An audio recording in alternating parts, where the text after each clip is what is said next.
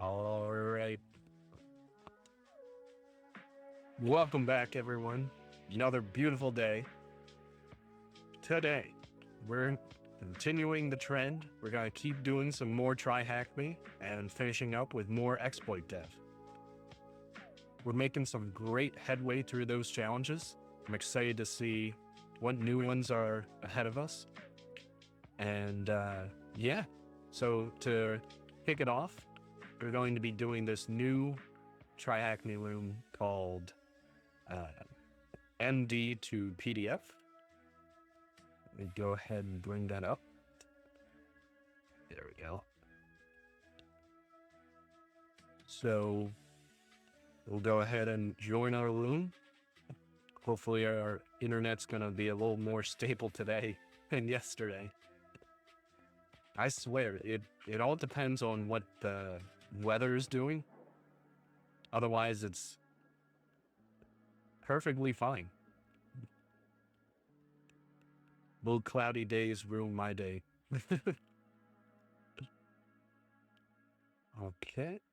So now that we got that started, I have all our Kali box booting up. Go ahead and swap over to that.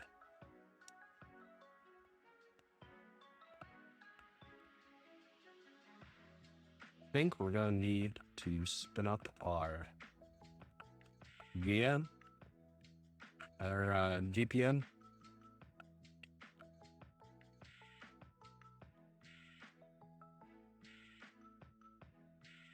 That working.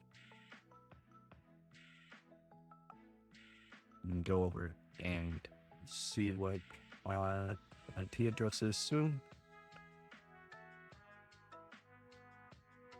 Left off on stack 4. Right, because that was the pointer one that we had to find a way to get to the secret hidden function. Listen 2. See if we have access to our server. All right, we're good. Now we wait.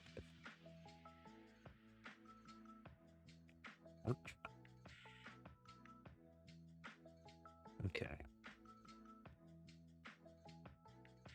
So this challenge, Hello Hacker, Top Tier Conversations Ltd, is proud to announce its latest and greatest product launch, MD to PDF. This is an easy-to-use utility that converts Markdown files to PDF. It is totally secure, right? Right? Right, chat? Let's go ahead and go to the IP address we were given. I think it's just a web app.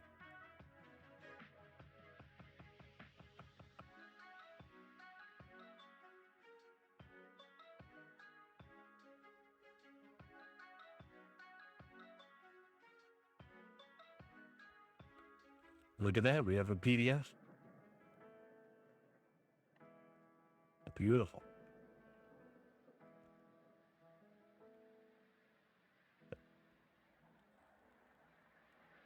So that is interesting.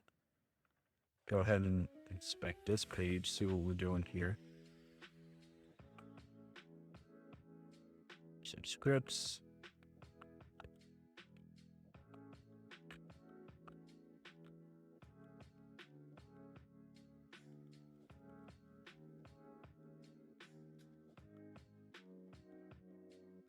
PDF button, a little progress bar.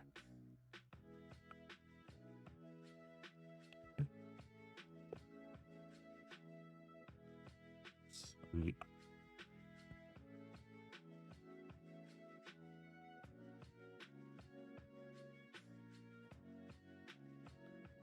Reload this.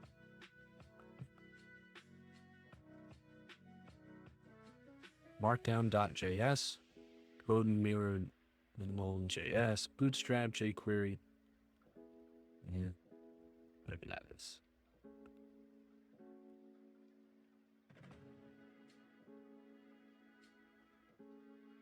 What is it in Lockdown.js?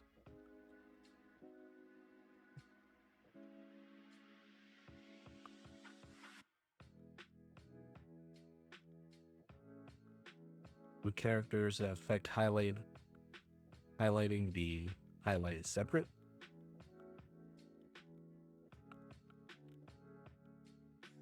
Yep, XML.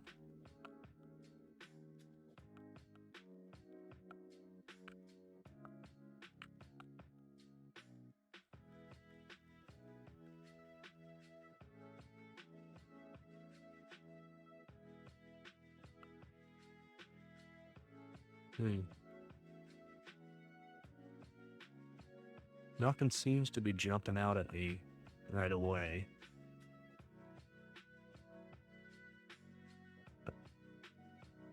Go ahead and go to the source, page content, navigation, and blah, blah, blah.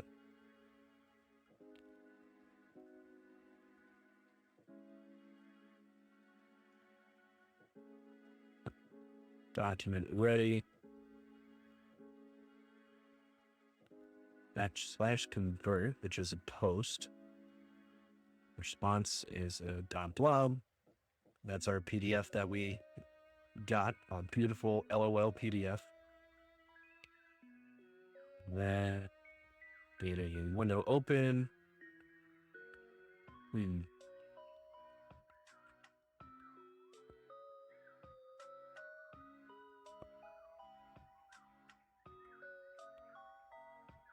I'm thinking we might be able to do a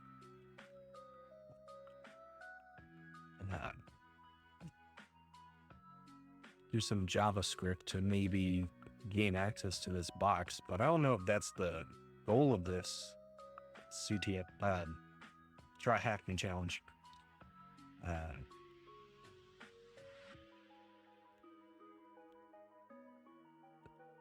Hold on.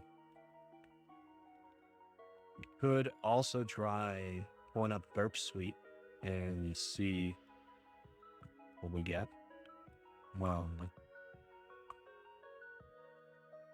I think.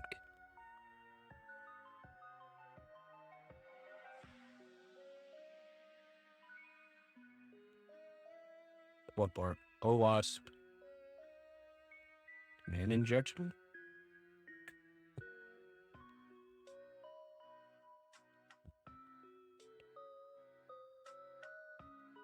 I think that's what we want.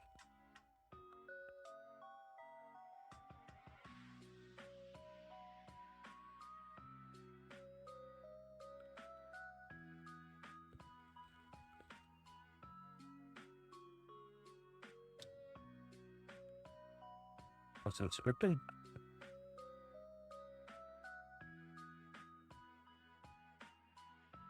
So crossing scripting attack wherein the attack payload is executed as a result of modifying the DOM environment. I think this is kind of what we want to do. Just we saw the document right and different location.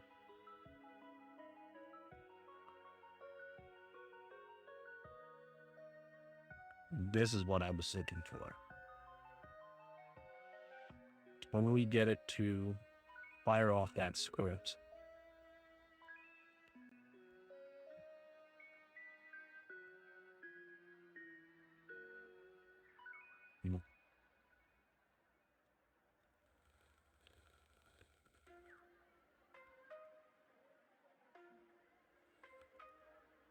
Now, let's see. Is there robots.txt?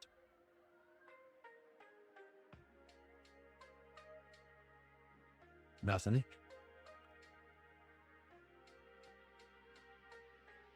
Nothing.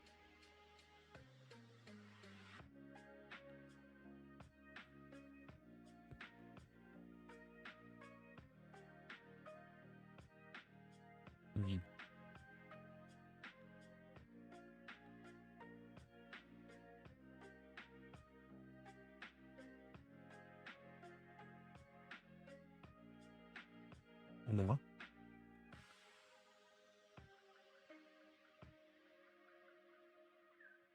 The URL looks interesting.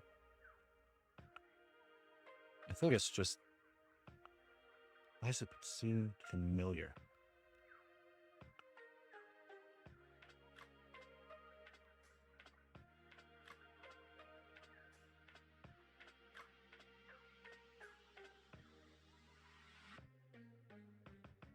Anyways,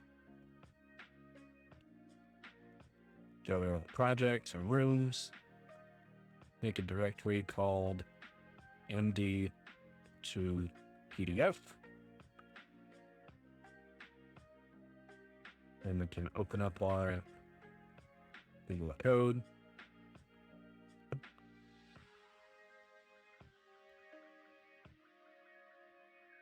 Turn on your tab.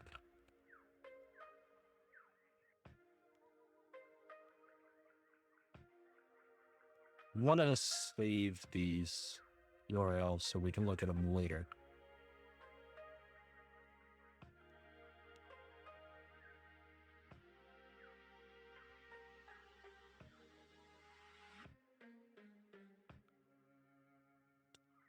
And then next, I think I'm going to start our burp suite, and we can take a look at that.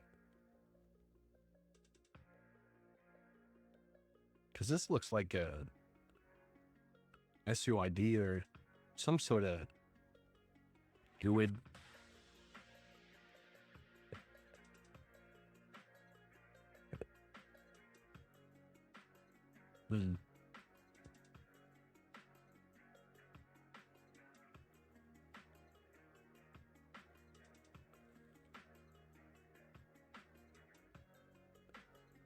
Building types.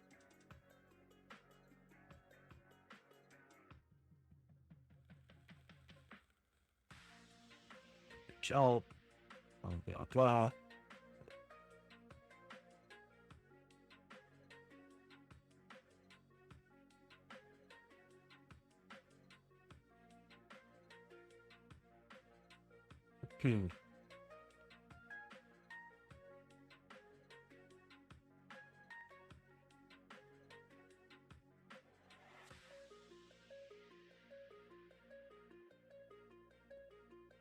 Could try.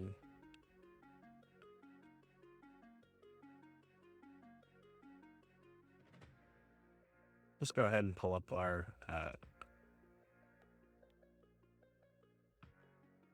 Oh my god, I'm drawing a blank. Burp sheet. That took me way longer than it should have.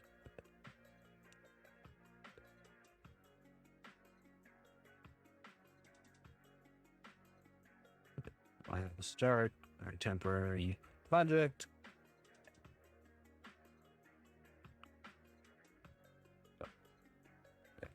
Okay. So we have to figure out a target.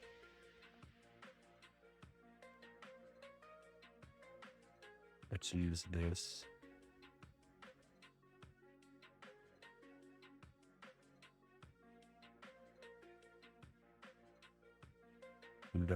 And open it up here.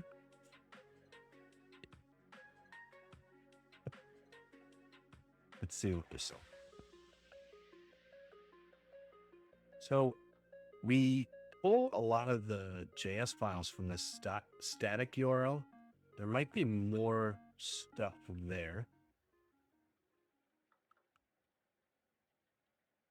Okay, you see the response. You see a fetch/convert. Then we press the convert button. That's that post we saw. Window.open URL, create object URL beta.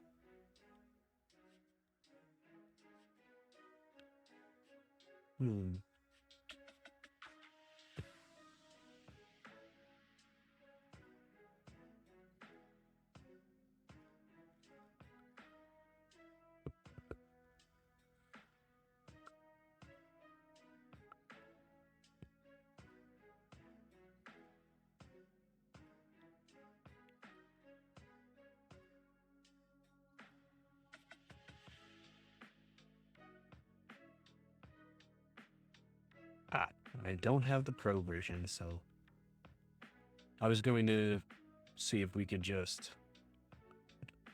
run through all of them. But, all the possible domains, subdomains, stuff like that. We could be using, what's that called? Buster?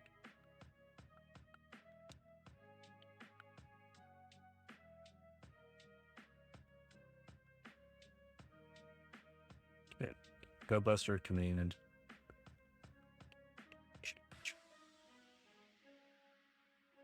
Uses directory file enumeration mode. DNS fuzz using fuzzing mode replaces keywords in the URL and headers. Think we want fuzz.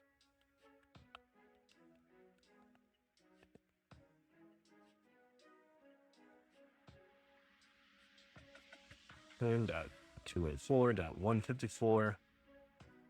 And we're going to need our word list.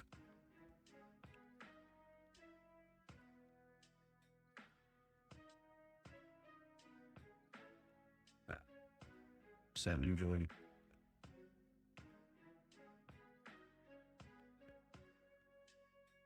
User there. Word list. Okay.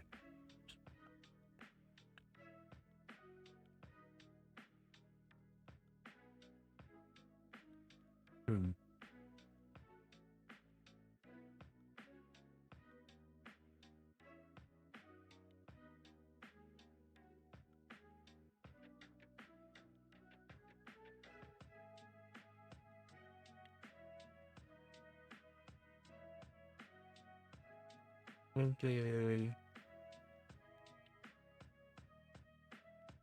We'll try combat.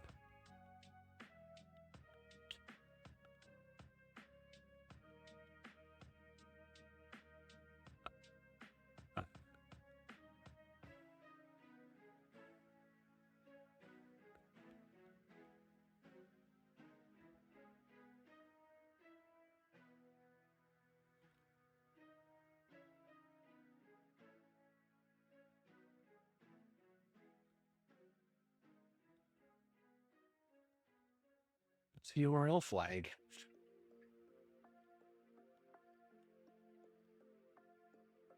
It's probably like dash URL.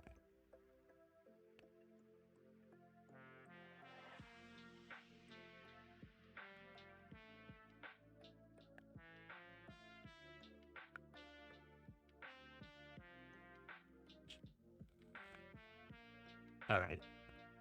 Go Buster. Fuzz. Help.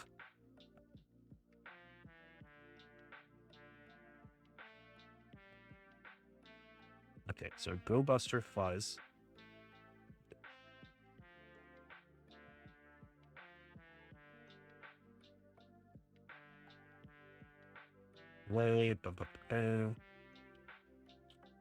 Word list. Username. Dash U. Yeah, URL. How are we? Well,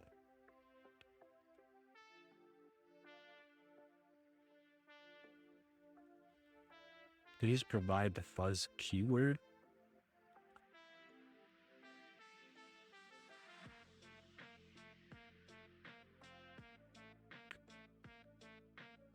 That's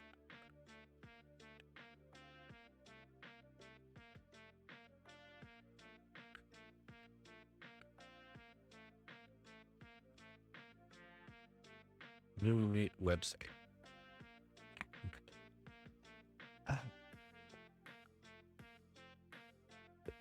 Work. Oh man.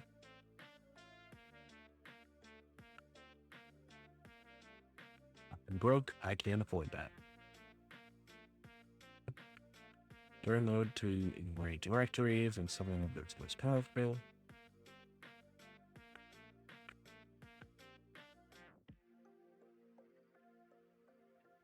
Is that the one we should be using? Yeah, probably.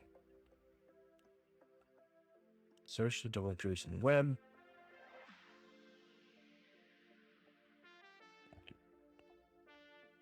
We'll try that then.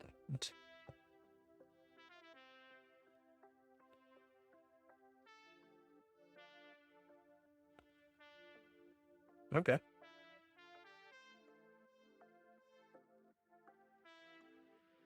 Oh, found an admin page.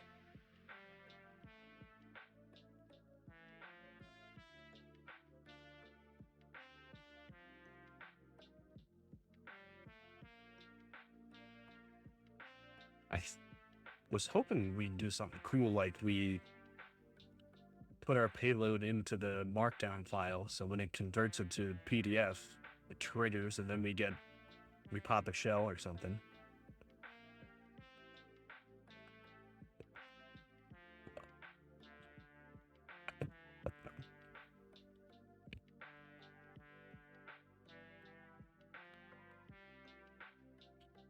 But we're off to a hot start with an admin page. I didn't even see that.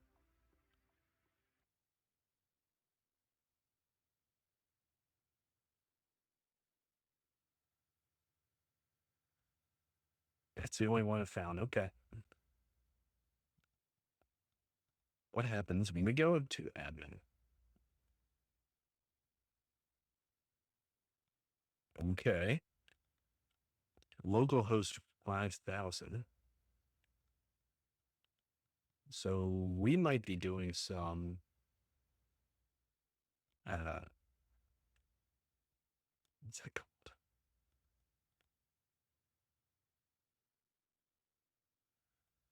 See if we can make it give us access.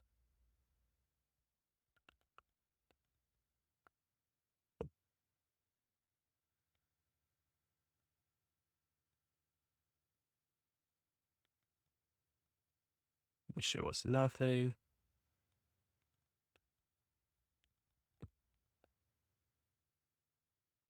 Response to blob data window to open URL.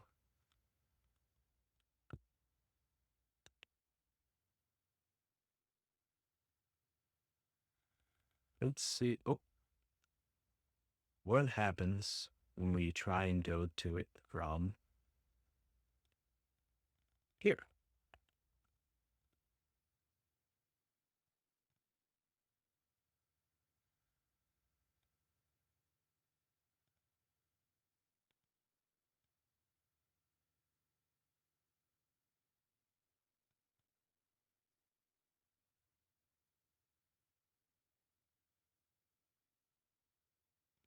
Fresh.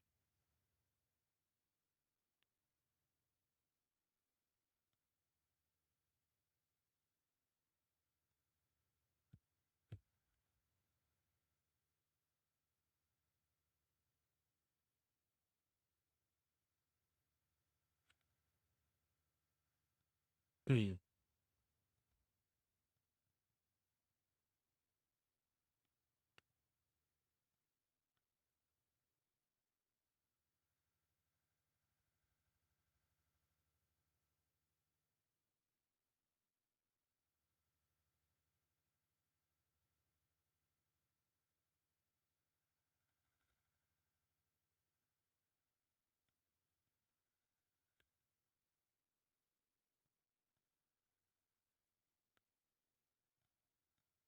There we go.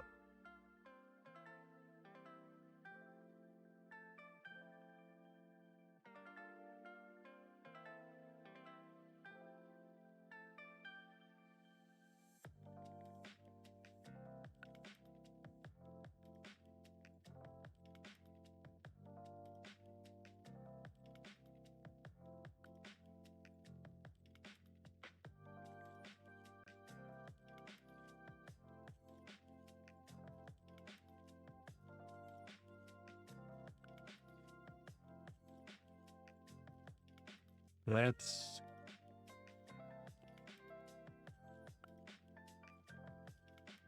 we know we want to get to this location.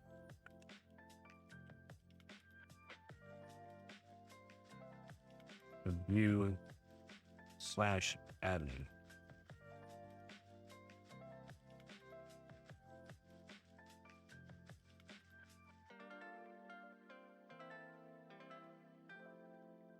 Here we'll run nmap scan.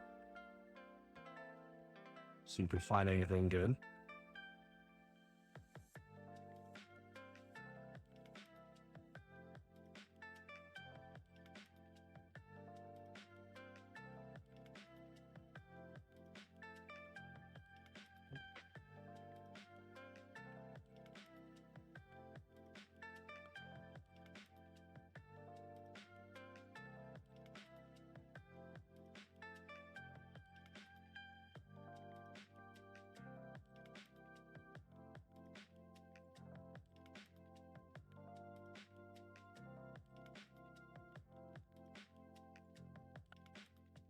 Okay.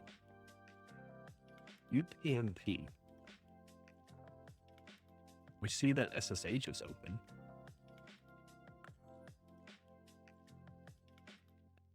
Go ahead and just save that to our notes.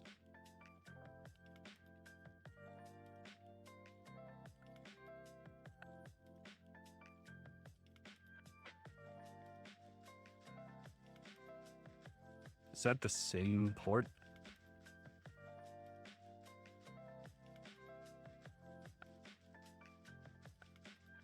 Dang.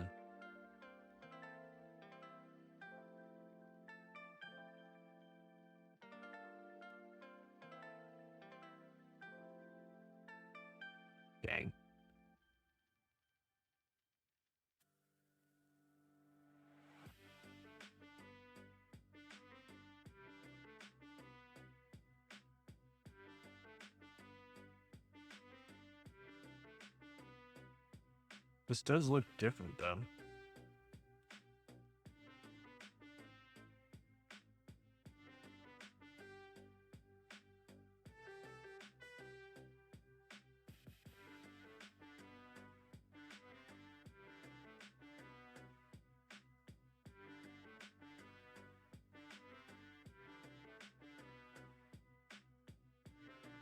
We just say fetch the admin.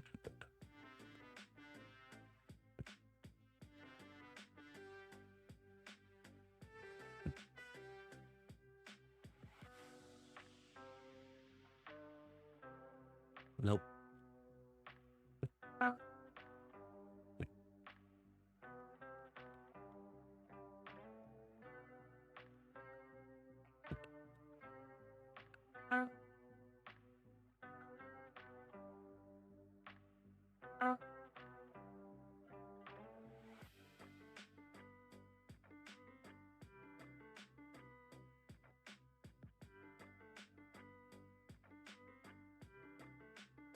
UPnP.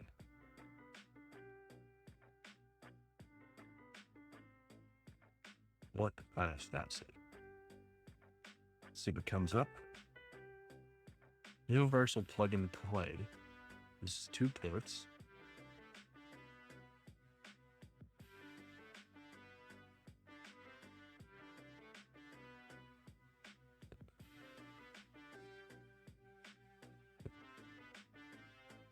Alright. Looks like nmap has some scripts that might be useful.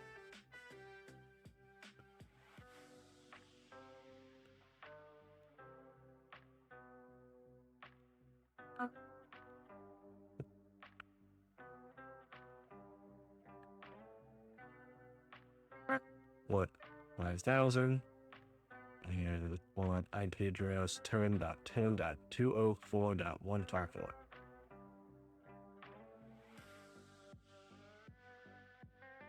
Alright, that really didn't tell us anything.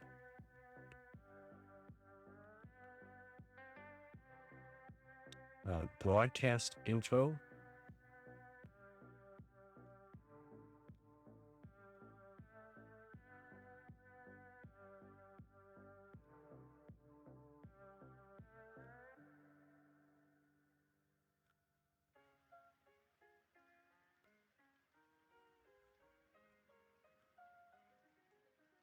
Now it says it's closed.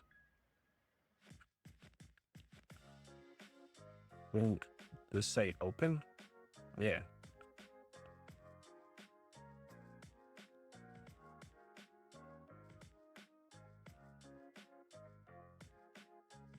I wonder if I accidentally took it down. I hope not. That'd be a rough start to this.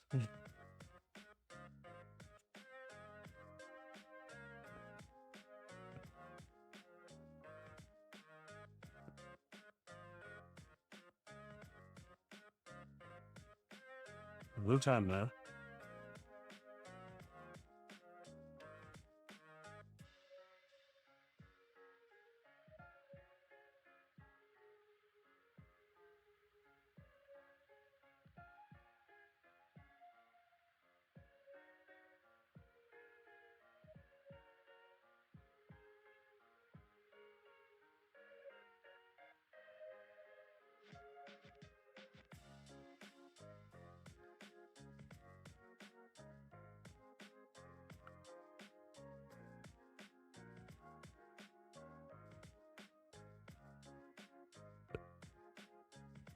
Let's look into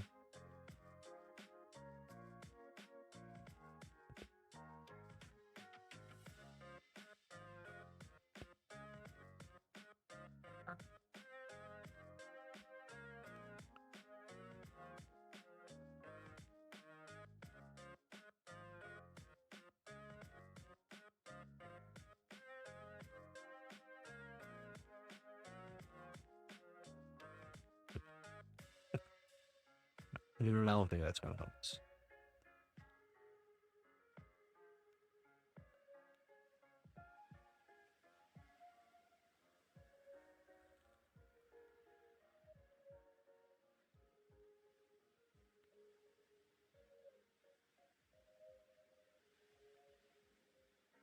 Still up. We can go port 5000. And then I think we want to do HTML injection.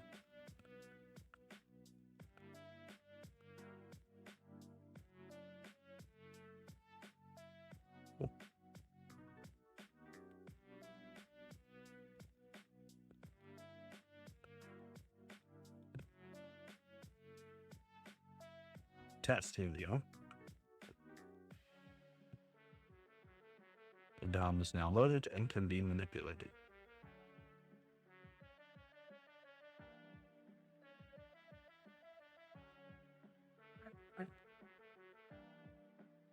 This does look like should be able to.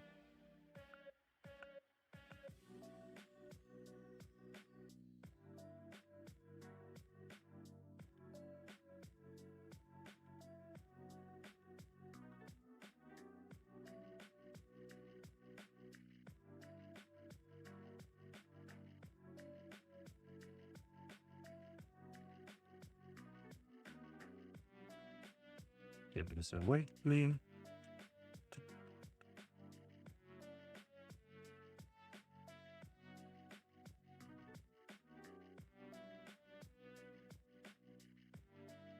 Here's what I'm thinking. If we do a simple test to see if it can reach back out to us.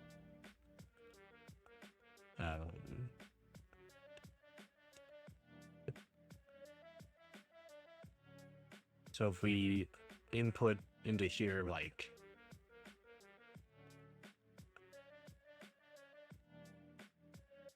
image source equals, and then our IP address.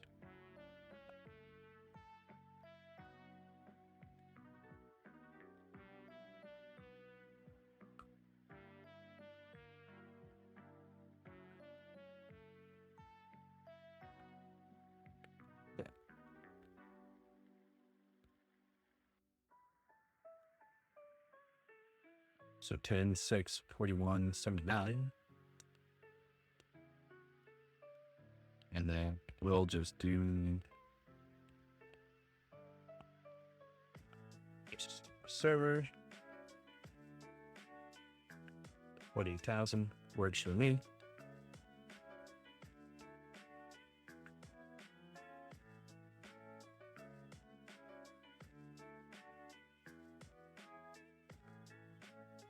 Do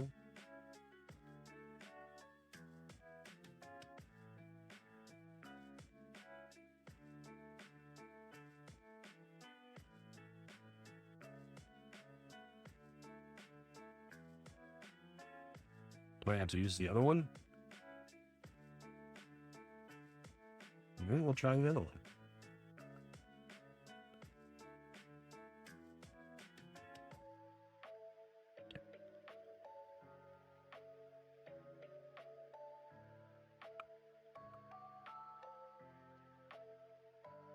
Banned quest.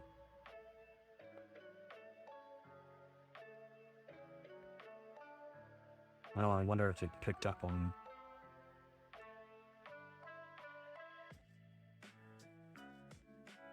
This didn't seem to have an issue.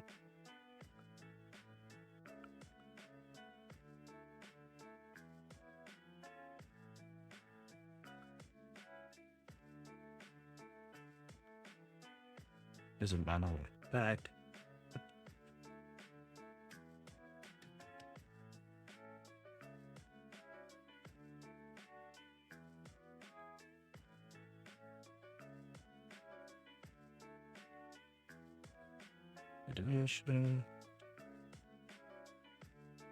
Blah blah blah. Boring.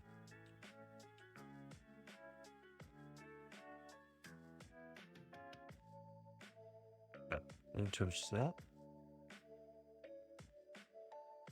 Send to the repeater.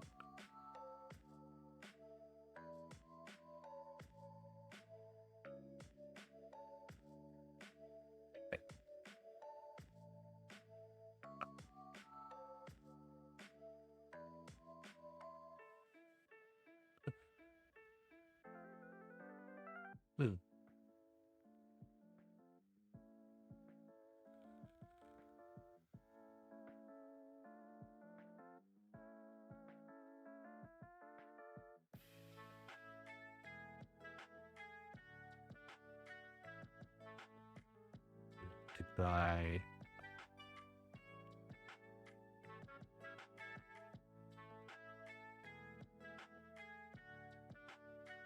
A tag.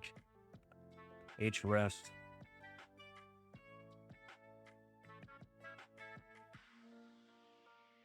Those are A tag? I think that's how that works.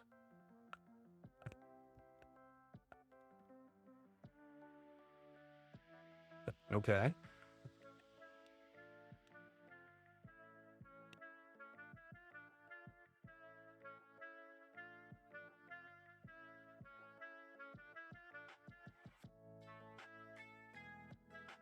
Ooh, look at the bottom. We can see our file, temp, book temp, blah, blah, blah, blah.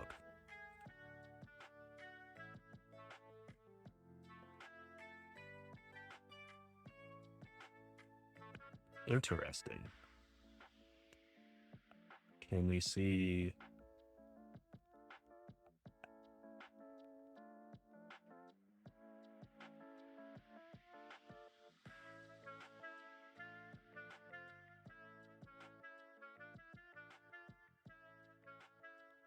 Etsy host or Etsy password?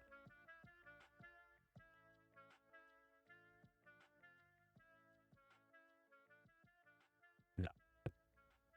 But the fact that that turned into that means we might be able to do some stuff.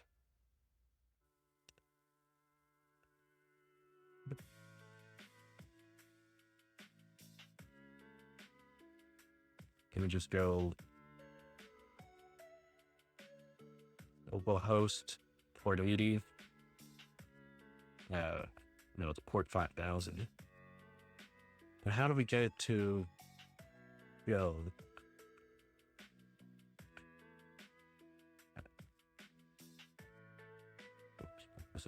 I think that's ifraring me. We'll double check.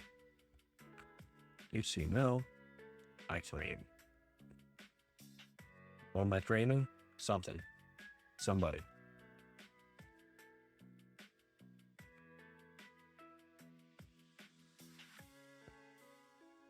Oh, wow. Stream is really struggling. Hold on.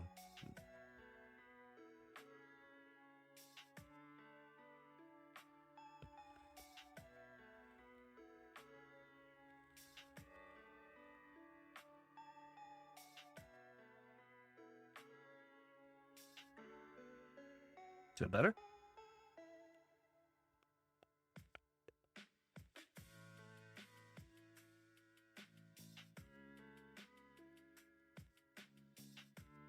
It was better for like a split second.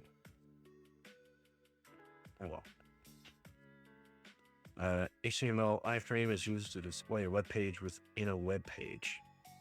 Okay, so I was right. So then we have source title. We can copy this over.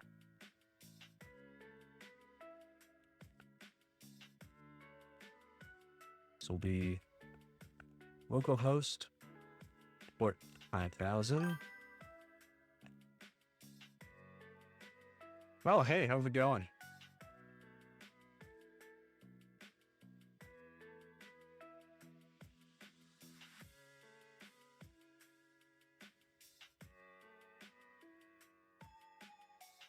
Burrell Cycle? Sorry. I'm really bad at reading names. So let's see if this localhost works.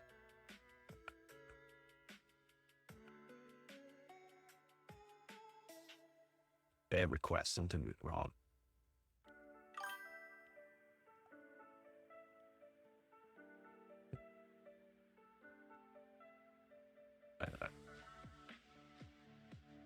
Today, we are working on TryHackMe room MD to PDF.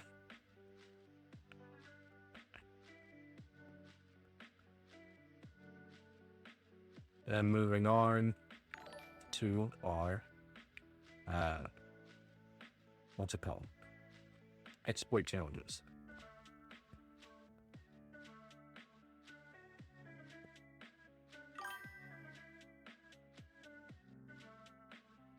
Thanks for the follow. Stream is lagging.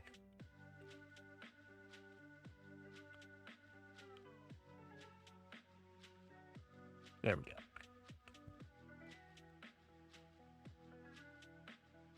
So I wonder why we got this bad request.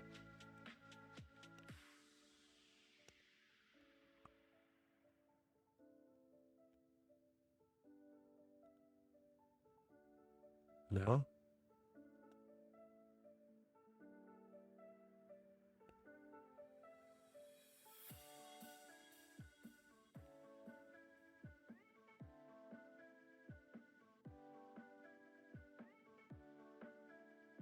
I wonder what.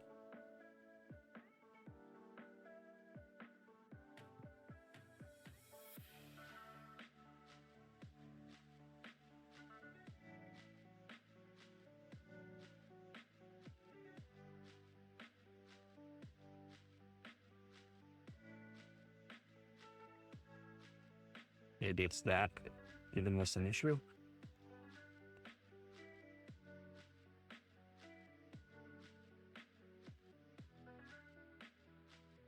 It's really not liking us.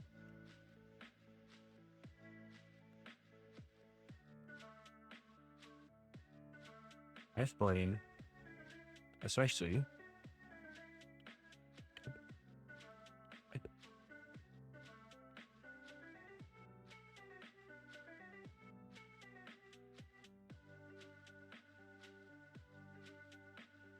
Let's go ahead and put those quotes back.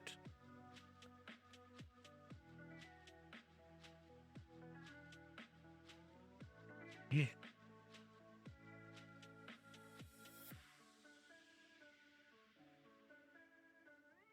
Something went wrong generating the PDF.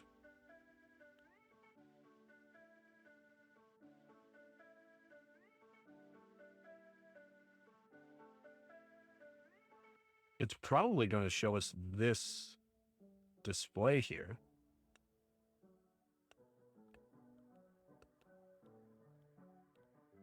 We'll try it on there.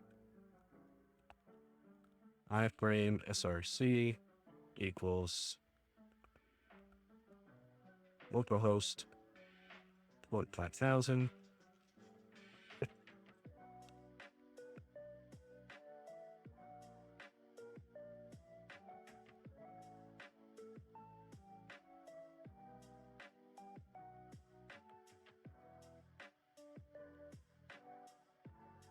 Is our interceptor turned off? Yeah, it is off.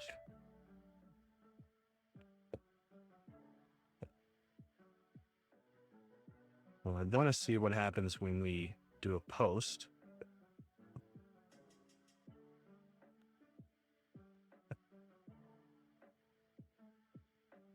And then we can send this to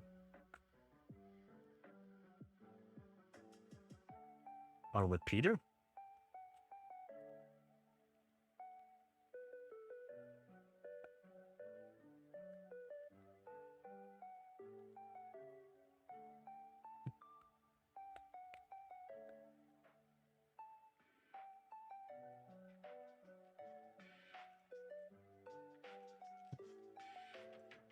Here's our admin and our convert.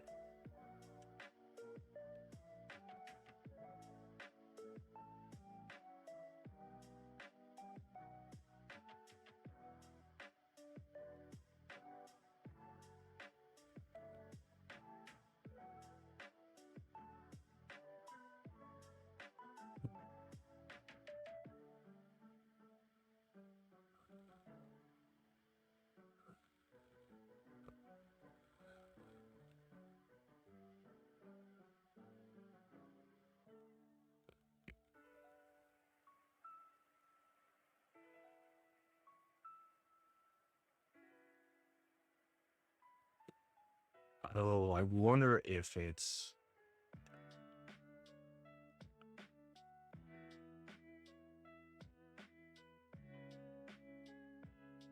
HTTP.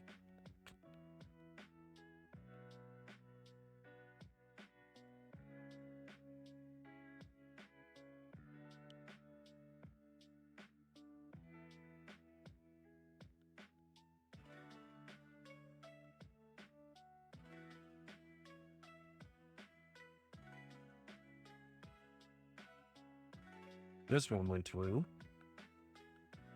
Is that the fixed one?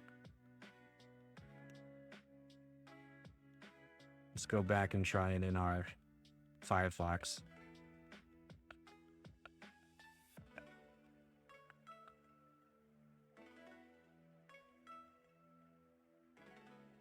All right.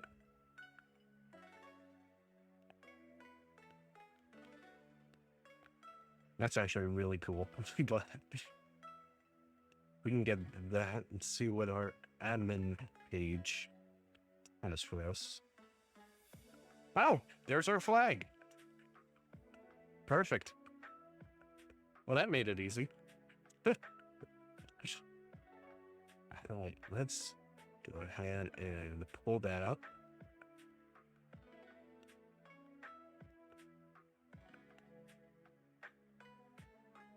I hope right under the wire.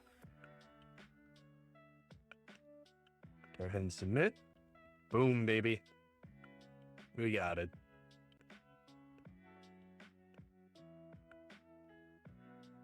So it looks like my bit rate has figured itself out, but I know that there's still a huge delay. I think we might have to end stream and then I'll start it up again.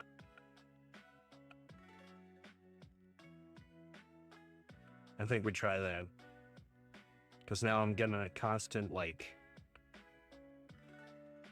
2,000 kilobits per second.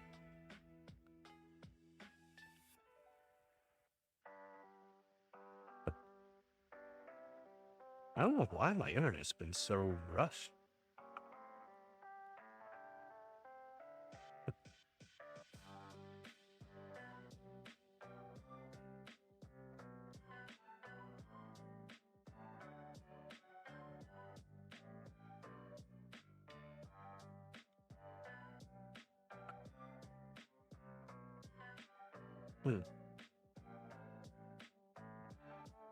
Anyways.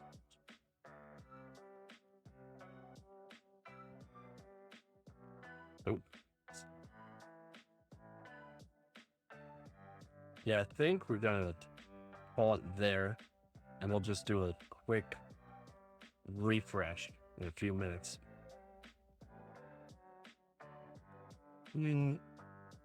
Anyways, at least we were able to finish the room.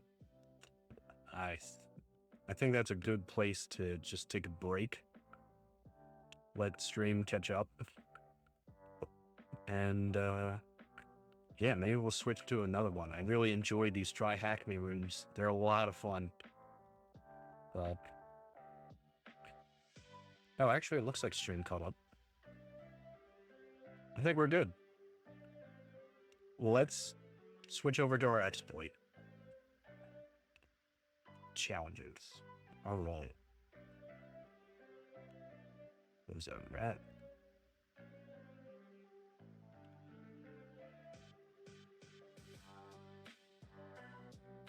Switch back over to our Cali.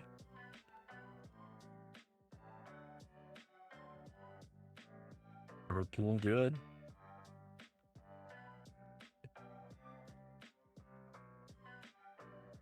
Shut down that server. We don't need it. Close out Burp Suite. We're good. All right.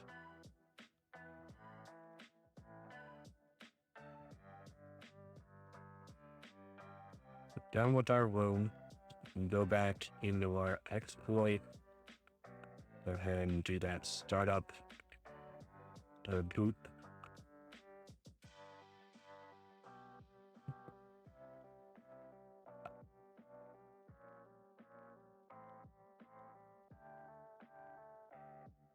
I'm gonna bounce it out.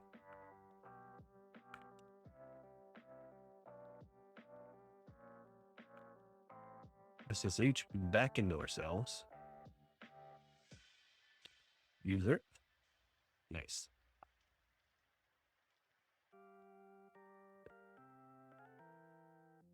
Loads out of these notes. I guess we'll save.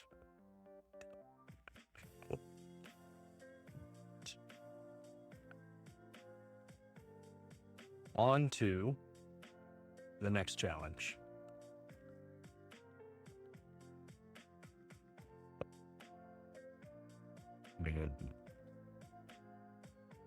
I think we're on stack 5 now.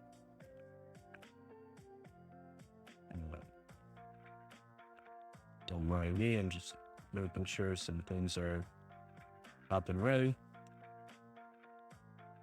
And okay, good.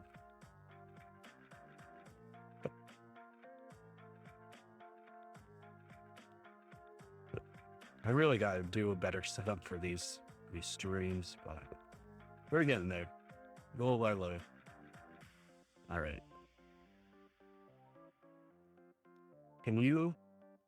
Oh, this might be exciting. It's execute bin sh. Can we get a shell? As opposed to executing an existing function in the binary, this time we'll be introducing the concept of shell code and being able to execute our own code. Yes, finally some fun stuff. Hints. Don't feel like you have to write your own shell code just yet. There's plenty on the internet. If you wish to debug your shell code, be sure to make use of the breakpoint instruction on i386 x8664, that's 0xcc, and will cause a sig trap. Make sure you remove those breakpoints after you're done. Alright. I forgot what is green and goes to summer camp? A Brussels scout.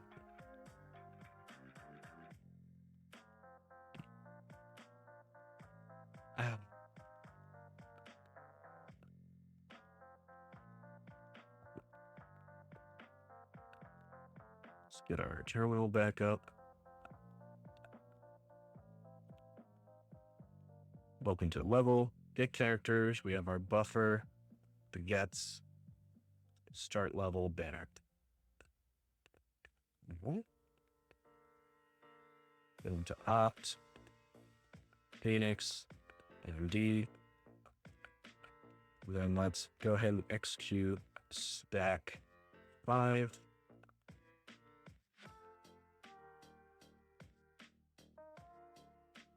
Right? So we need to do our Python -b point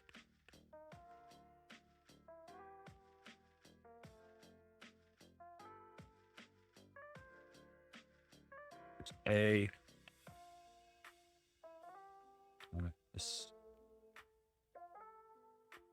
let's say 65 for now. Okay. Then we can pipe that into stack 5.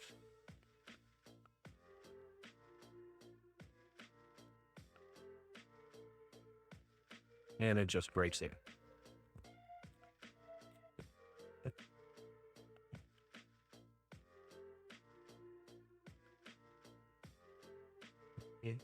Okay.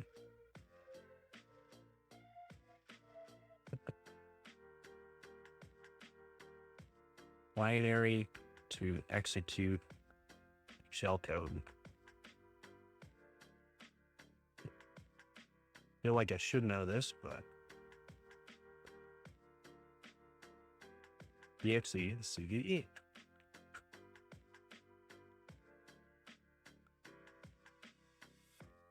Cybersecurity notes shellcode. All right. In real exploits, it's not particularly likely that you'll have a win function lying around. Shellcode is a way to run your own instructions.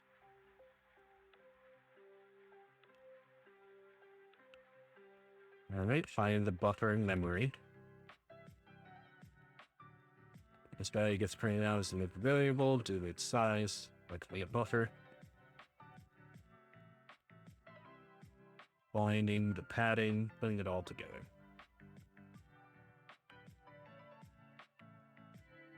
On tone, import all.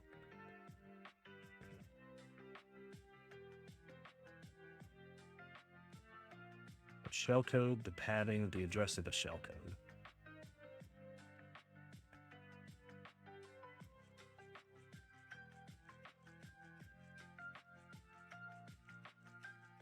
You have to make this?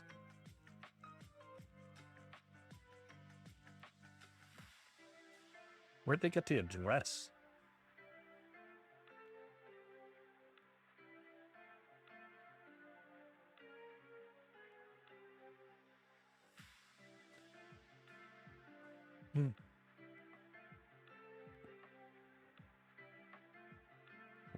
Okay. Find the buffer memory. Let's debug vuln using radar 2 to work out where in memory the buffer starts and where we want to point the return to. This value will be printed out if is a local variable due to its size. It's fairly likely to be the buffer. Set a breakpoint if it gets. It should remain where it is. Finding the padding. Now we need to calculate the padding until the return pointer. The Boolean sequence, as explained in the previous blog post.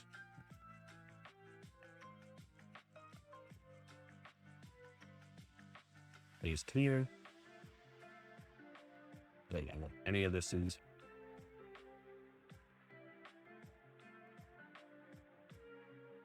And registers.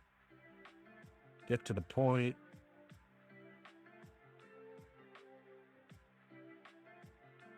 Yes, we know the Indianness.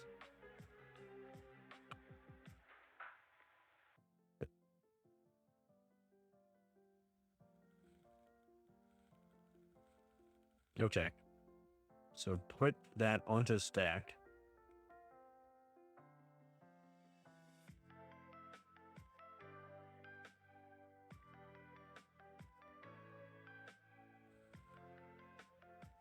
Does it just execute or?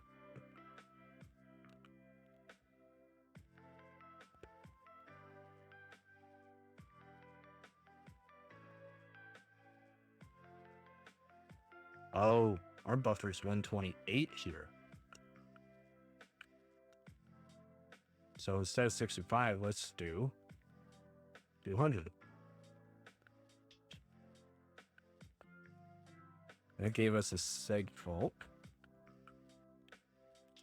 What happens when we do exactly, I don't know, 128?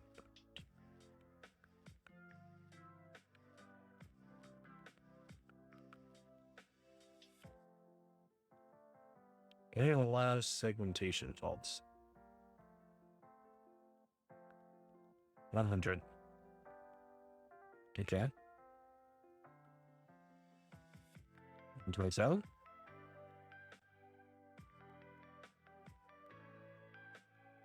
All right.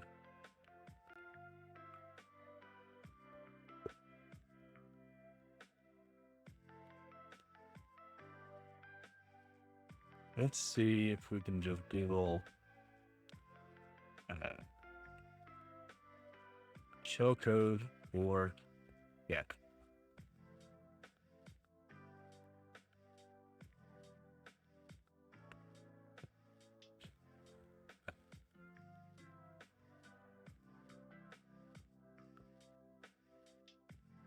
It's Rick. Oh, yeah, it's stack 5.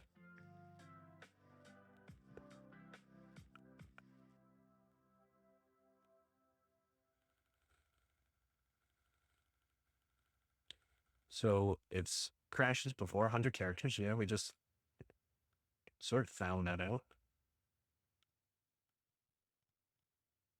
Break main run C. So runs in GDB to create a breakpoint. Crashes, we use that pattern offset.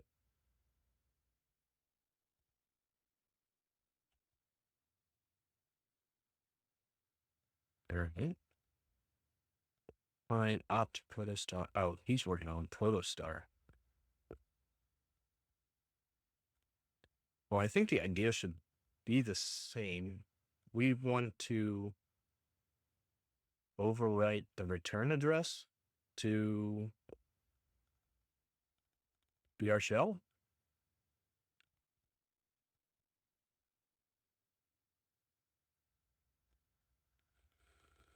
Okay. By shellcode, piece of code written in hex in our situation.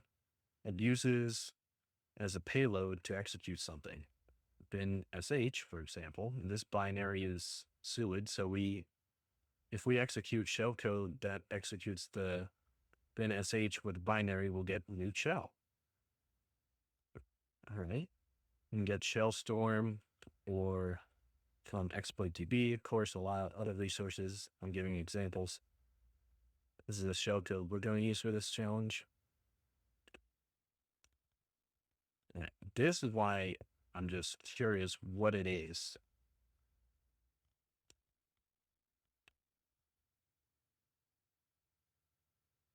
I don't understand any of that. See sh, qty, dev.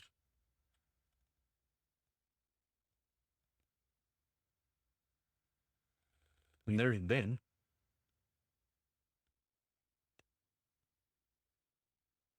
Okay. Yeah.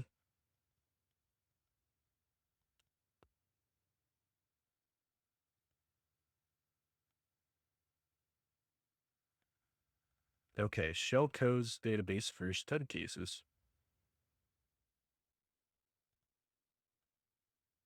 FreeBSD, blah, blah, blah.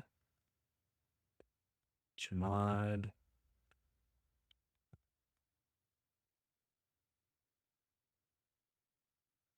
$30 bytes, 27 bytes, 31 bytes.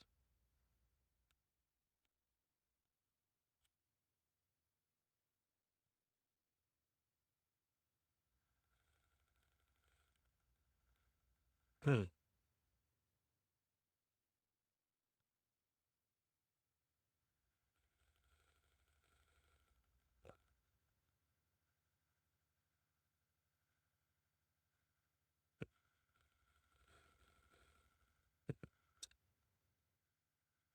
Let's run GDB on our stack 5.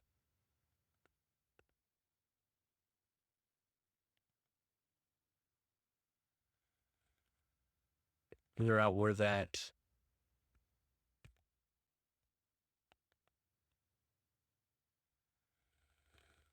Okay, we have a breakpoint at main, which is 40:05:88.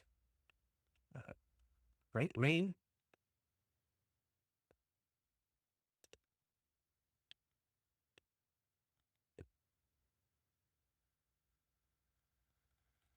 I think I want to try and like inspect it.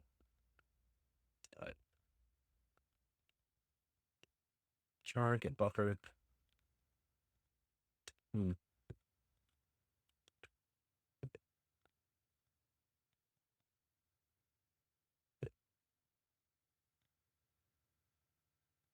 Is the other resource? If you wish to debug your shellcode, be sure to make use of breakpoint instruction.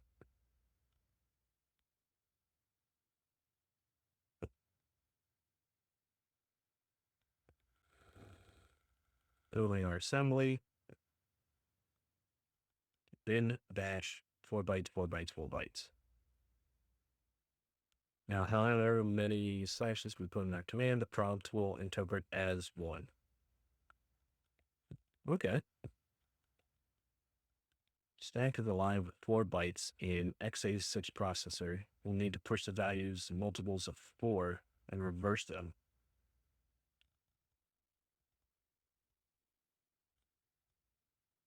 So put bin dash into the stack. Remember, the first value needs to be a multiple of 4. Move VBX. Each. Let's compile this assembly and execute.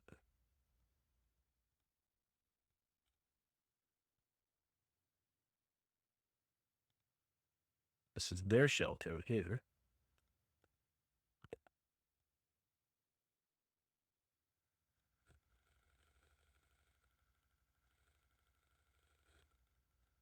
Let's go ahead and throw it in. I know, not the greatest decision, but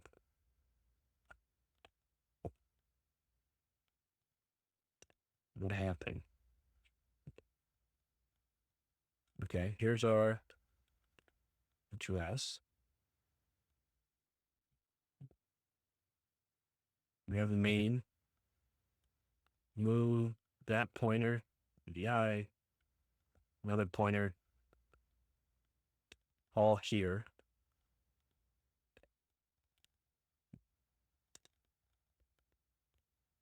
Is this our return?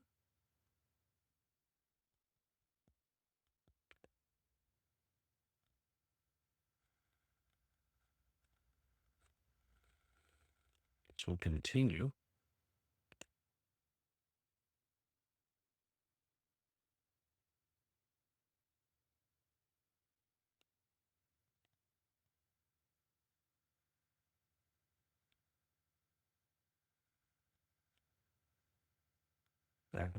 Still good.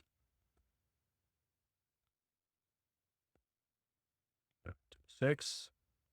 And then as soon as I put 127, it breaks, right? Yeah. So if we subtract, or we can just try and add whatever this shellcode is.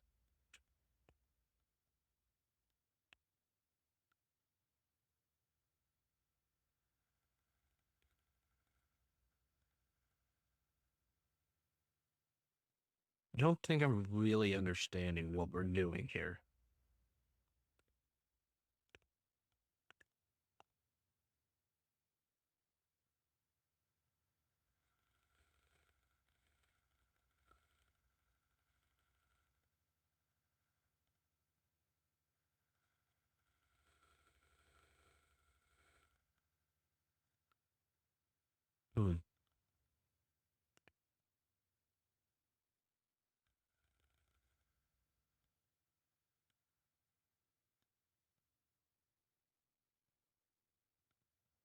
buffer overflow into shellcode.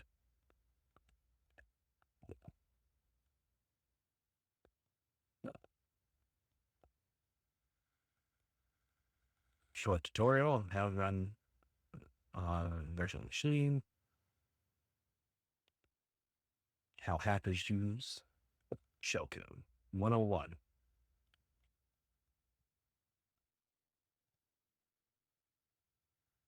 Okay. Shellcode is historically used to describe a code executed by a target program due to a vulnerability exploit and used to open a remote shell. It is an instance of a command line interpreter so that an attacker can use that shell to further interact with the victim's system. Yeah, we know all that. How to create shellcode.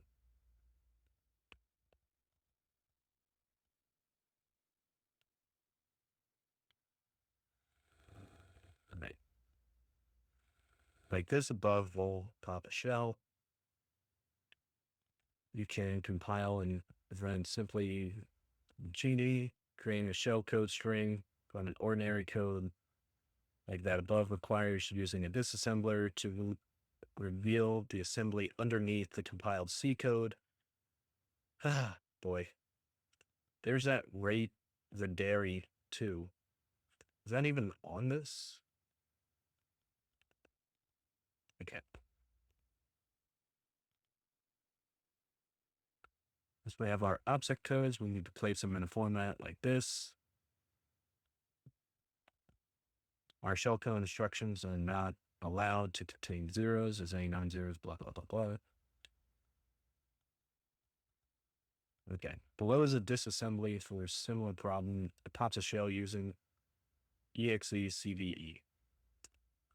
Is that? It's not even in here. Or is it?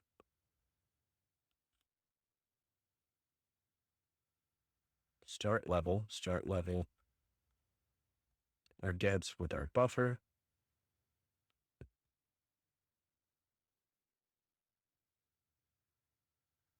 Notice that line 8 hexadecimal, which represents the instruction of the following disassembly.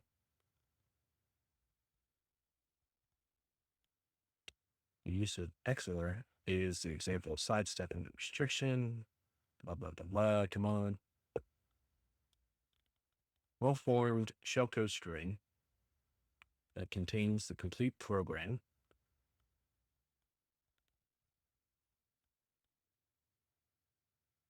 You know what buffer overflow is? Shellcode and exploit kits, metasploit, powersploit.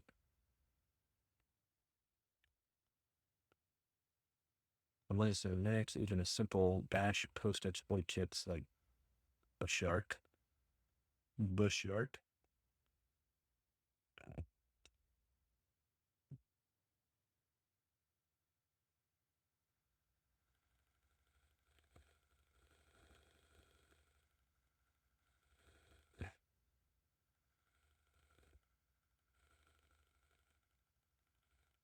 All right, medium.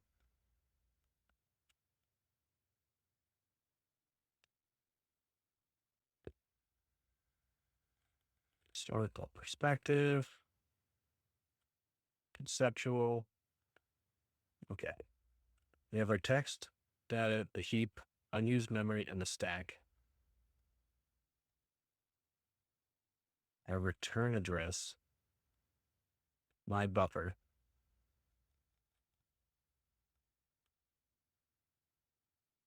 In order to exploit this situation, the attacker must overflow the buffer's memory with a combination of not commands, shellcode. The overflow should continue until the base frame pointer, EBP, is successfully overwritten. Final step of the exploit is overwrite the return address of the stack back into the buffer before the start of the shellcode. These conditions are met, then the binary in question is a liability. We're close. Okay. Our buffer for input is 500 bytes in size. To start off, we have to discover the distance from the start of the buffer to the return address so we can place this malicious return address in the IEP register. Okay. They're using GDB info registers. User can see what registers have been affected. 8 bytes over. Successfully overwriting the return address. Okay, so if we do GDB and then pipe it with our A's like we did last time.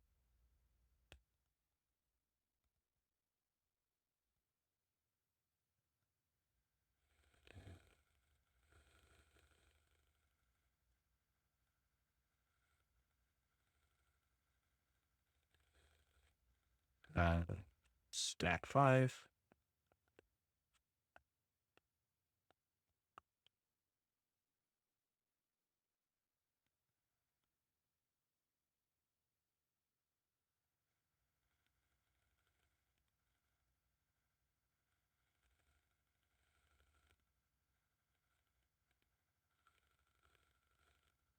We'll just do 130. I think there's okay.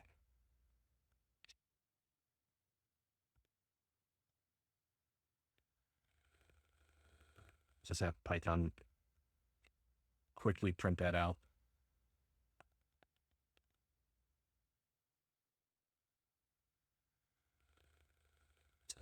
Let's do 128. And if we do GDB, stack 5.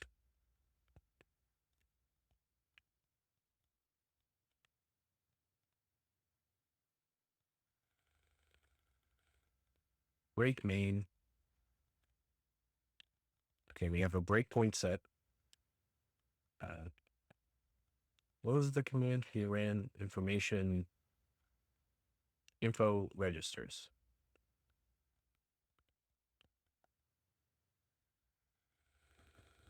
Okay, run. Now we should be able to do info registers. All right. We are looking for the EBP register.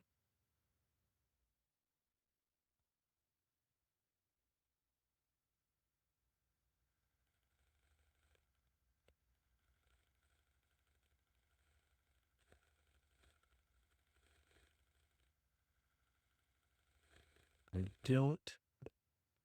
Here's the read-in. Racks on racks and racks. Really? Yeah. No, that's not what I wanted.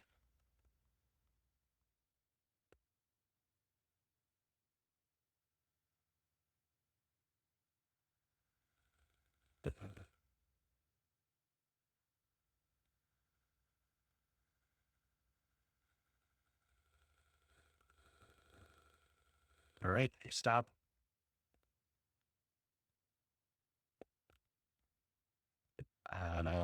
Okay.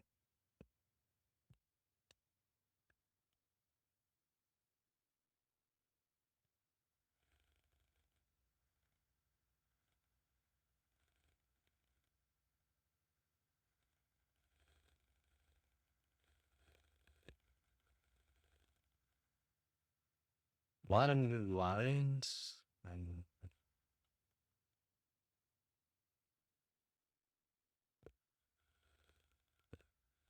Hmm.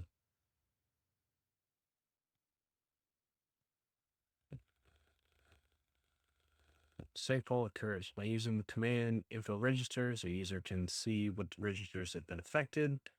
So we can see from the image below, we successfully overwrote EDP register, but not the EIP. The IP is a return address. So they caused a seg fault as well.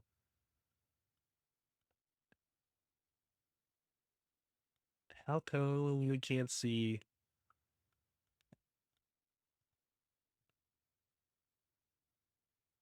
what they see?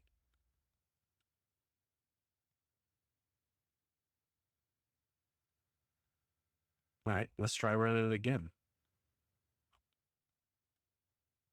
Okay. Continue.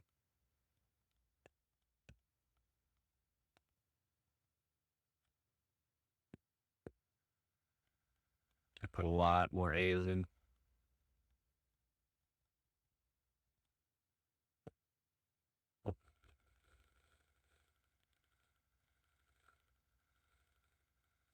I'm not seeing it anywhere where it's overwriting.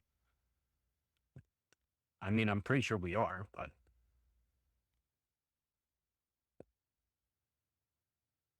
okay. Let's keep leading and see if we can keep going. Shellcode using shellstorm.org. Our team was able to find a snippet of shellcode to execute a system call.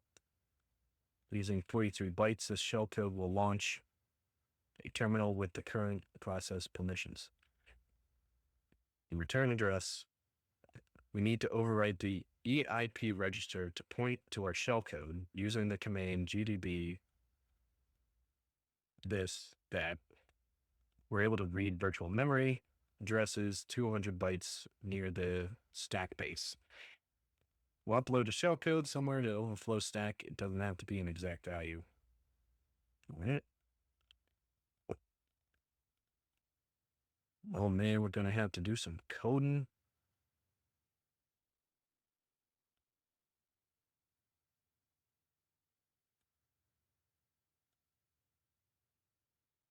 Nup slide.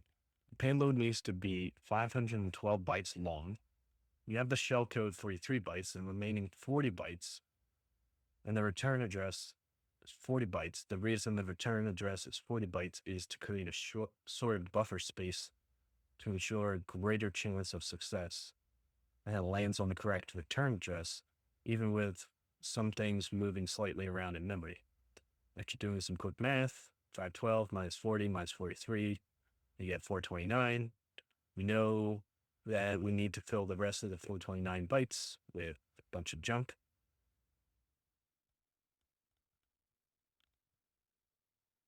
Okay.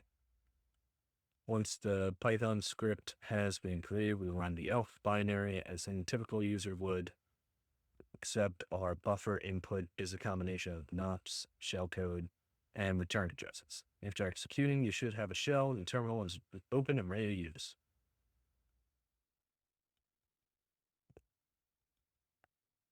Okay. I mean, it makes sense on paper. It's just how do we convert that to something we can use right now?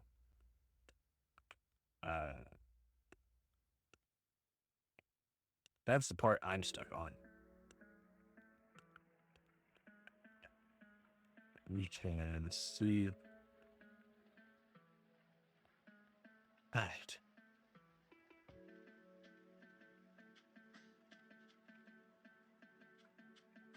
If we can figure out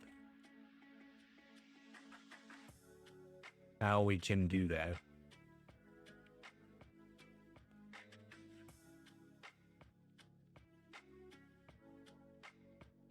With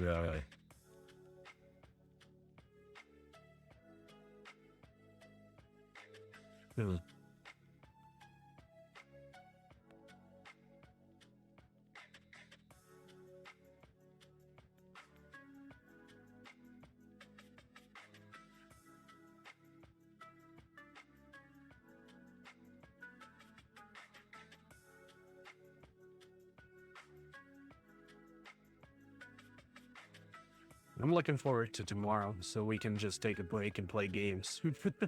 I'll be honest. So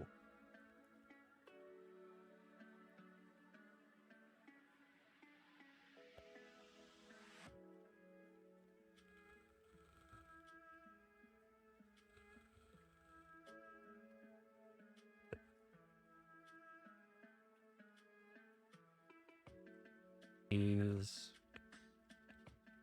pattern create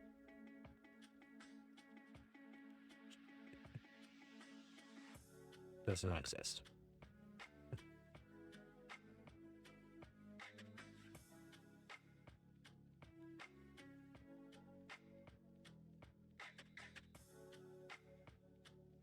Date.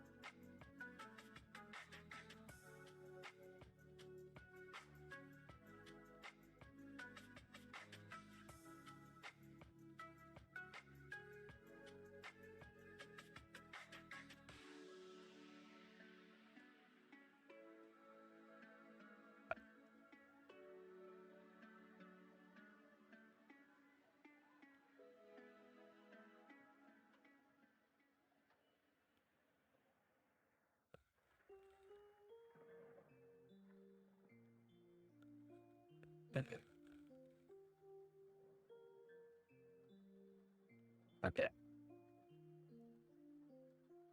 Let's look up GDB cheat sheet. And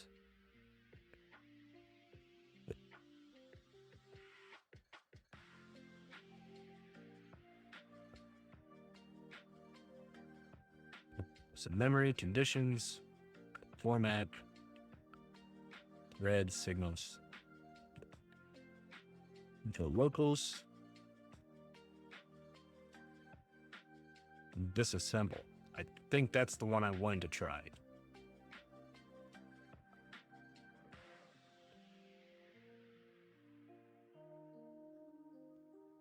We'll also want to do set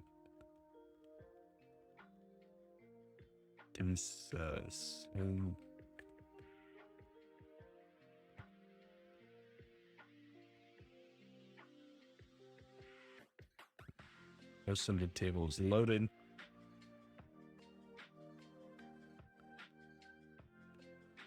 So disassembly.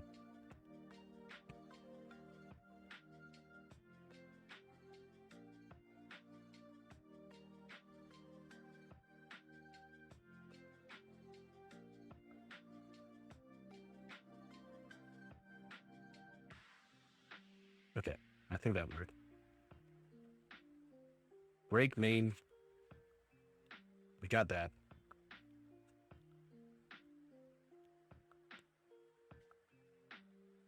Do we also want to break start level?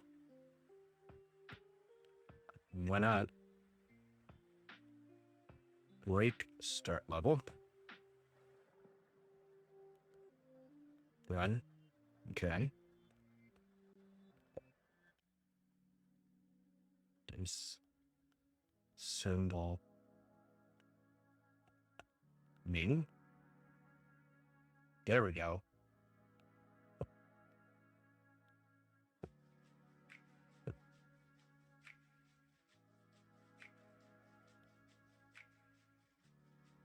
This one, leave, return. End of assembler, dump. So do we have to go from this address down? Do we overwrite this? All that, move EAX to 00. EDI.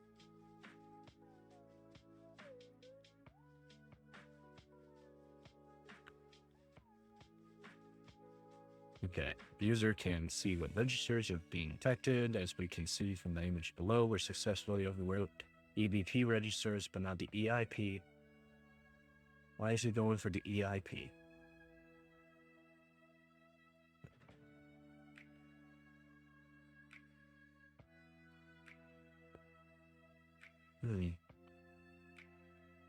You have EAX.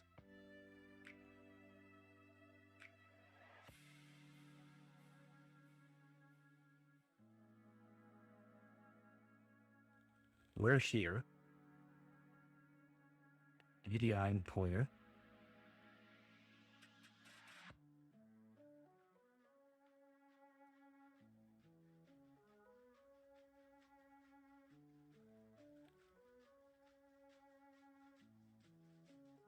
So, yes.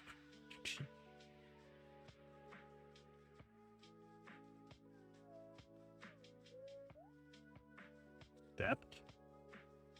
To the right. In the right command we want, please. Step, yeah. Go to the next instruction source line. Next, go to the next instruction, but don't dive into the function. Okay. Here's our puts, and here's our function start level. So we can just say step again. Step. Step. There's our banner. Actually, since we put a breakpoint, we should just be able to. Okay.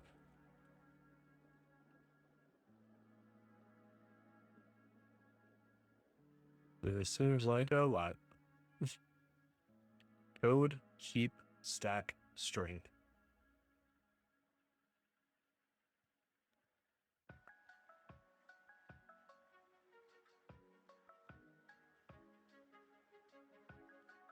Step. Step.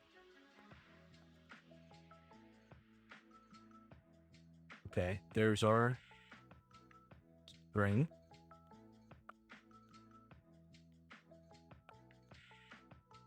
Now we're in start level.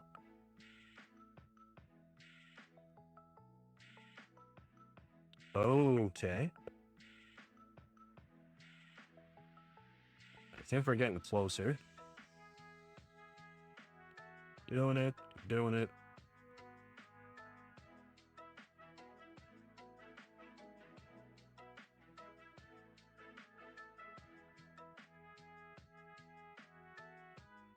Down to the I. To zeros.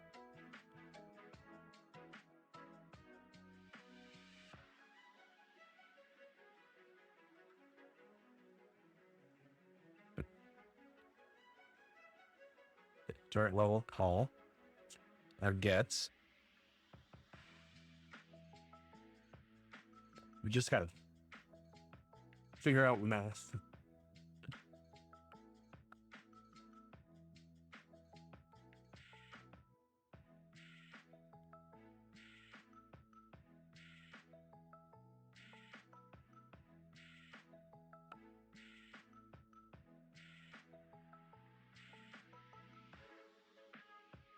So we're waiting for the input from the user. We're reading that in. URS. Info registers.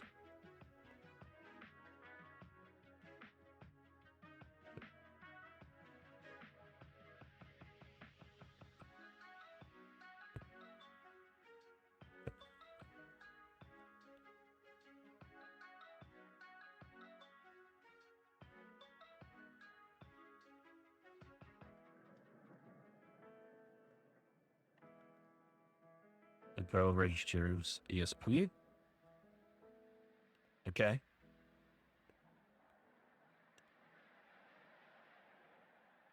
Is this our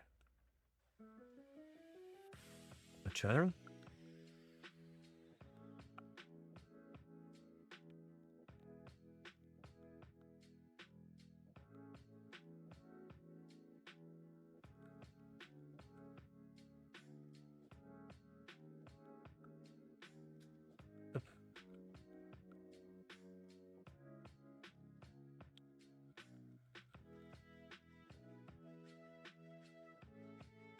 We can do X points.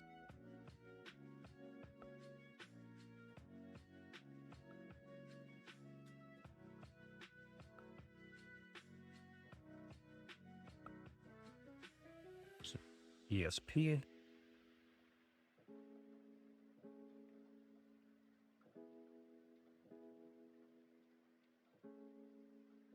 All right. Cool.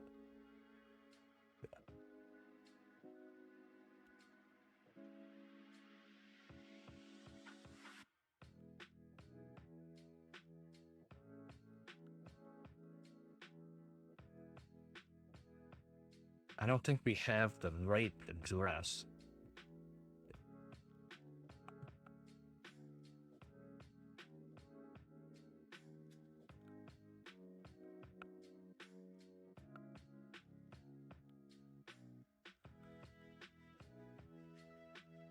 But I think we can get our Python in there based on another window.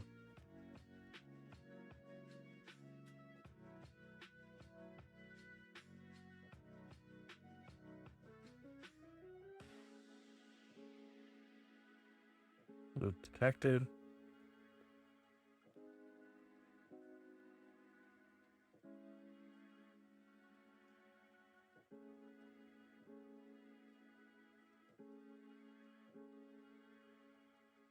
So in ESP.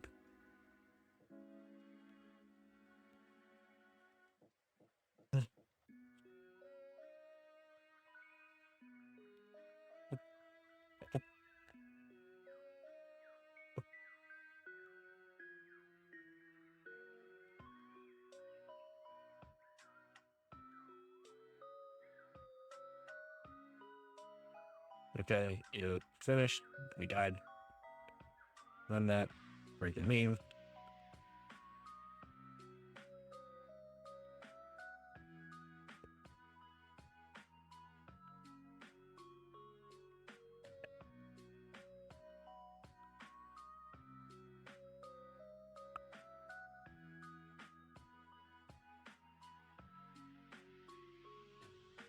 Continue. Then we stopped at start level. Continue.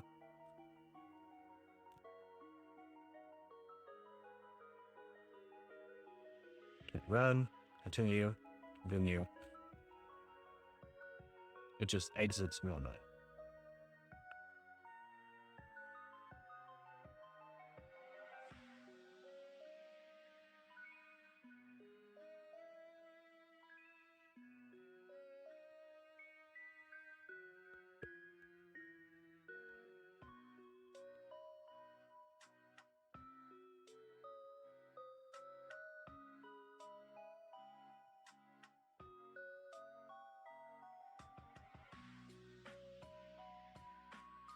Run it. Okay.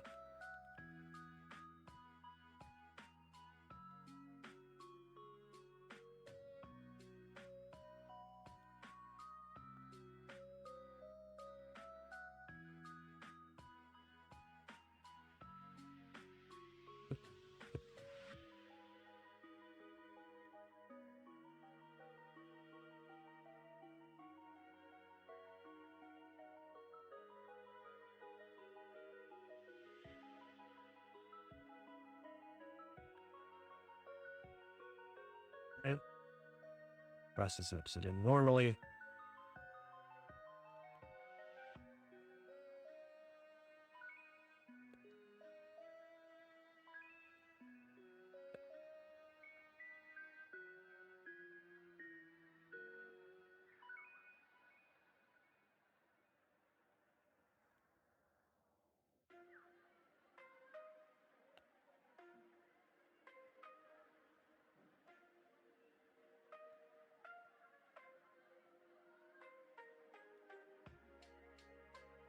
I'm burning out on this one.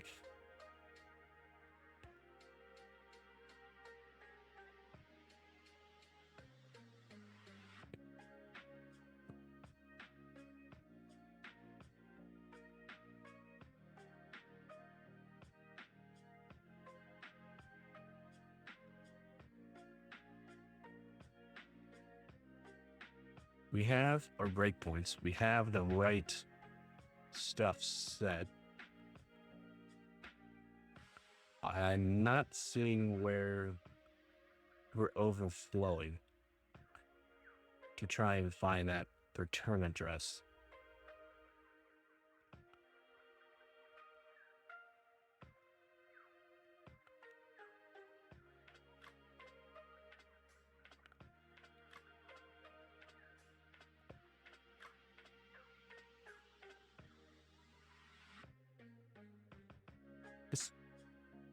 It's a simple start button.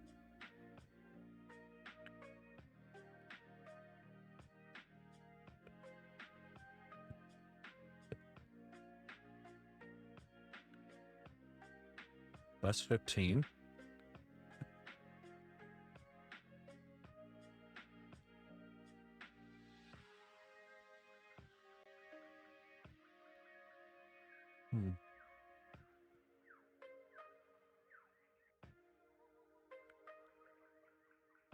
We can... So the push saves the base pointer, sets up a new base pointer, allocates our 128 bytes. Let's that add an assembly.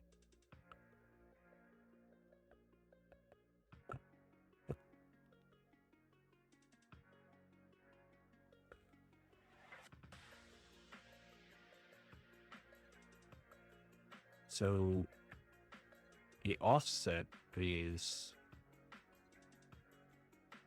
that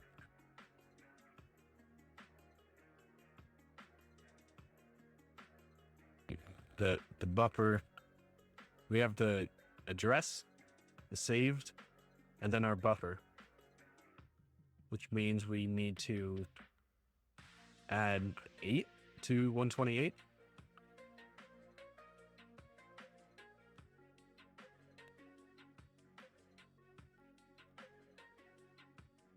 So if we do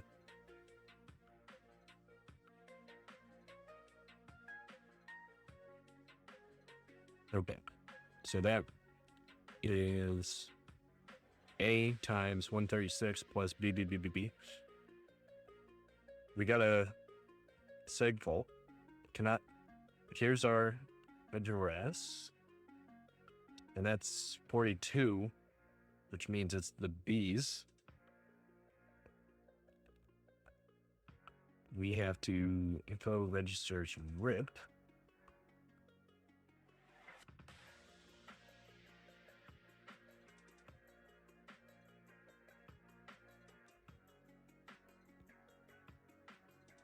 There's our address.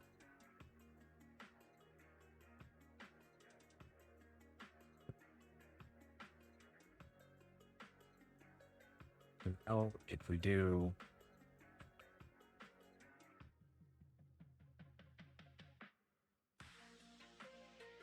the functions system,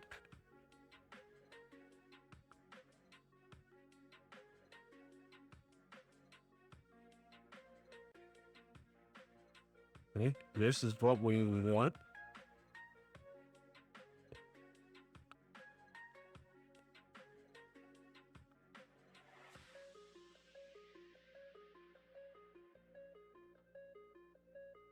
The system is available.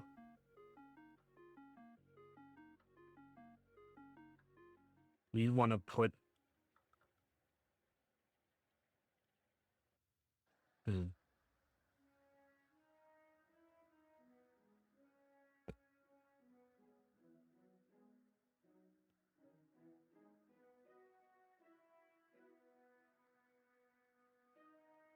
I think we're getting a little too deep.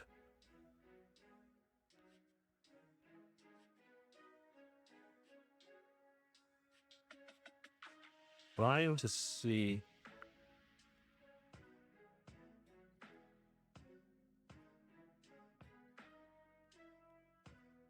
Can we use gets to get our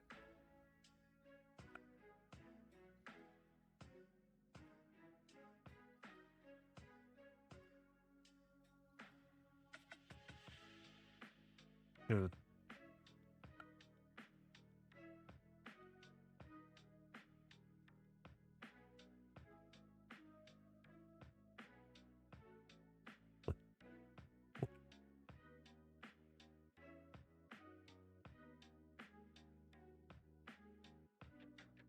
Found that we can override our IP.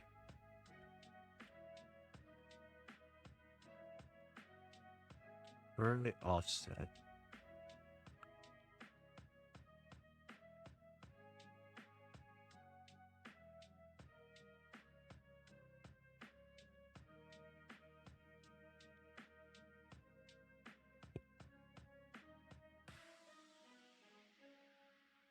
Use GDP to find the libc base with offsets.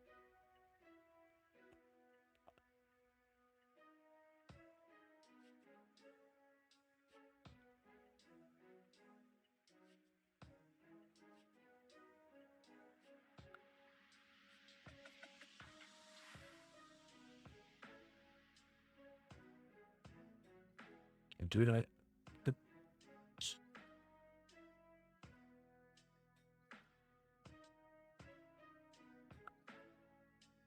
Four, 5.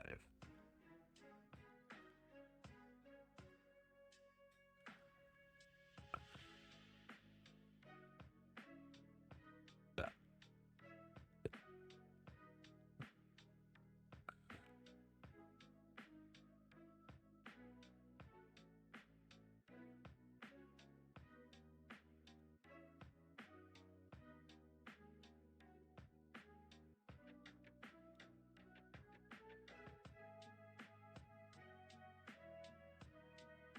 Run, not low. So if we do system, run, the system, but when we tried to access that, we were getting issues, right?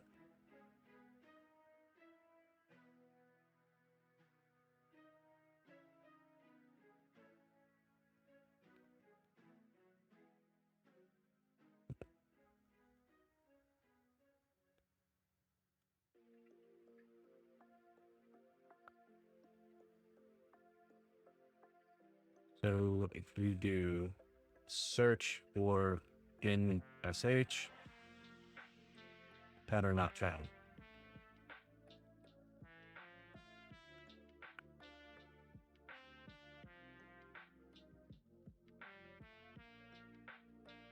We vibe hacking at this point.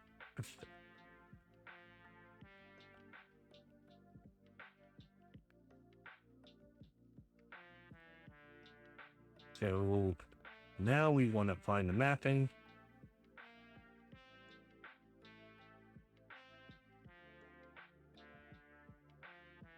Start address.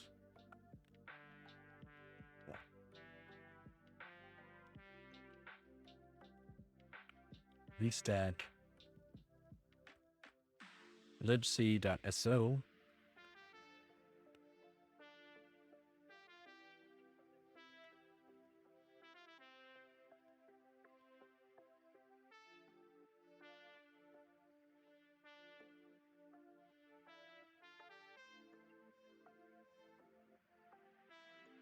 Copy that section.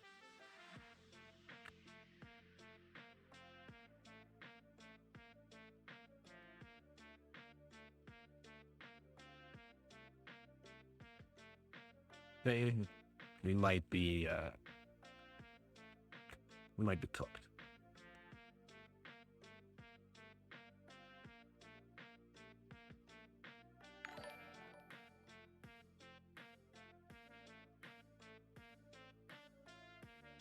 Oh, thanks for the follow. El Portero V2. Cool.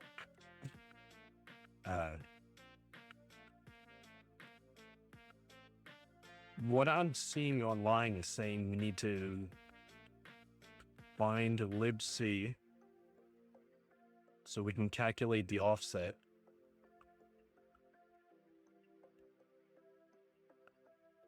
to get system to then get bin bash.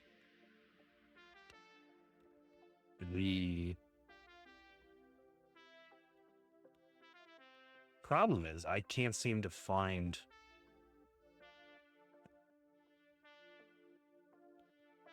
the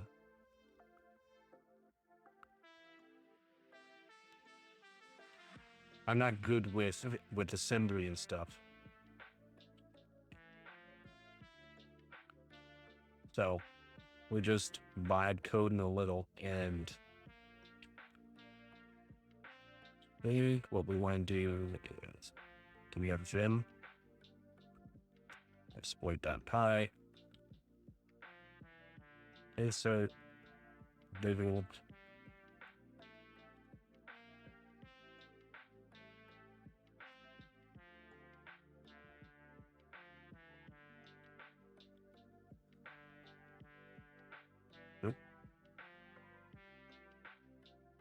Could have been from struct import pack. Offset was 136 because we found that with the disassemble of start level. We found the system address, maybe. We know our payload. So we do A times the offset.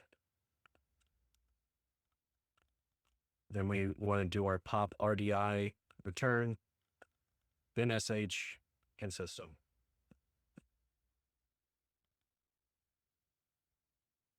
With open exploit, wbs f.write payload.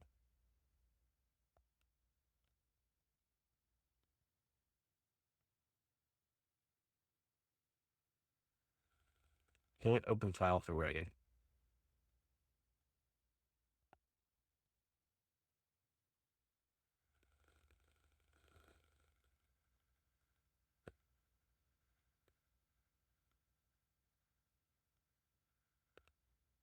What do you mean I can't do that? I owned.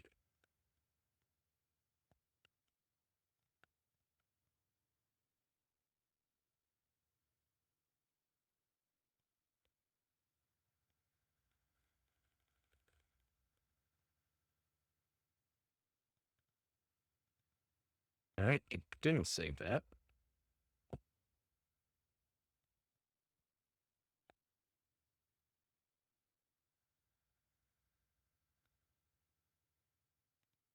Let's paste that here. And I guess I'll just write it out. If we can even write out.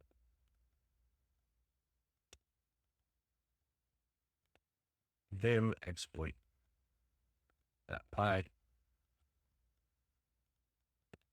On the struct. Import. Pack. Offset. So 136. Pop. RDI. Return.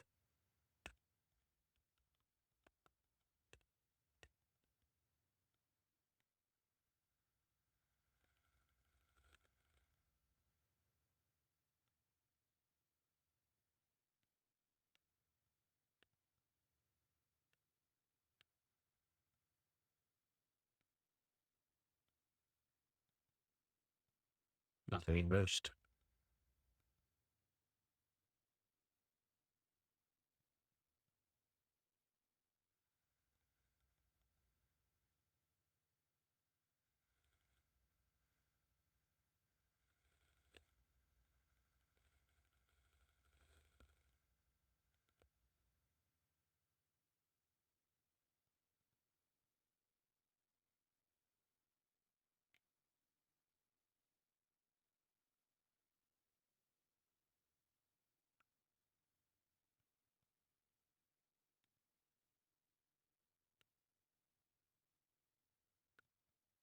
At least we make the Python onliner.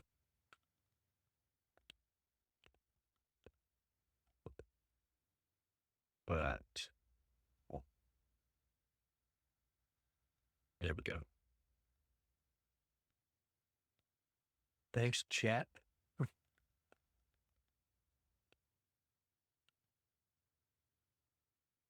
To pipe that into our stack 5. Hopefully we just get shell.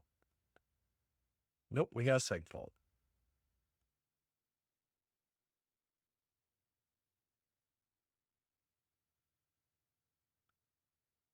Well, we tried.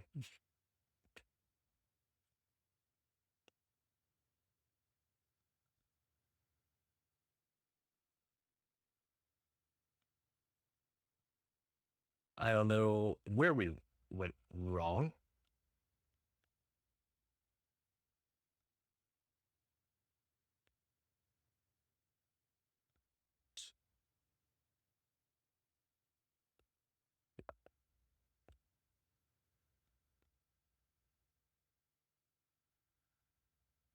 Let's just, I think we're going to have to give up on this challenge and just look up a walkthrough because we're struggling today for sure. Stack 5 walkthrough. There's nothing wrong looking up the answer.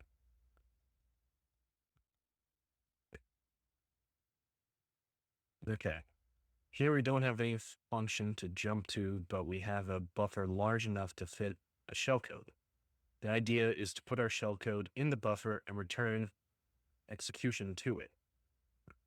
So we have to enter shellcode plus junk to fill the buffer, plus the 8 bytes for RBP and RIP with the address of the buffers. When dealing with shellcodes, good idea to unset some of the environment variables that GDB sets up, adds them to jump to the right address. Ooh.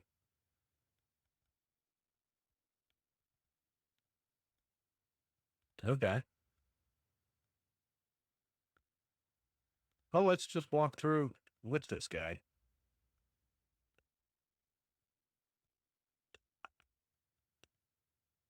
So he,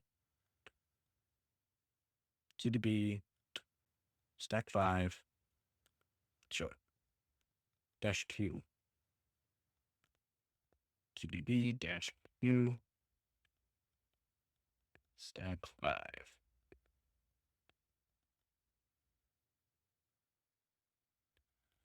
All right. He says unset environment variables lines, unset environment columns,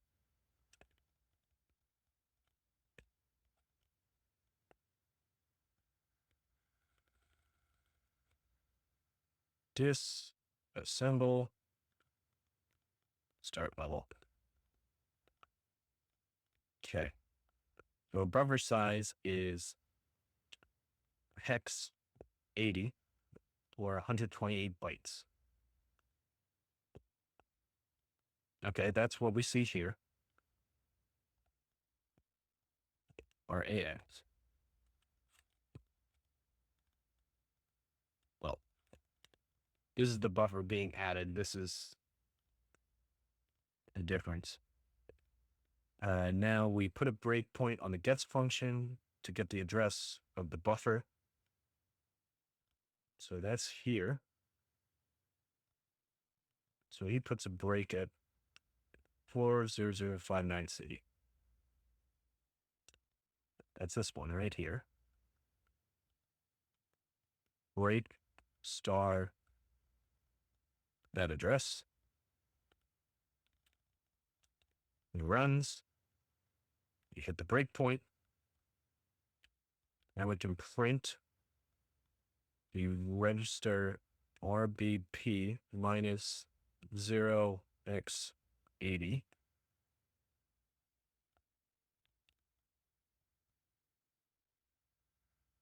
And now we have this. E5D0, E5D0, same as him. So our buffer address is at this.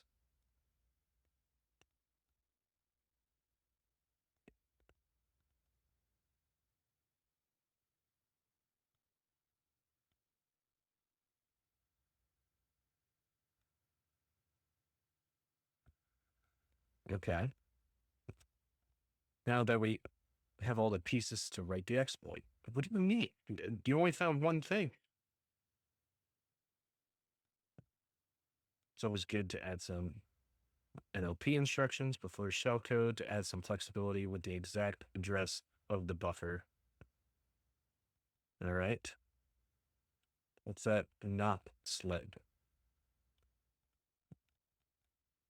So shellcode here, shellcode there, junk,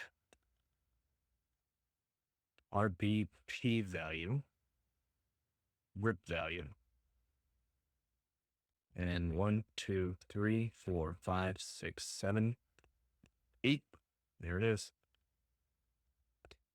We need to chain our script with the cat command to avoid closing the input string. Okay.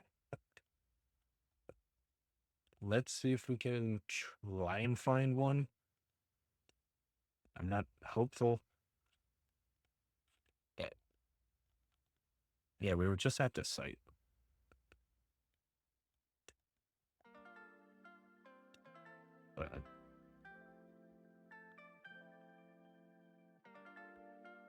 So what was the other guy going on about finding proper offsets or patterns?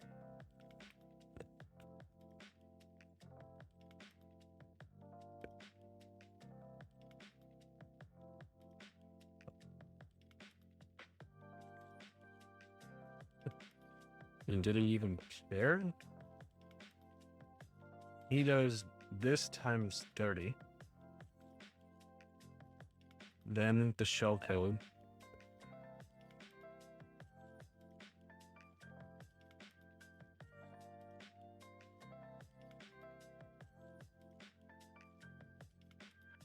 All right. I guess we'll just try it.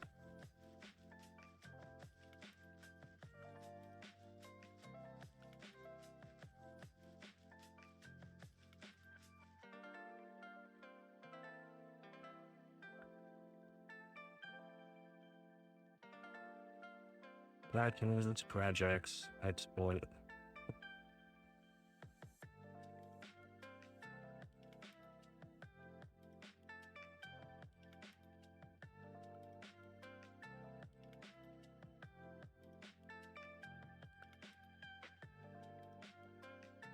Oh, that was done. I want to put a new folder in here for notes and then save our notes inside that.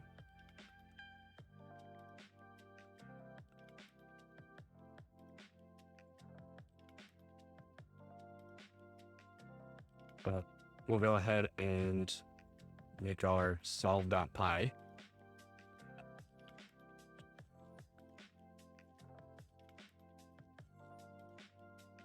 Pull up this.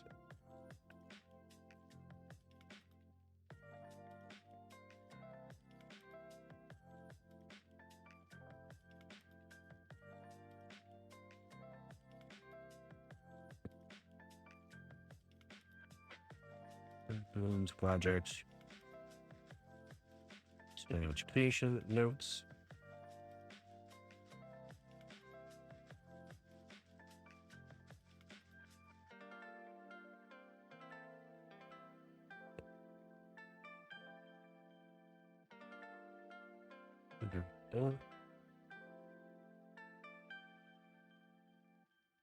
There, just break.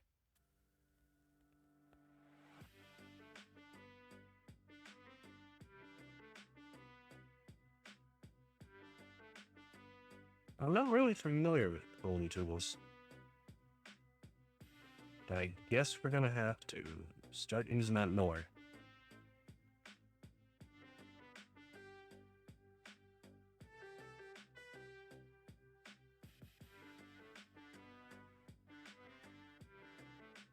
Let's just add that in.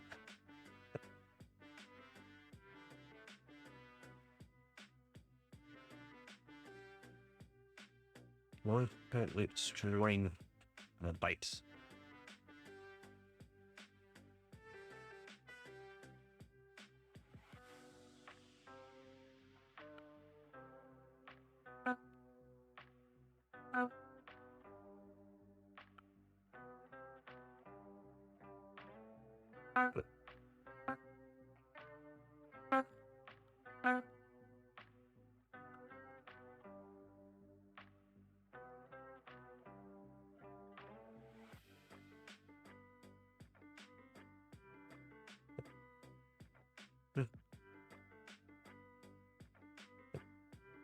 Save someone else.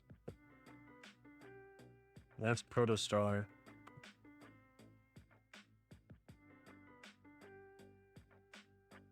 And we're on teams.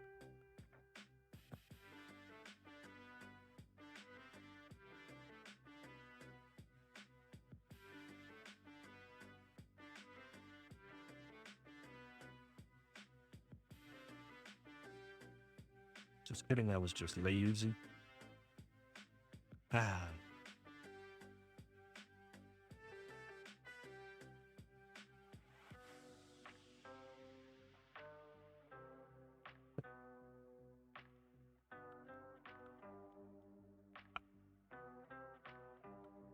Linux. Stack 5.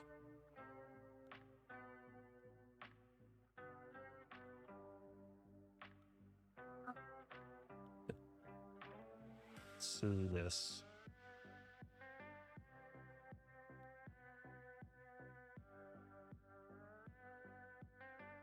High-level language, assembly language, machine language. Our compiler. Okay.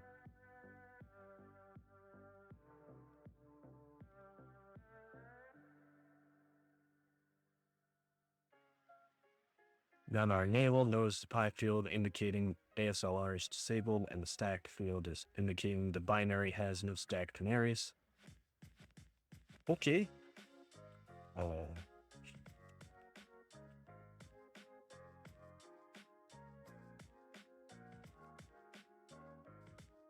Get to it.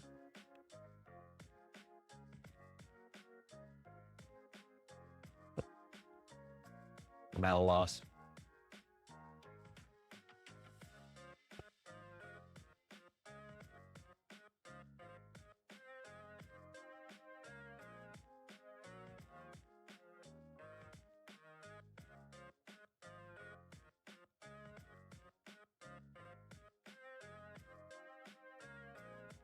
Could have sworn that was supposed to work.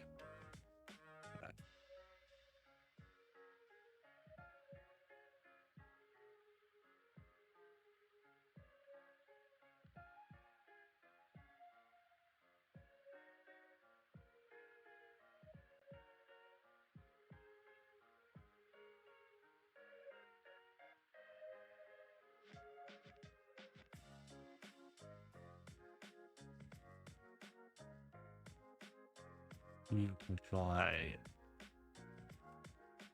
chat, fixing it. See if that runs now. Okay.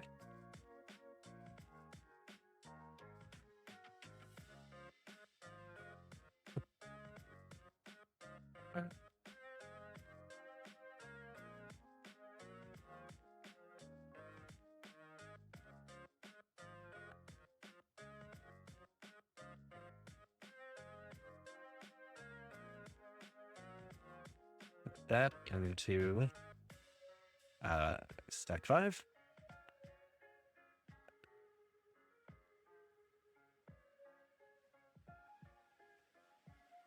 Yeah, I had a feeling it was just going bad like that.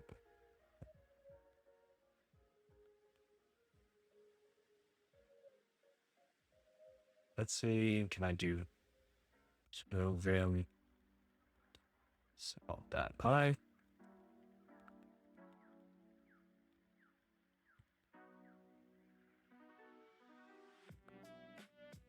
We trust to have received the usual lecture from the local sysadmin. Respect the privacy of others. Think before you type. Great power comes great responsibility. Yeah. We're buddy.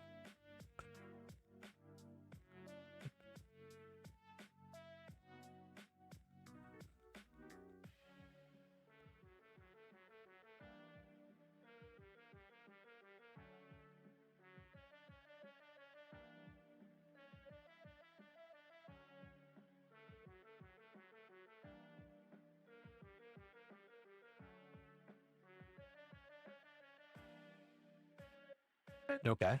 So now we got that. And we pipe that into stack 5.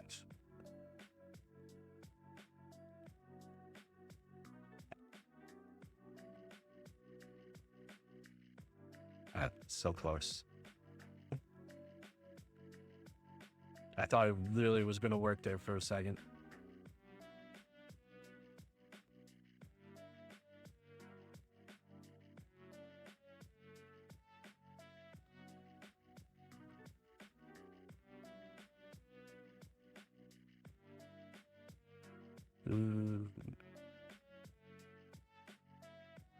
Yeah, that's my need to do system standard out buffer write the payload instead of whatever the hell we're doing, which I think is just a print. Yeah.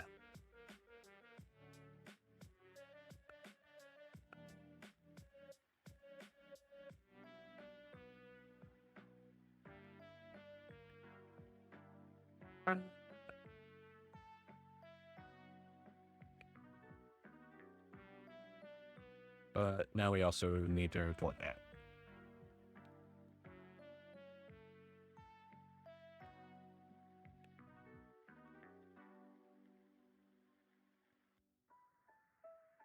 Now, when we pipe it straight in,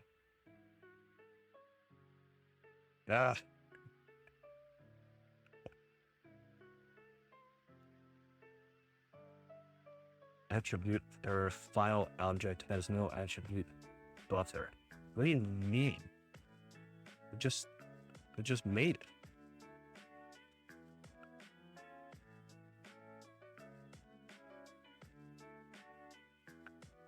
Dial system standard out buffer that way.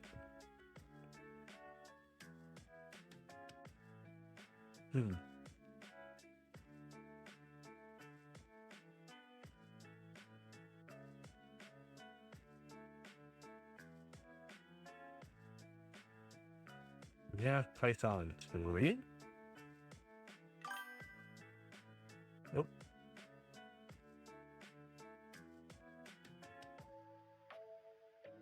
You just need system standard right. There is no system. Okay, I'll try that. Thanks, Doc.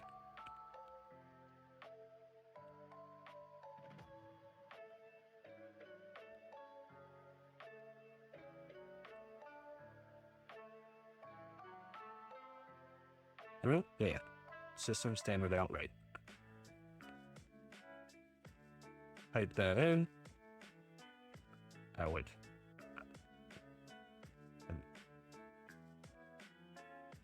Seg fault.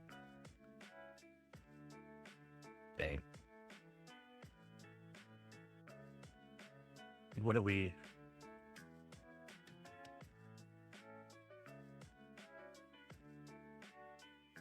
We're all set rolling then?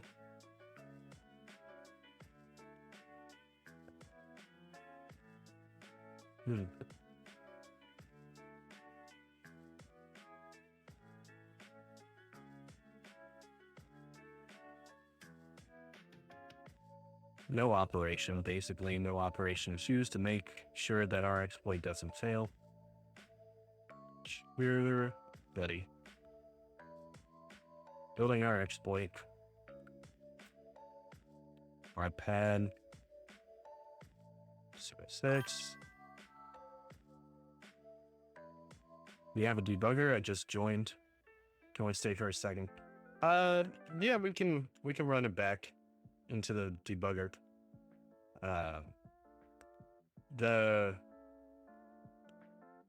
We're trying to overwrite the return address so we can trigger bin sh, but 2db stack 5.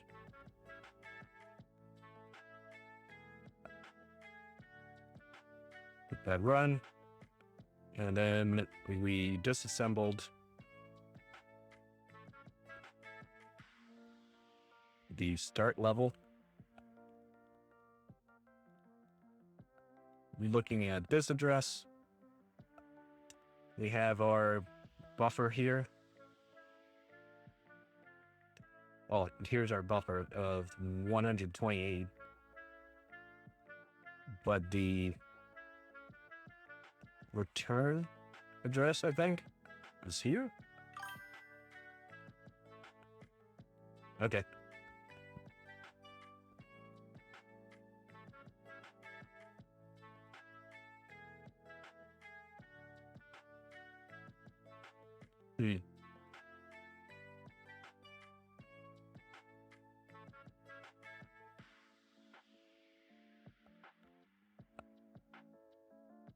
Sure, the breakpoints when you're done. Debug your shellcode. Blah blah blah.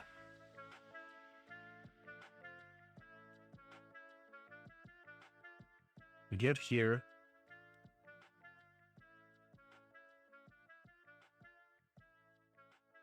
We had our buffer of our offset of 136.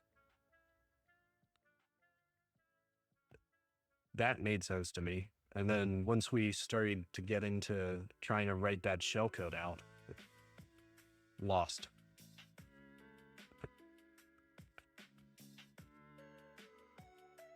.sh bin sh 0. Daily bytes.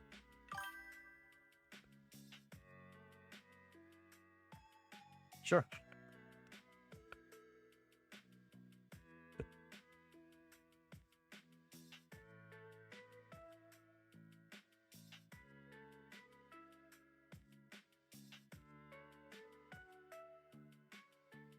Well, really.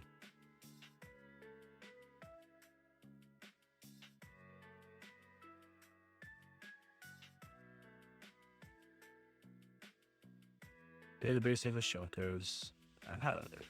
Character sounds weights.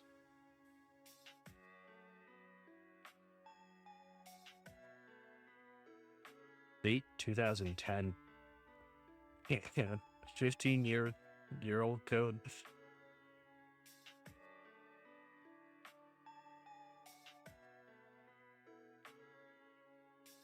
Here I am still trying to do it in Python.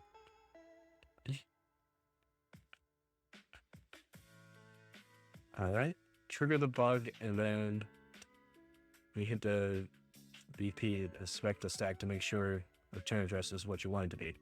Alright, I'll go ahead and apply that. We want to get our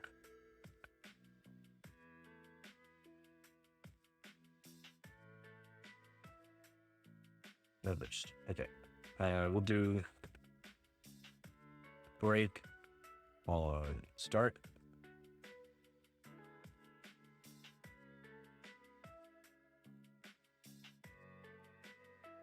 Okay, well, hit the breakpoint. Now we can check out that register.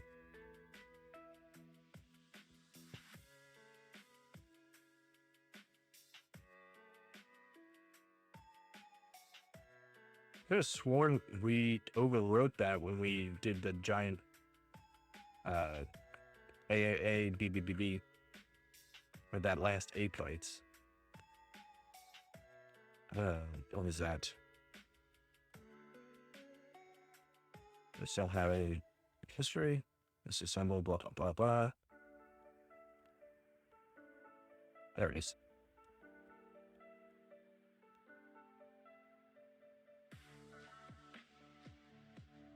No?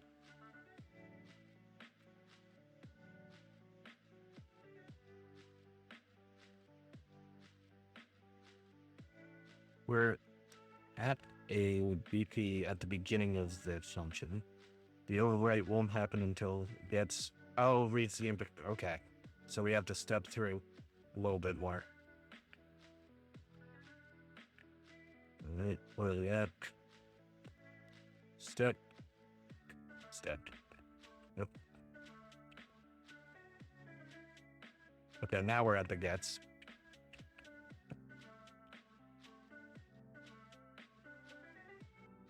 So now we should look at the step I instead, folks. Okay. Display Run that at the very beginning. Then use step I. Okay. Then look at each instruction.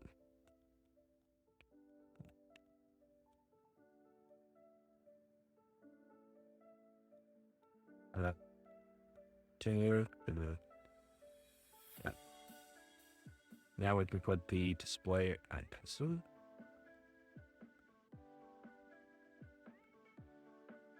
Then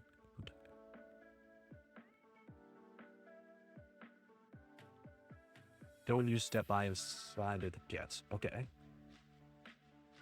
Too annoying useless data there. Side of main, once you call into gets, will be a bunch of stuff you don't care about. Fair. Right. So now if we run, then we at. Okay, we're still here. So now we can do the step I.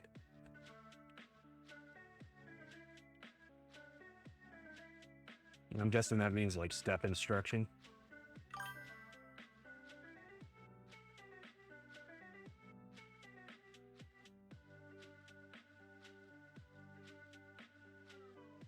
Okay. Let's put the break.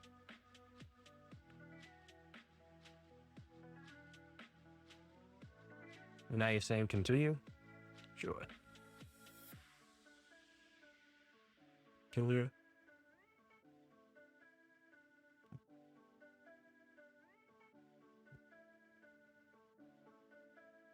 There you go.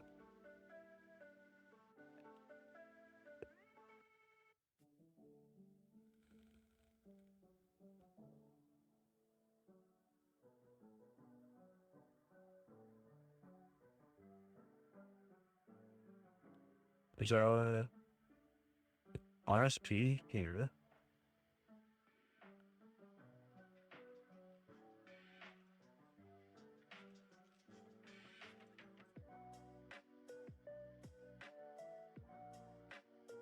To see your instructions on each break.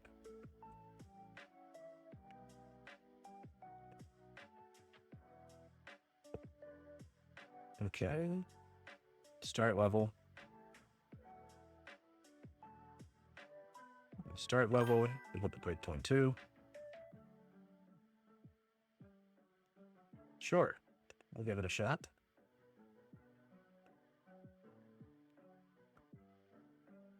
I go into that one.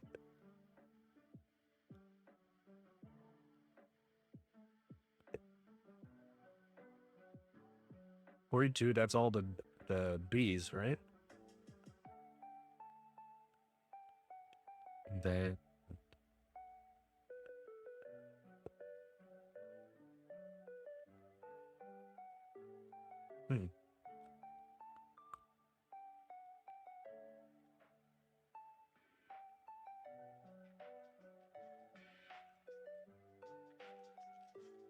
do step I in the suit. Oh, right under the turn unit. Okay. Step I.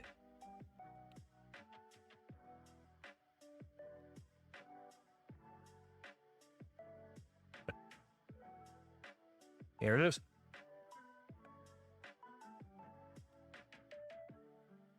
I'm reading that right. Oh, it's faulted? Okay.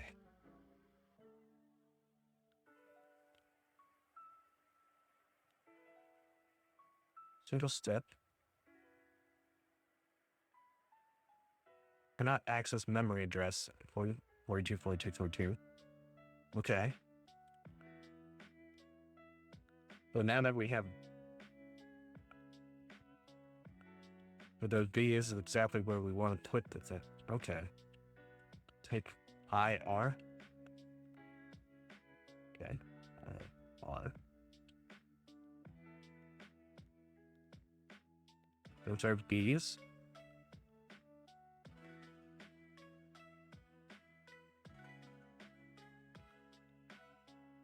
Yeah. Awesome.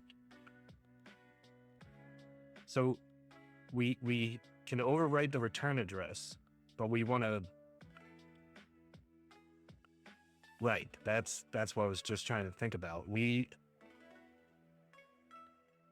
trying to get the program to execute and pop a shell. We need to find out where that shell command is leveraged. I'm not really sure.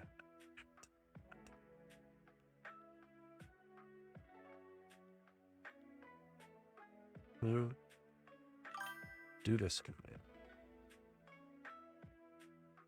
We have source for the target. Okay.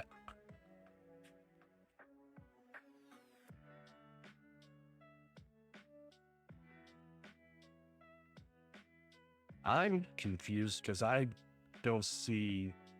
Well, I guess we can just do man on that.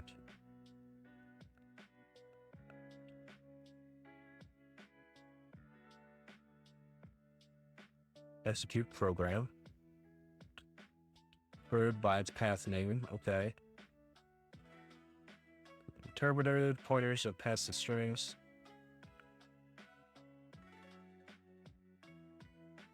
Not like we can just call it straight. That. All right.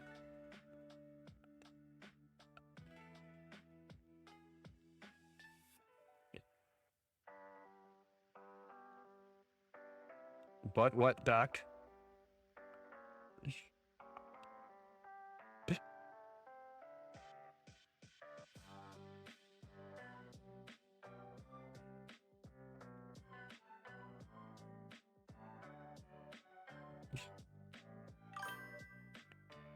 It's worth noting that there's way more code in your class's address space than the code compiled from the target source code.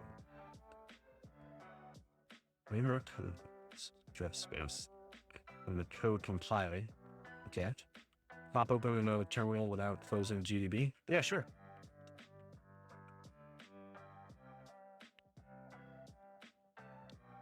Oh, I don't know if we can.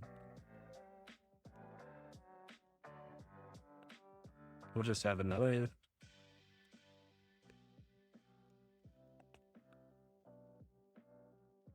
Right? Yeah, I think we're good.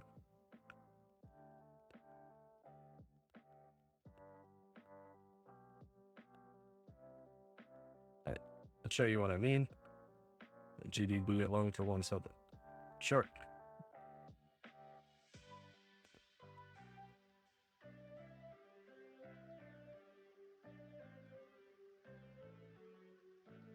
Yeah.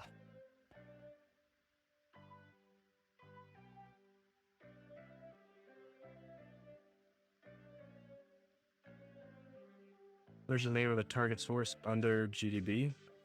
That's the stack 5. So it's the. Yeah.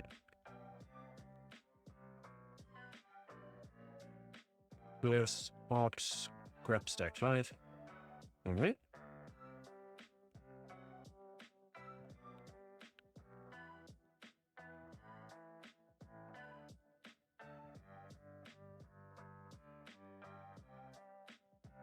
Okay. Where's GDB?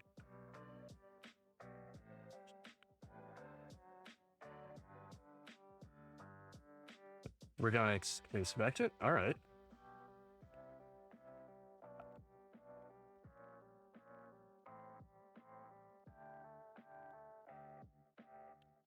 Voice 7.1 is the process.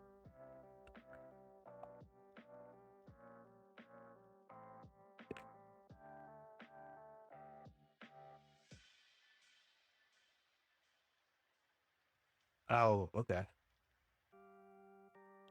Cat proc 471 maps. All right.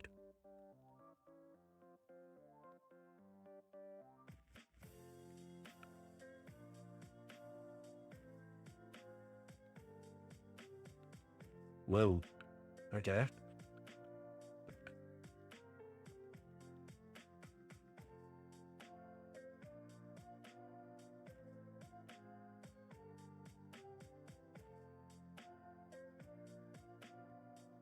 What are we looking at? I'm ready for some hacking. Let's do it.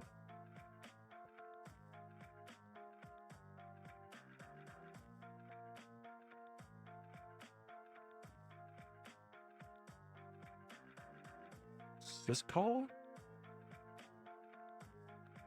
Let's see.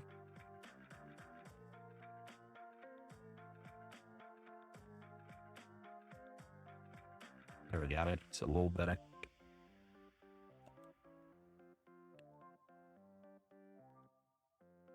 All right.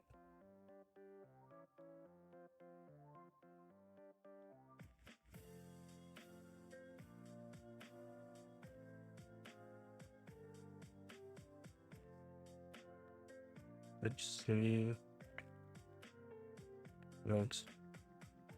When program is run, it gets mapped into memory. Then other memory mappings happen to different memory needs. Okay.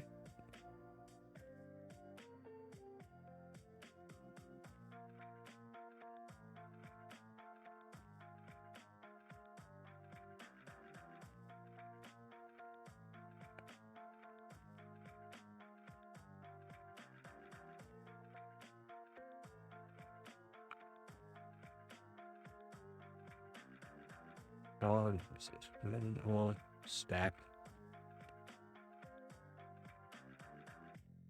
Some of the memory is marked RX. Some is weird.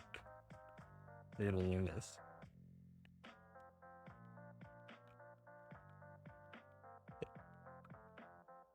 RX. Some is weirdly in this case RWX, which is hilarious because it means you can commit murder with it. I like that. Memory permissions are similar to file permissions. R means read, W means write, X means execute. Okay. So the RXP means it's readable, writable, and executable, right? I think the P is private mapping. Right.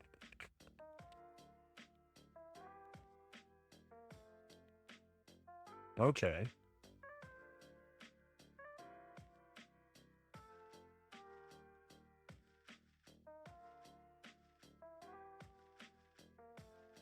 Do whatever we want. All right. So we can maybe tell it just to pop shell. You need executable mappings to redirect your execution to. I think we should go that route because that's the intent of the exercise. Need to executable mapping to redirect your execution to. So are you saying that we're going to rewrite that? Okay.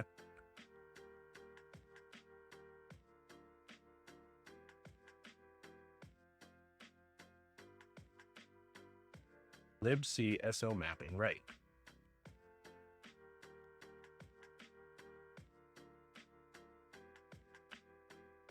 Line 8F000.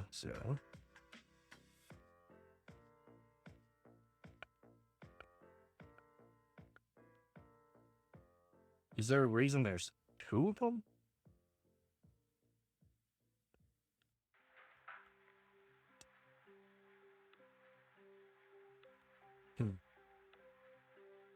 libc SO.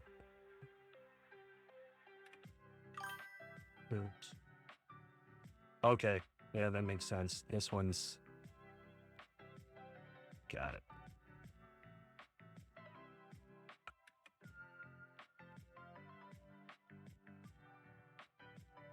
In theory, one should be R-X, or the other one should be RW. Okay.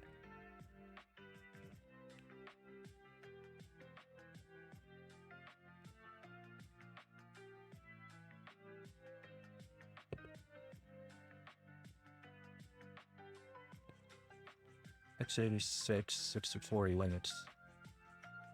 libc.so. The RWX is a mistake, and the mistake you could totally exploit. It's probably not what the authors of the exercise intended. Alright.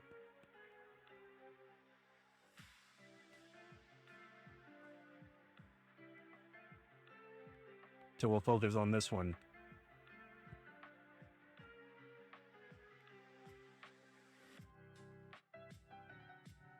Okay. I'll revisit later.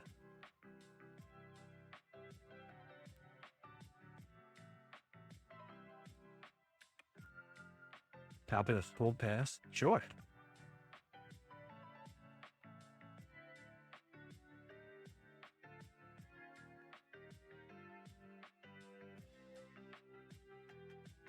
Are we gonna take a look at it, or?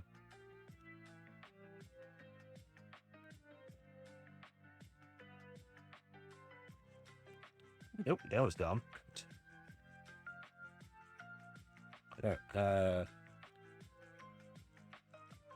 Object dump -m hotel -d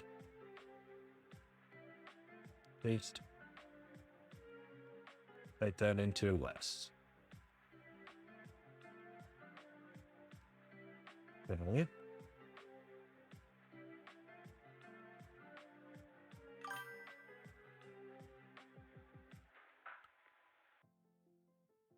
Select table. Disassemble QLT. Do /system search for where system. Okay.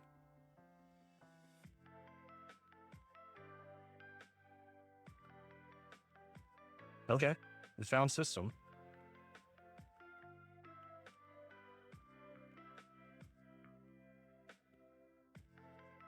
Would that allow us to just call system commands? I'm listening, Doc.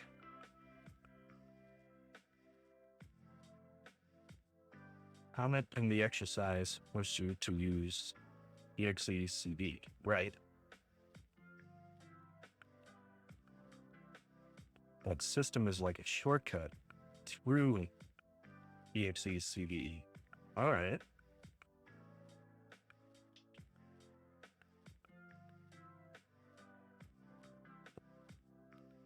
Can also do that now.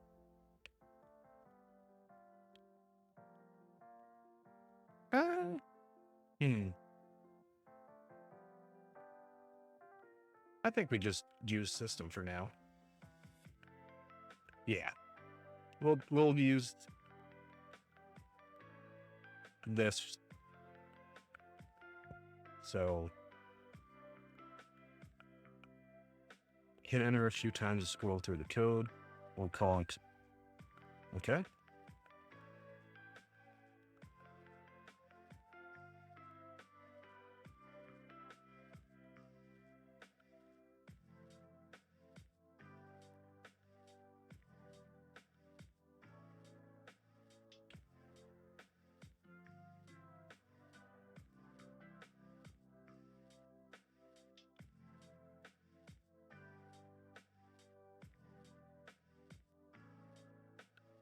Is it just gonna save it?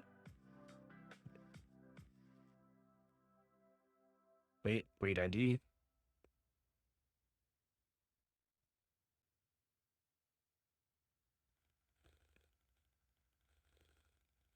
Pulse fast. Okay.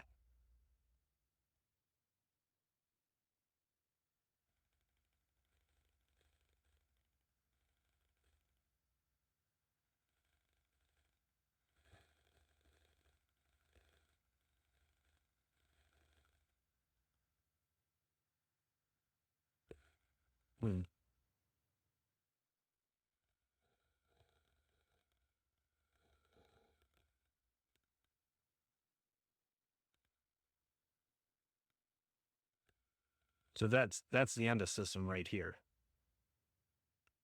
Right. calls voice spawn. Can you now do a search for that? Sure. Slash POSIX underscore spawn.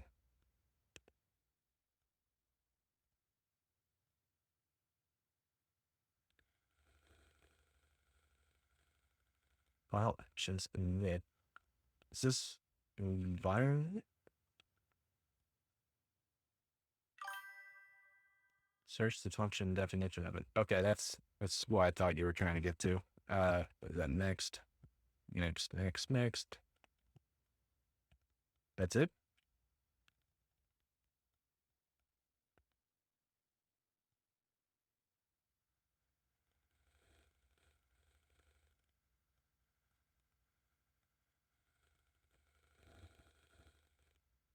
I don't know. It's found it. You just found it.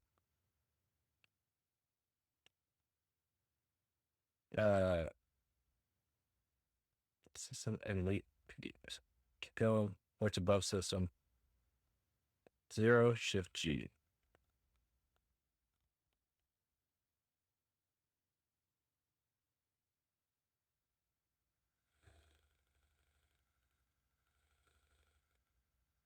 Okay. So now we can do a search again.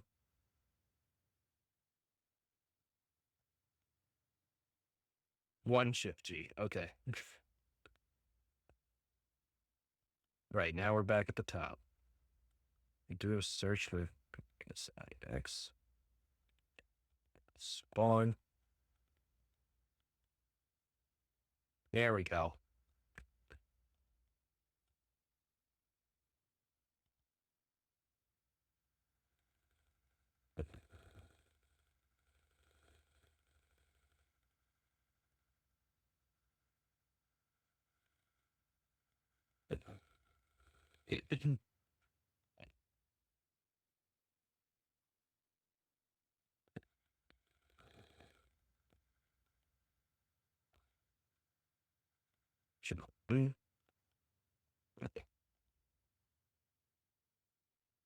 Whole point is system calls the spawn calls fork, and then that involves the shell with the argument.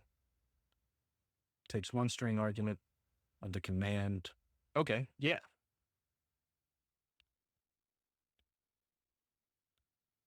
Yeah, so if we leverage system to just take in our command as spawn shell, that should work.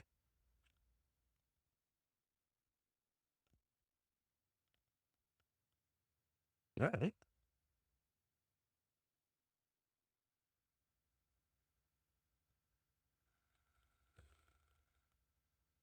Okay, search back to trust the system again. Sure.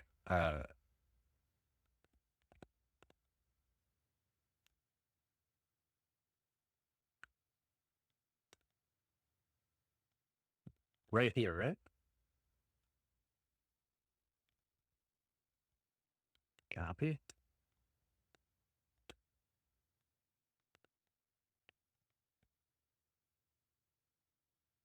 System address.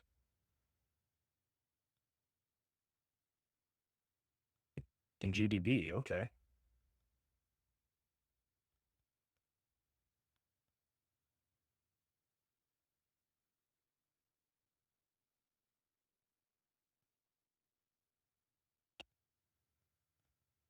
Let's do, you know,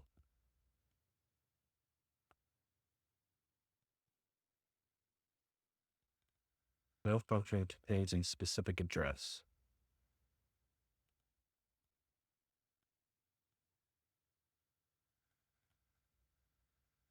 Hmm.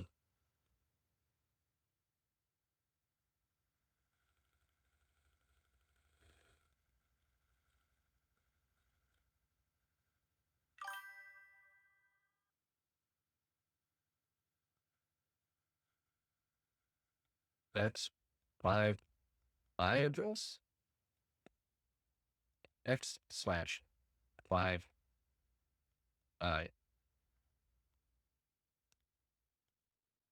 We need to calculate the offsets.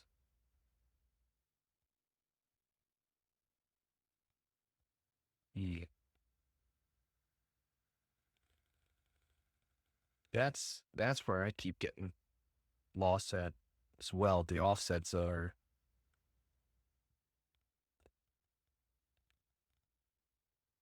show me the number of how many times a nice bite. Okay.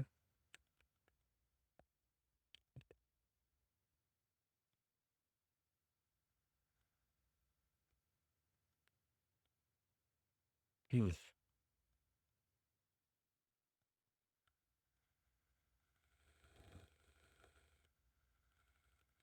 So do x5i 0x43.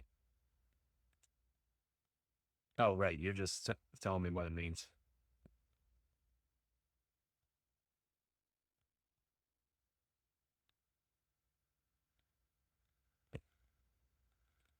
Run it? Okay.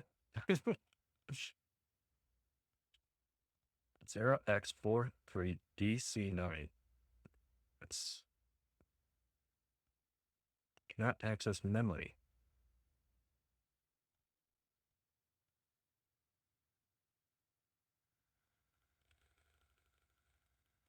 Is that the 43DC 43D9C?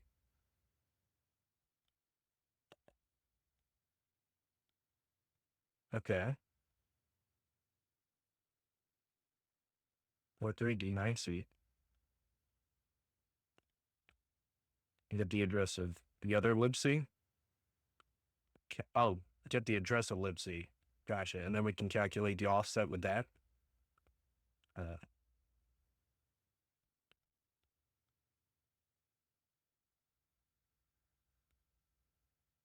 there we go. So is this the address we would want to look at?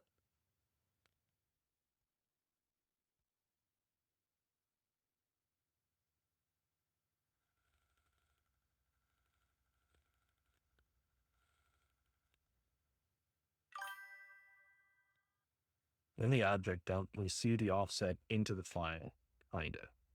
Okay. And so that offset is used against its memory address, but we have to account for a base address of the mapping. Okay. So we have the base address here, and then we have to add that 9C, right? Let me just copy this for the notes.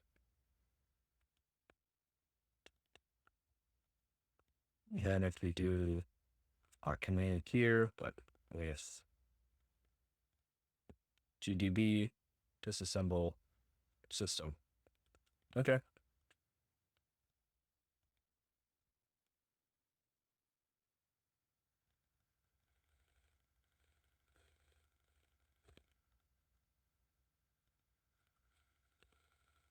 Okay.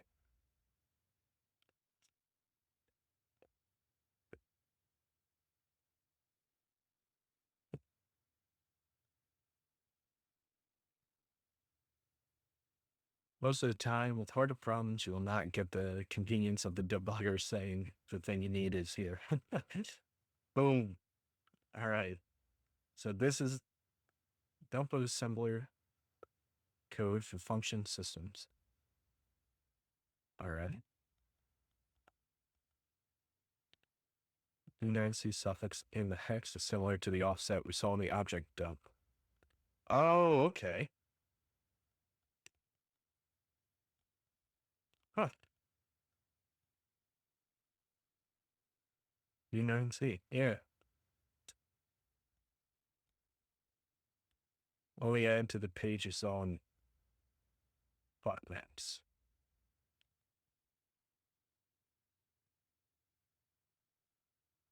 Got it. Oh, okay.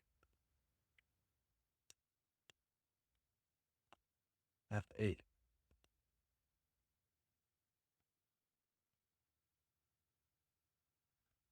Gotcha. D9C.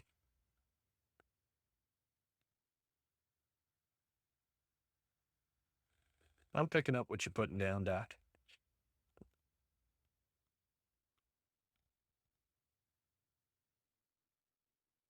Awesome.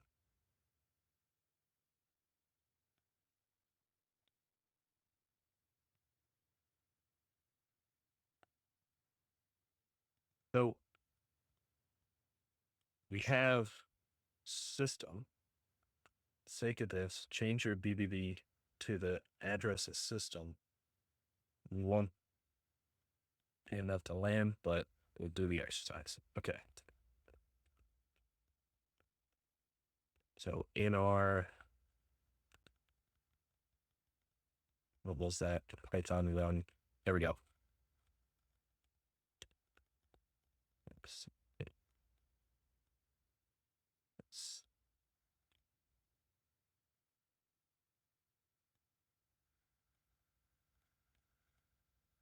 Okay.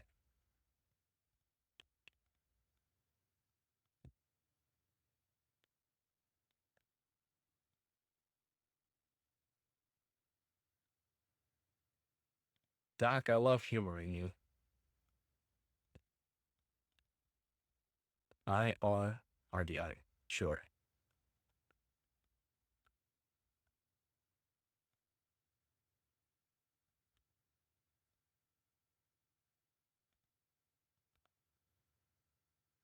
I do.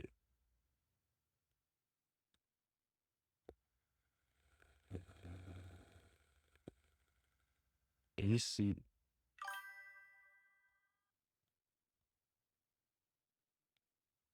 on x86 and 64, the first argument to the function is passed in. Okay. So now we'll look at for GX and RDI.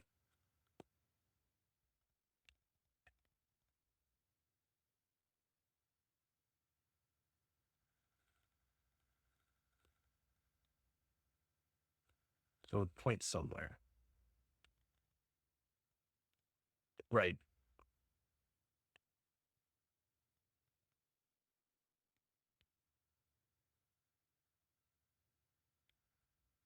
Is that stack minute? IRSP.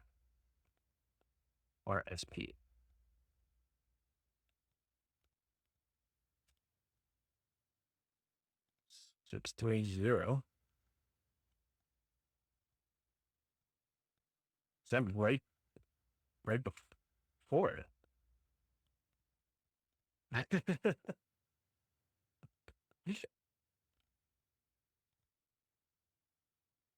So,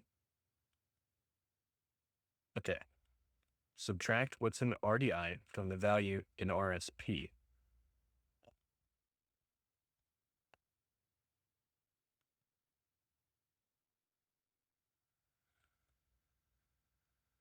Subtract what's in RDI from the value in RSP.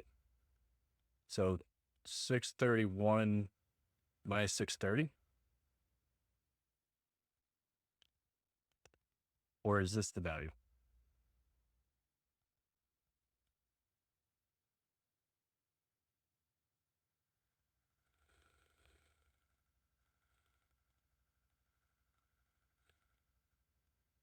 Hmm.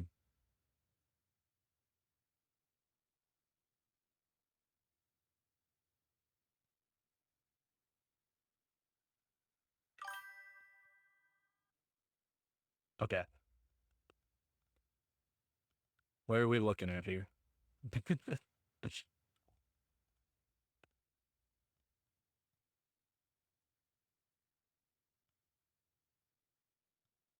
Yeah, I agree. I was able to follow for most of it, and then getting to this, trying to calculate the offset, right?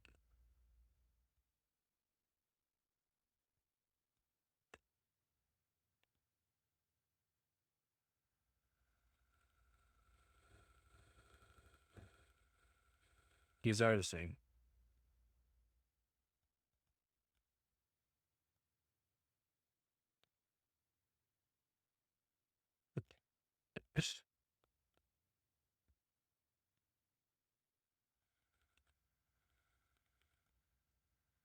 What do you mean?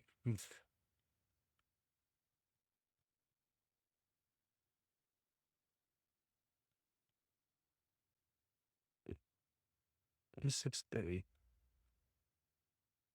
There's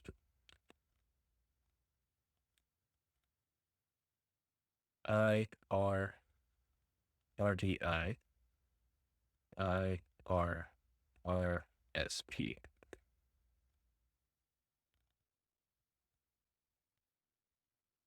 Are they both?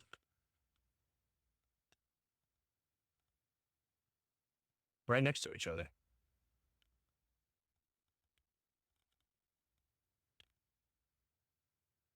Okay. One byte off, right?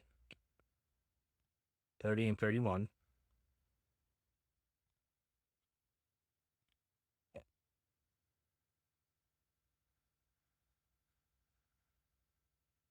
Okay, RDI points to the stack. We were able to overwrite the return of the stack.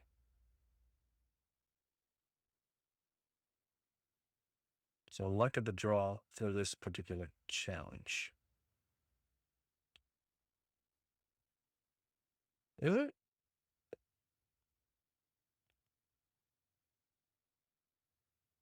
Because I thought we were...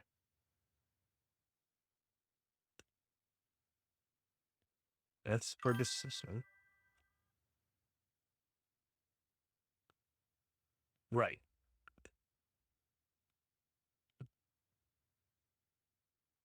Well, let's do it. Let's see. Everything I see.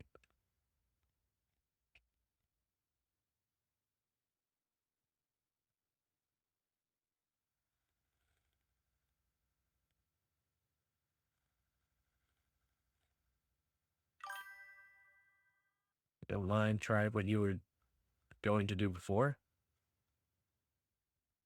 Okay. What was that? Is it? Oh, right. Using the Python to then input the address of system, which was this one, I believe.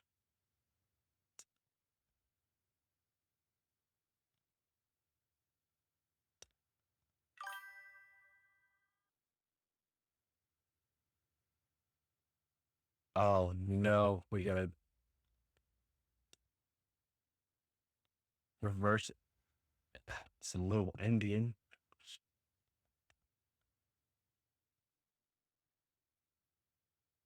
So it's actually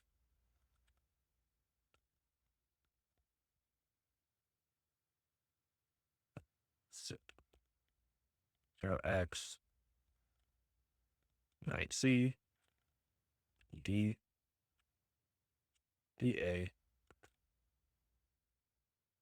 7 was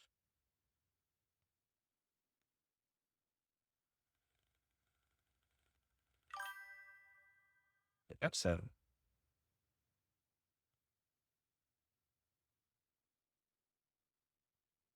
Okay. F. FS. 7S. 1, 2, 3, 4. Ow, that hurt my brain.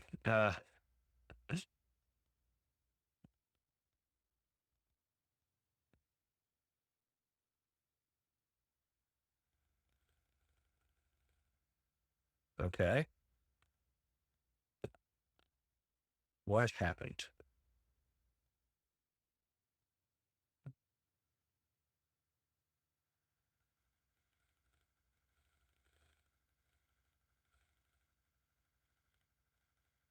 A bit of Phoenix. Hit a break. Return instruction in main. Okay. Mm.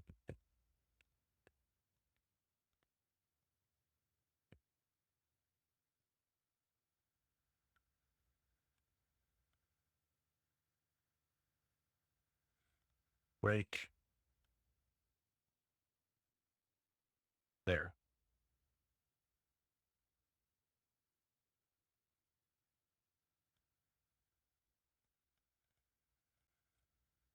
There we go. So now I can continue.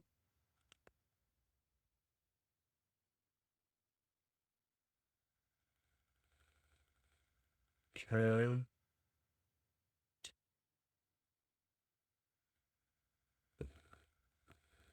Oh, no worries, Doc. Should have seen yesterday. It was rough. Display IPC. Okay.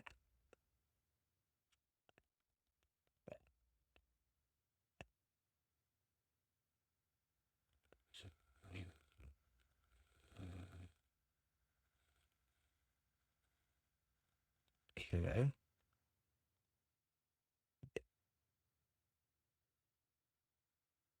100583.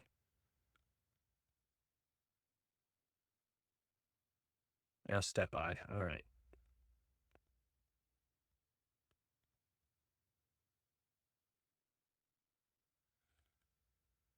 Can I answer application?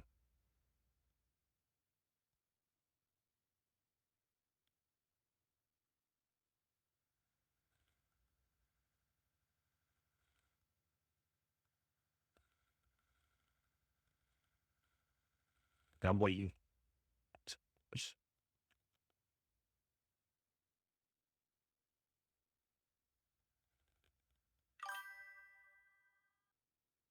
We're not getting where we wanted. What we wanted.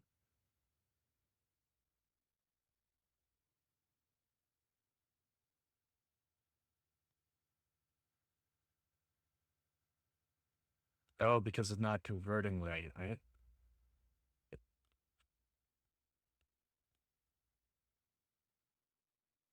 Uh, okay, I think I know what I did wrong.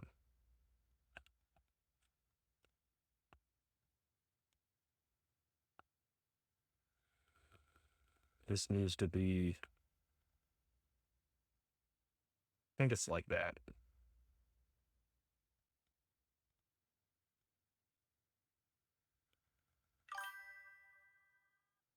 Thanks.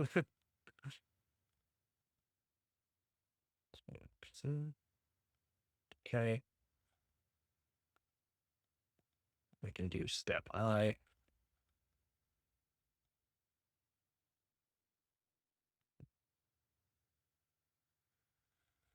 That. Okay, how's it kicked off it? Continue.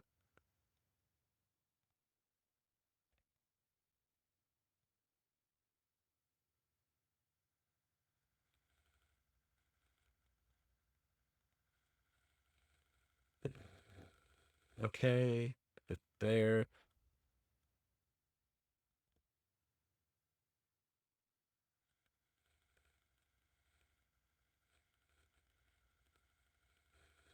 Oh, exit Norway.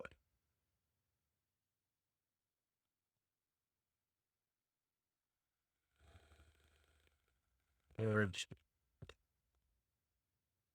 So, or that's P. Dang it. All right, again. Carry shut and inspect the stack. Okay.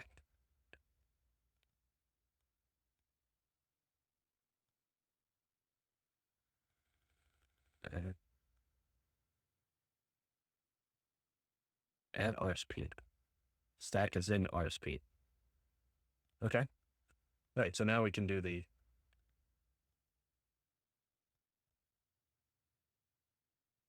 hit return breakpoint.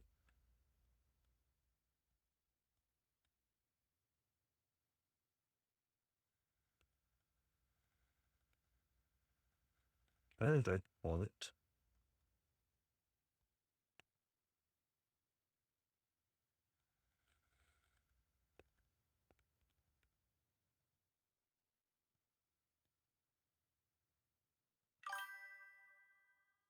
RSP always points to the stack or what the CPU will use as the stack. It's one of the only registers that's special in that way.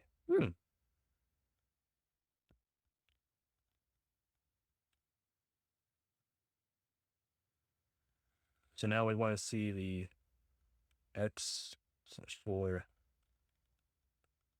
should see $sign RSP.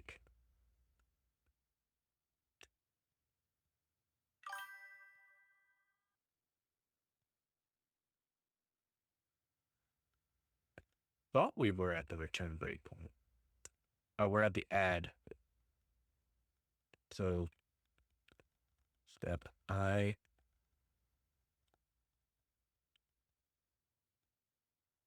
I. No.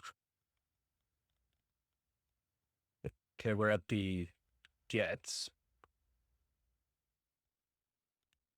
Or DI.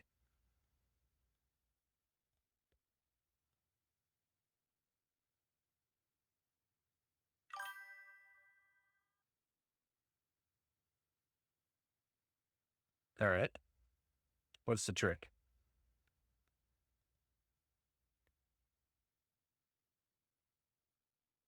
Set the breakpoint on the return instruction inside pane.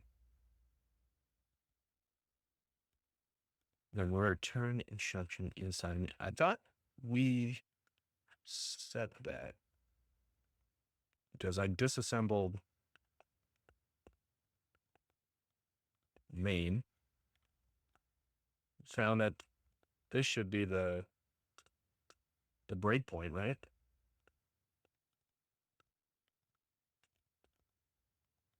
Breakpoint star that.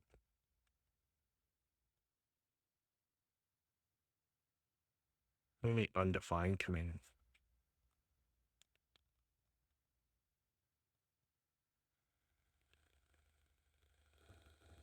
Just B works. Oh yeah.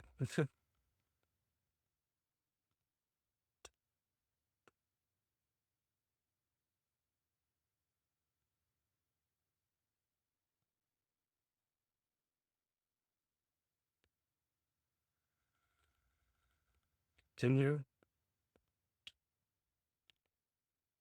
Where are we at?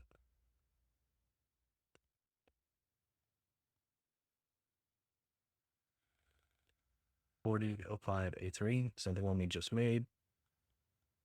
4005A3. Okay. Now that we're at the return to the main, now we can expect that.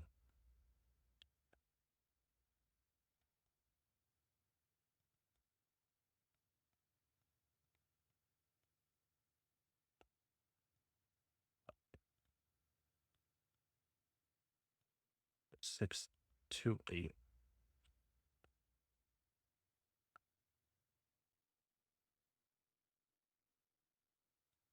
Oh, GX.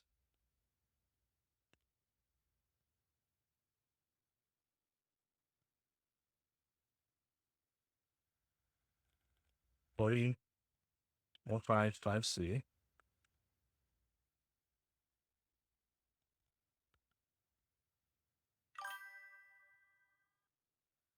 It's not controlled.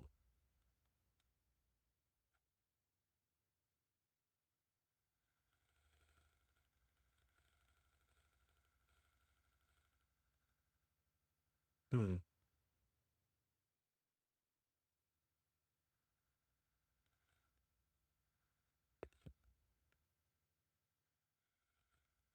Kind of overwritten it. Not sure what changed. Yeah.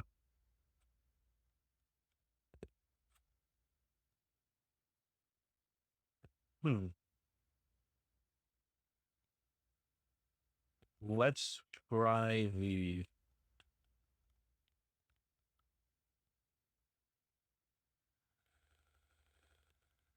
Let's go back to just a few B's and then we'll try the address again.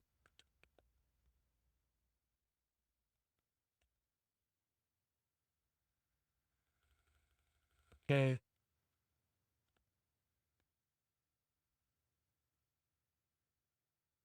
Single main. Right there again.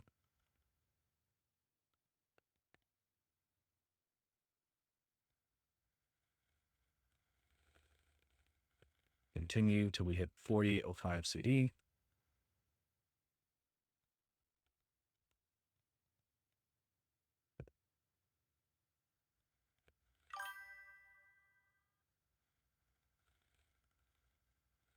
Thanks, Doc. Low practice. All right.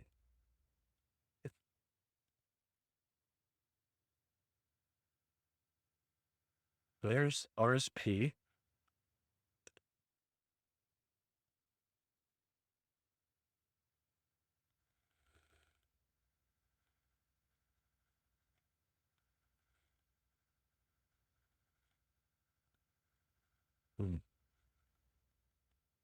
RBP. I think my count's good. We need to almost certainly walk it step by step. Oh no.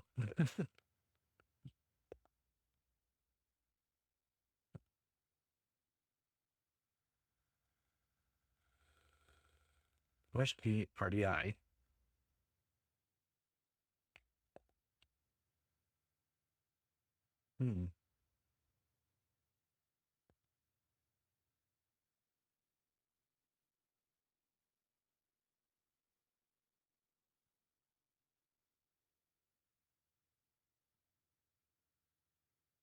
Not the stock.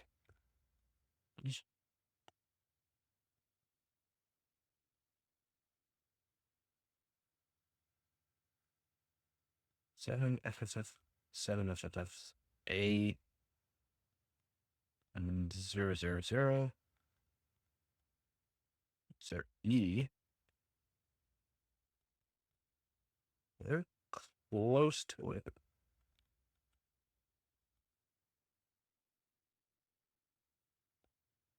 How come when I run my Python, the address we want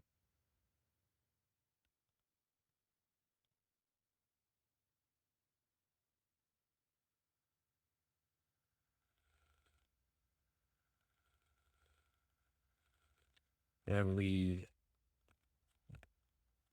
single main? Okay, is always going to be at this point. Like Doc said, it seems normal.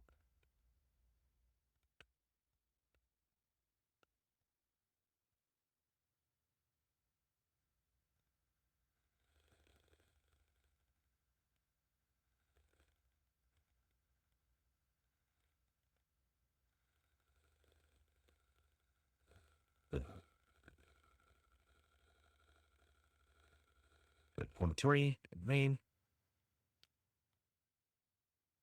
Yeah, where to go? It's just gone.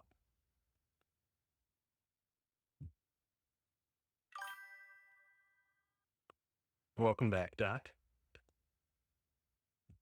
When I just switched it back to the address and it's just gone.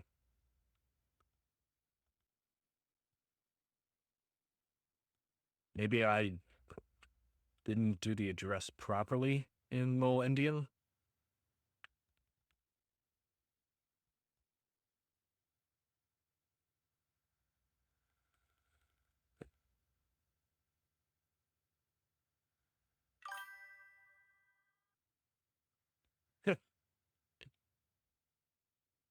Always inspect a stack at the point of the return instruction.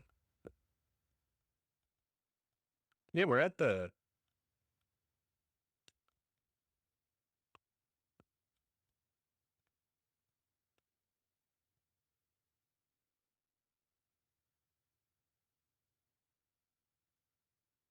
another issue. Hmm.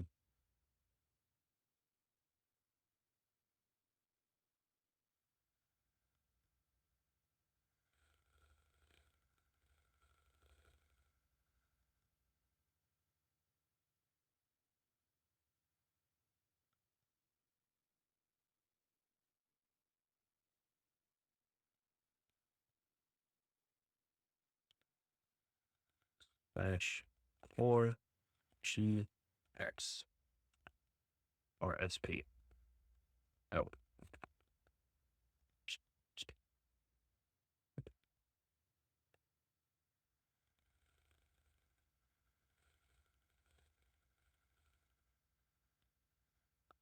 One every 2 bytes. Okay.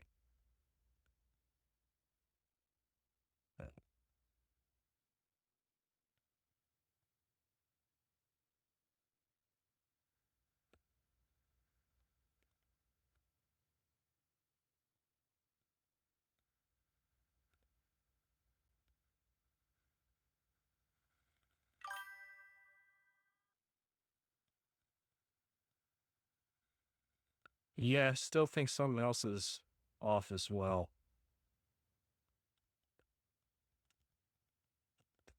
Continue. And then we go into the start level. Continue. Now we're at the return for main. Now we can inspect the stack. It was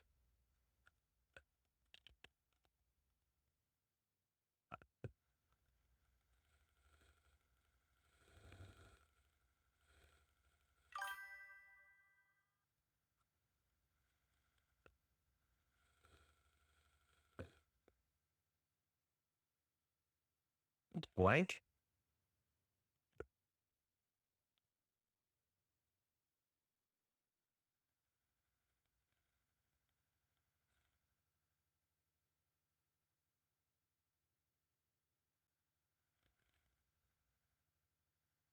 Oh.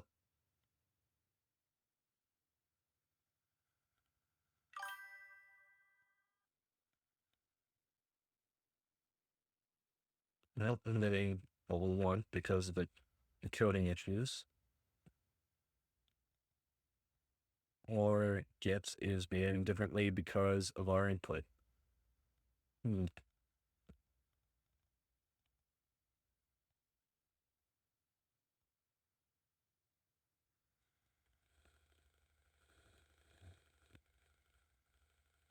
Let me try. Let's just try this command in another terminal. Just for sanity's sake.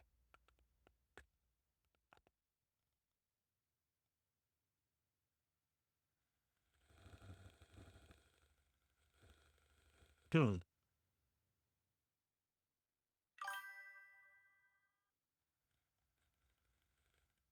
Oh my gosh. Is it because I've been using Python 3 instead of Python?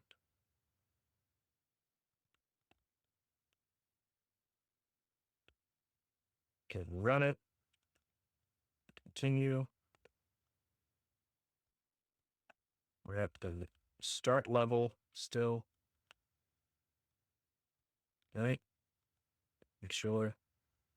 Breakpoint 2, start level. Yep. So then we continue.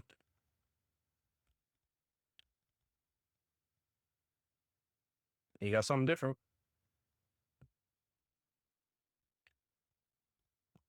Where is it?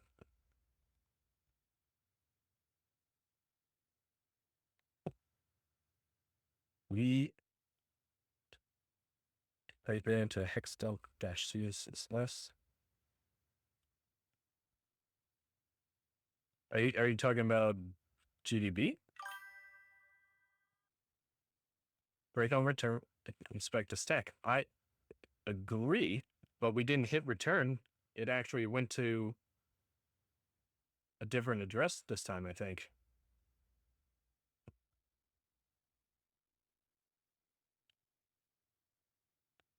I think it actually worked.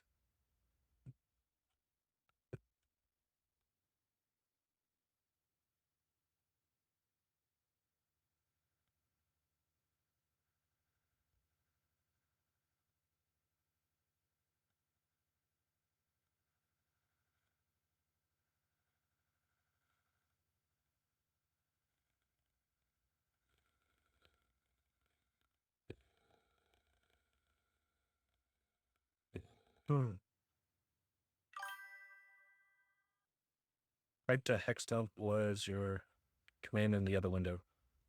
Okay.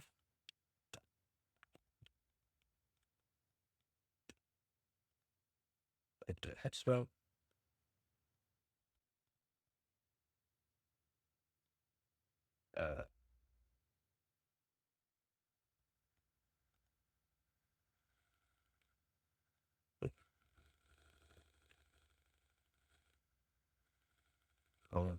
One. NT9C. Oh, dash C, thanks.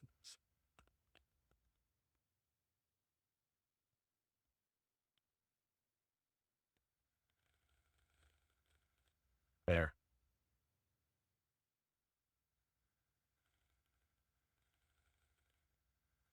ED, DA, 7, FF, 7F, 0000. And it does look right. That's what I'm saying. We didn't hit the breakpoint on here. 7F, FS, and then it just continued from 7F, FF. Yeah.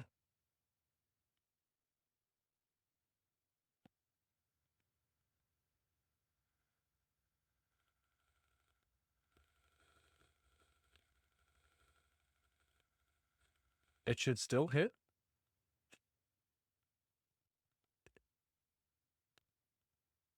Yeah, it's seg faulted. All right. Run it again. Is it 2 FFs? Is it FF, FF? I think those are right. All right.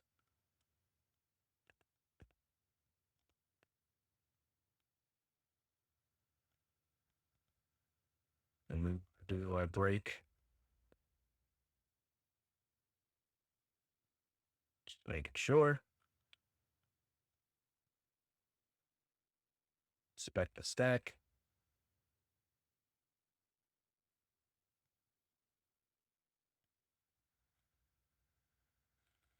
Okay. Now we can continue.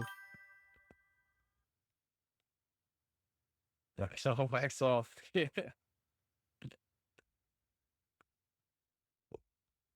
This is the return for start level, right?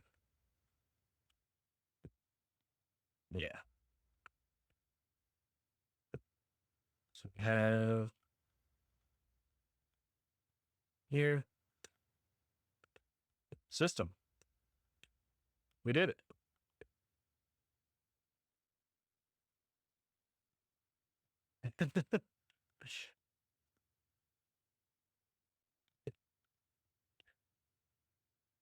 How do we push the command into the system call though? Wait, no?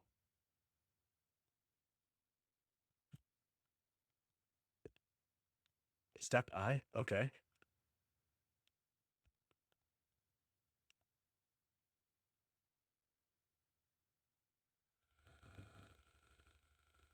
That system.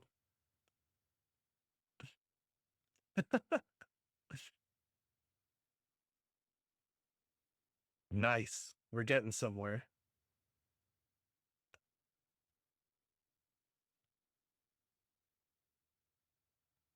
Teach me, Mr. Miyagi.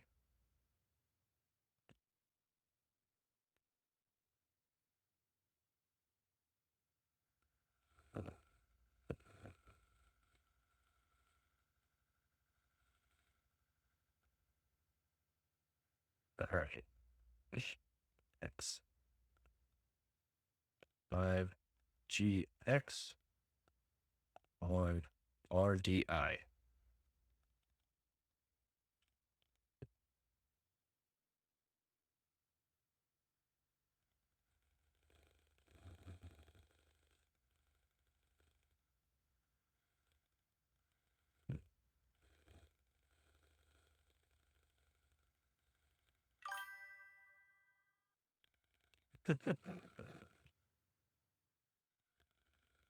Is that a good hee hee or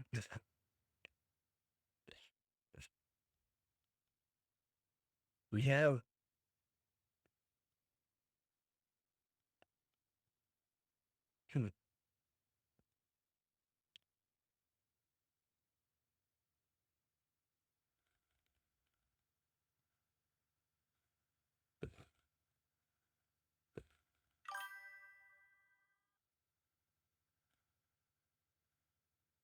where we trying.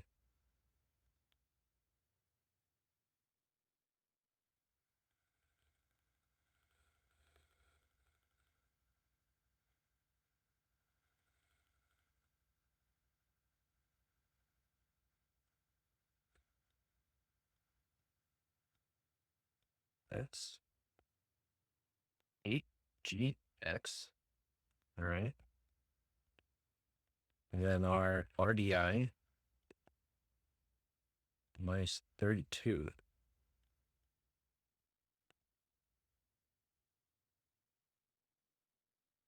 There's our A's. That's our address. Oh,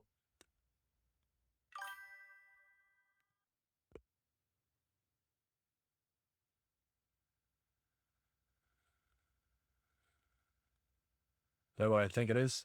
I'm off by 2 bytes.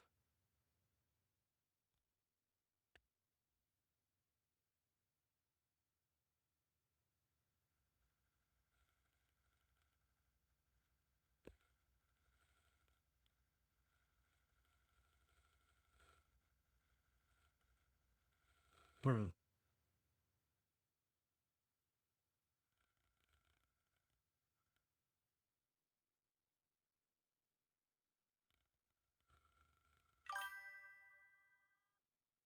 How is it weird? I were we trying to jump to system? Or are you saying it's weird that the address looks slightly different?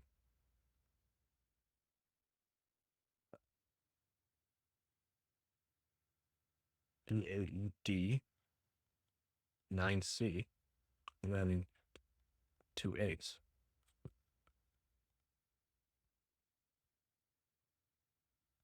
Oh, okay.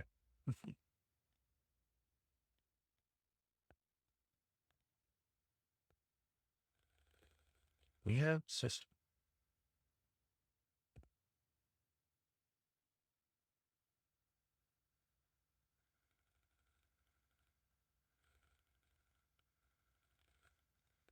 Same thing, but plus.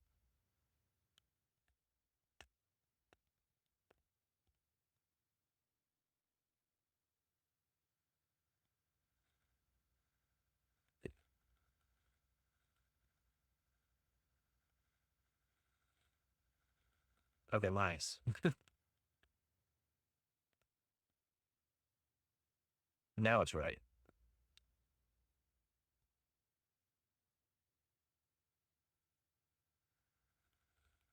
Yeah, me too. I'm starting to feel a little burnt as well.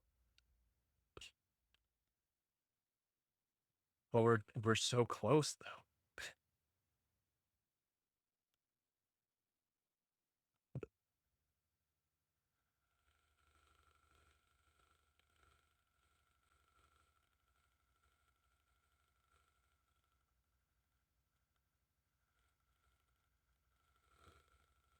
Okay. So when you're string append some A's, more A's at the end.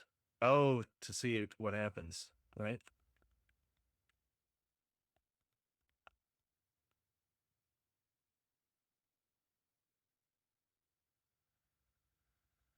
Like 4 A's.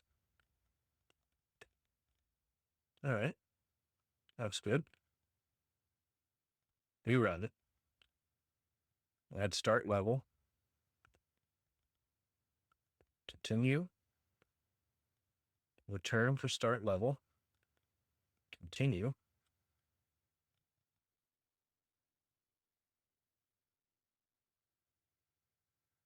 And a break.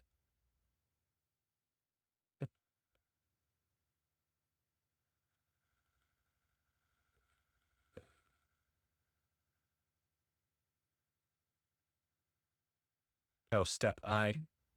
You're right. Okay, so we're running. Hit the start level breakpoint. Oh, from the return. Okay. Now we'll do step I.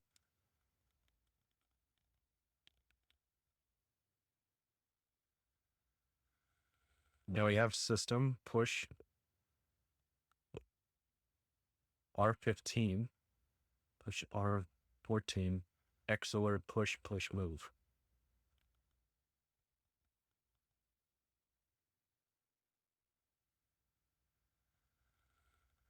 Show RSP.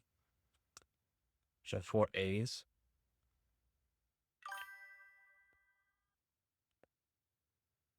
At the time of the return, we gain control. Right. We're able to execute system. So I R RDI.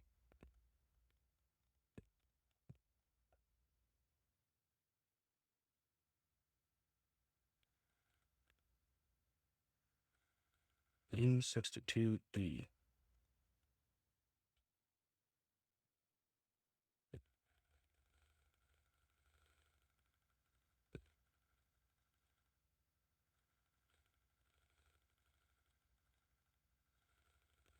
Yeah, no worries, Doc.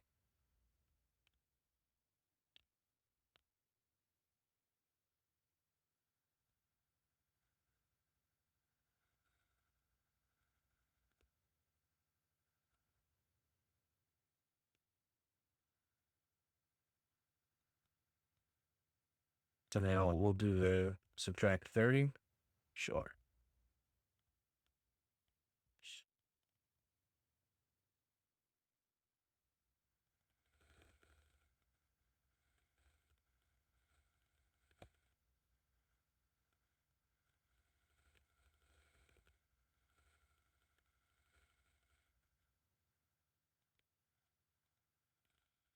Should see the data to fill out the stack, the return address, and the following A's, right?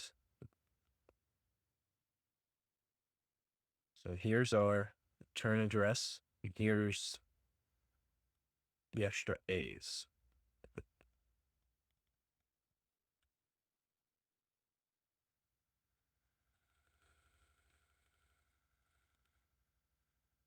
Should be the right padding.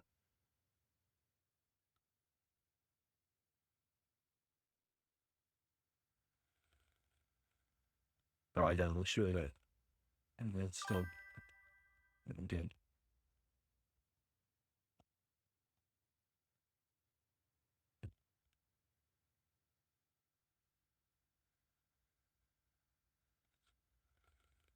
Dash origin X RDI.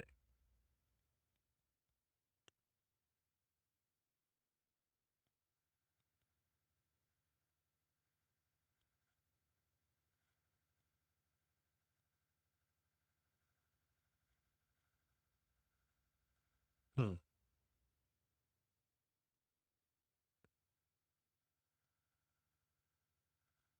Is that some weird padding going on? Also, just a random A.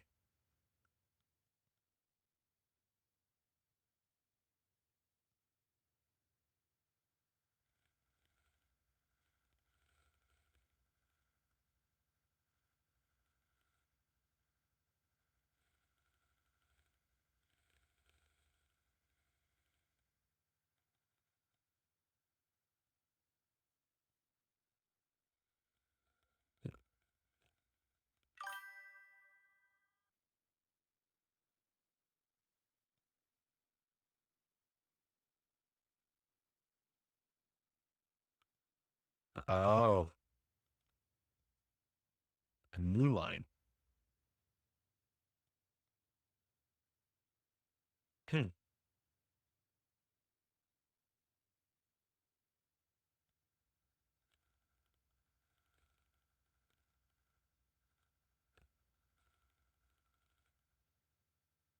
much more the bytes on the other side. Worried.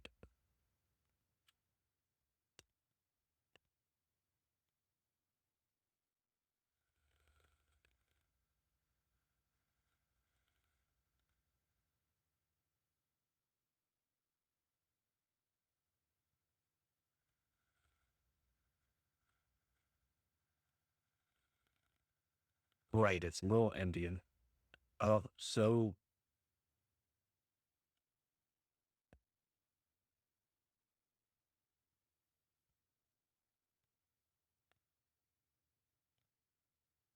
least significant bytes. Right.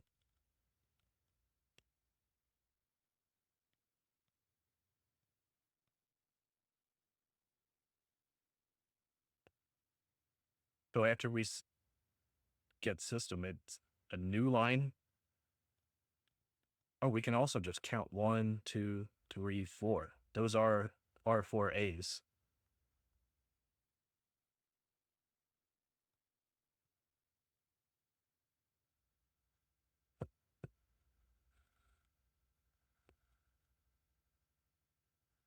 Hmm.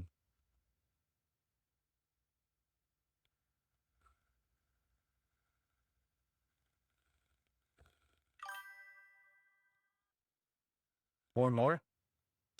All right.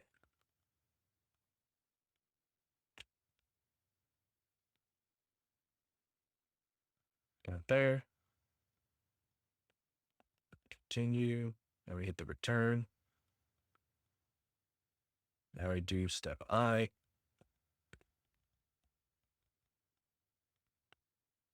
Now I system. Now I can look at stack.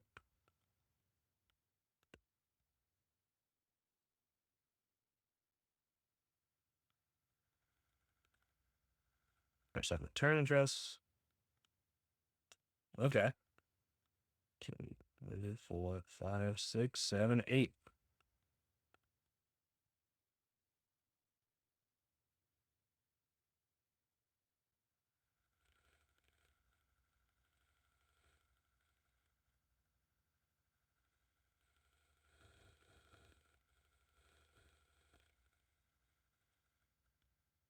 Right at Bundy Eye.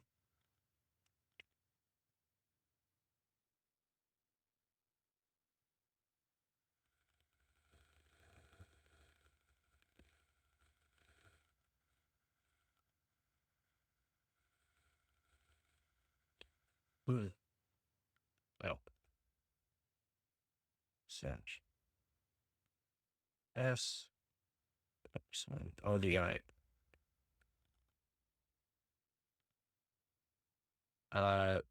That's wild.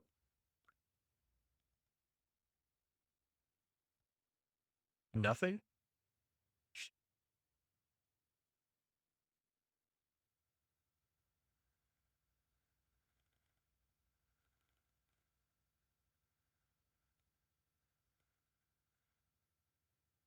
Hmm.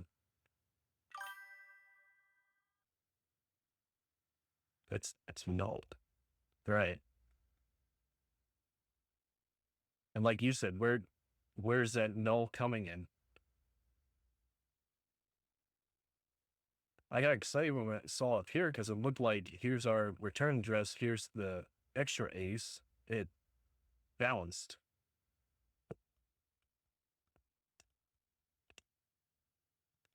I guess not.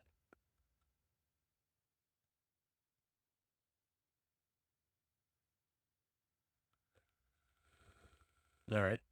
We overwrite the return address and then pad the a's, but nothing extra between. All right.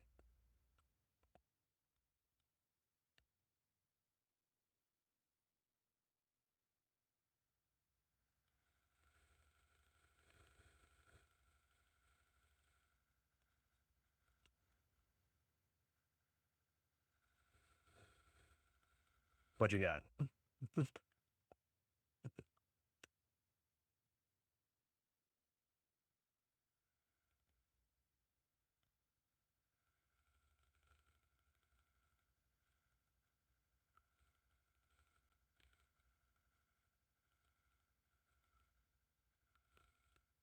Background fact, RDI just luckily points into the stack near where we control.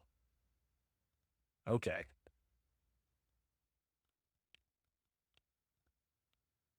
Points right to null bytes, which conclude the return address.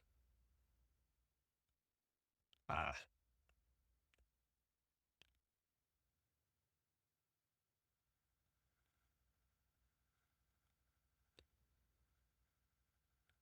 So is that means anything that's after the address is nulled?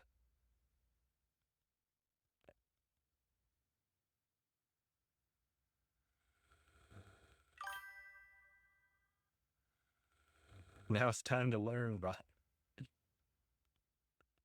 Oh boy.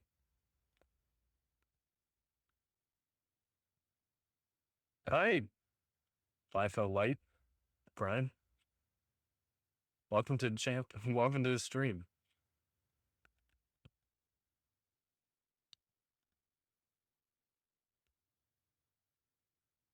Although I don't know how much longer we're gonna keep going. Because if we get into ROP, that's the oh, and brain, please work.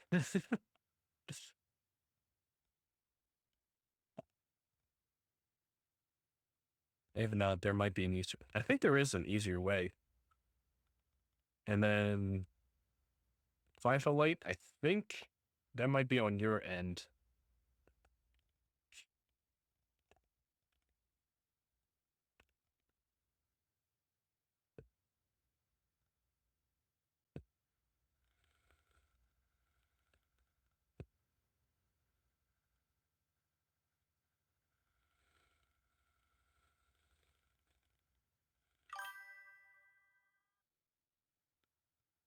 Oh, okay, good. that Doc, I feel like there's an easier way. There should be an easier way. That we're only on like the 5th exercise.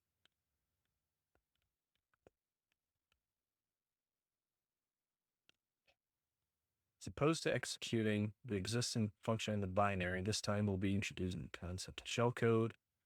Don't feel like you have to write your own. Just don't want to limit that. One-shot return address and libc to execute to exec shell.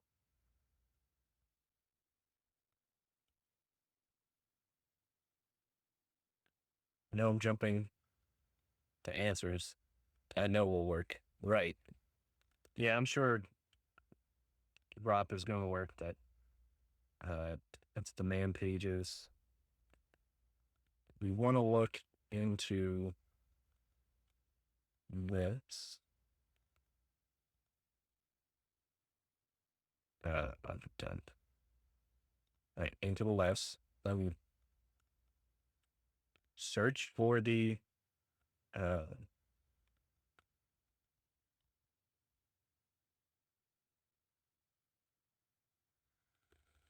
exe sub.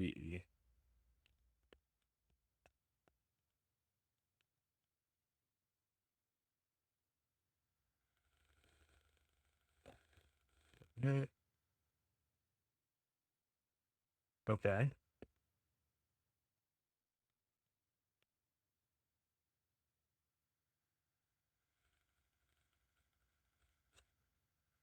Copy that into our notes.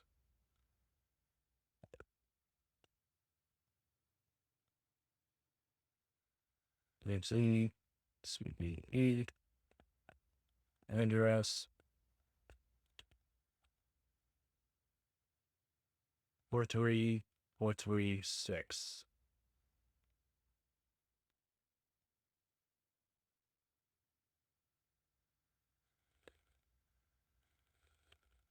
And then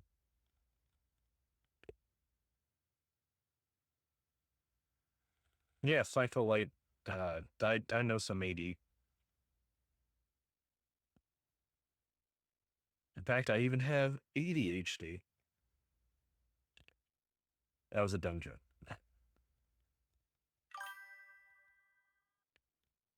able to find, see, and call it, but the same problem is that we need to control the argument to the function.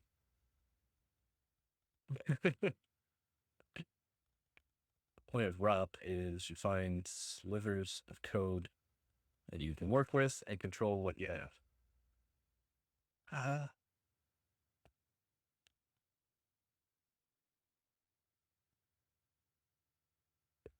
Yeah, I guess we should go with the OP.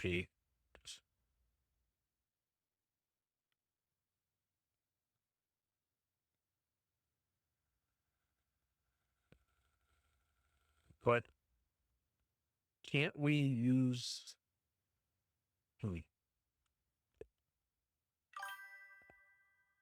It's easy to? Okay, I'm in.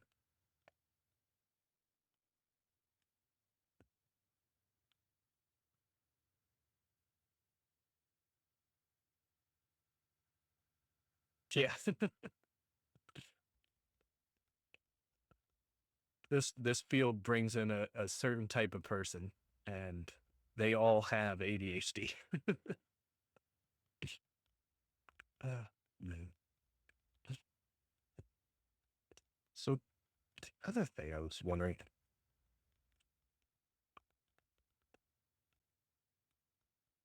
I found one.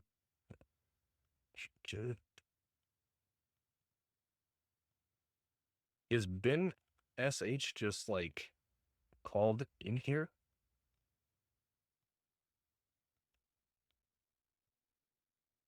No, no, that's out. All right, we can jump to the lot.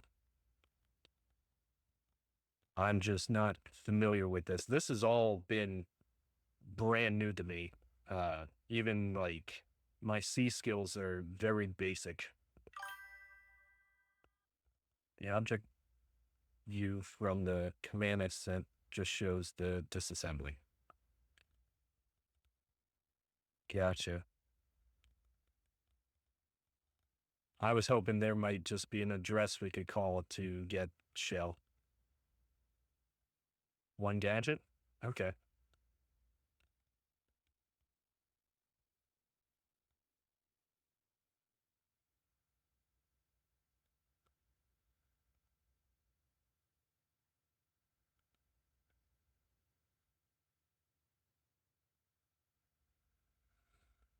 So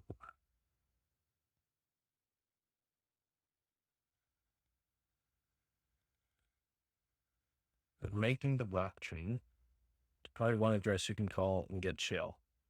Right.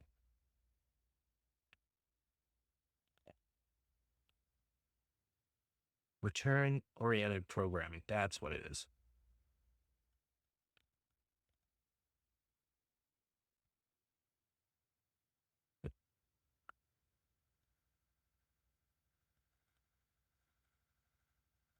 I've never done it. I don't think they did it for the back. I wrote exploits a million years ago.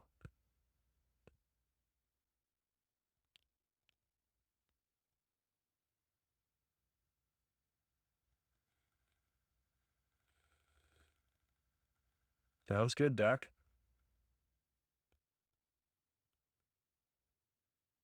Start with the basic approach to the concept.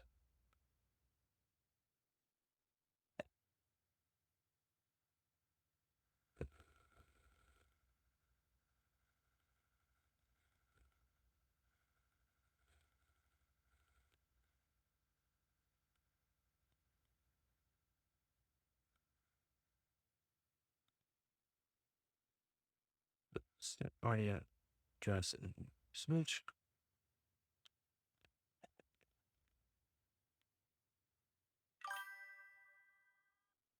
Actually, have their object screen. Yep, right here at the top.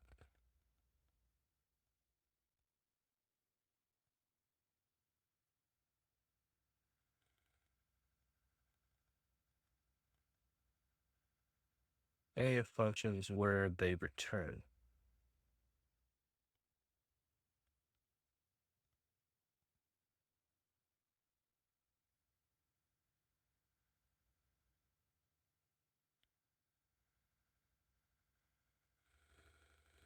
Yeah.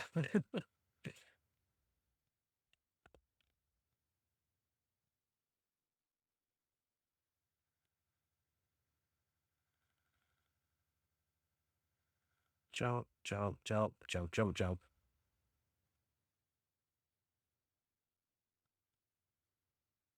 Yeah, we'll just go back to that. We're trying.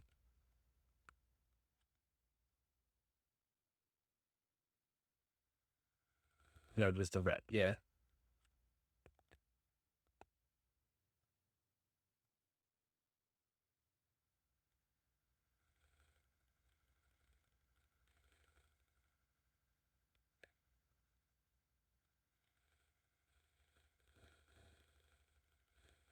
Cool, cool, cool, cool, cool, cool.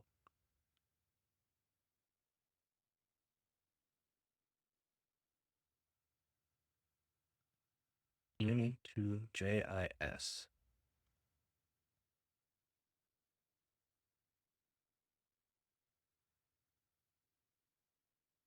Look at the return. Okay. It's C3.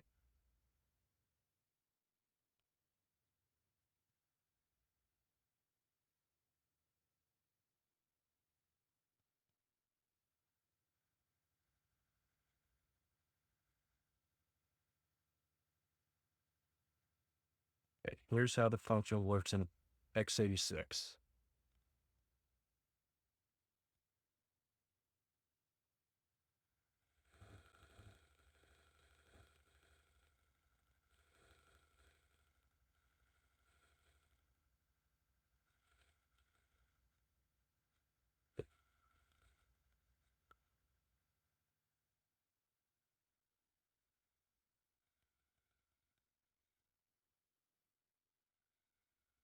It just is. Hmm.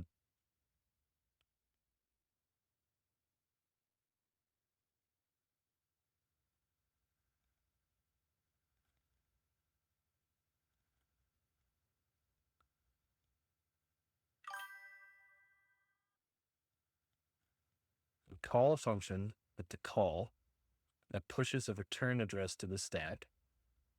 And you want to return, you use RET. It pops the value off the stack into the instruction pointer, aka RIP. Okay.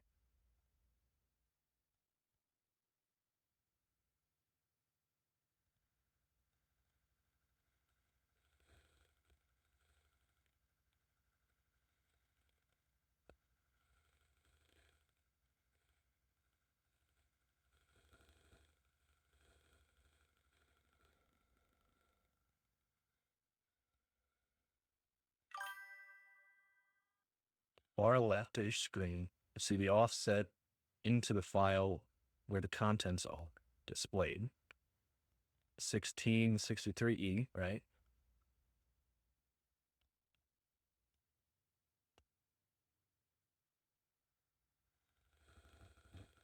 Next to the right of that, we see the bytes representing the byte code, and then the return of the human readable form. Got it.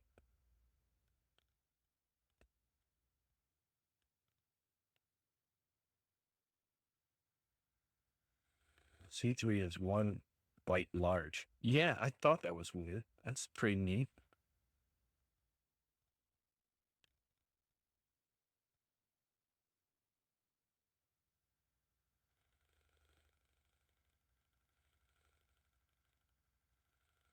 Okay, x86 doesn't care about address alignment.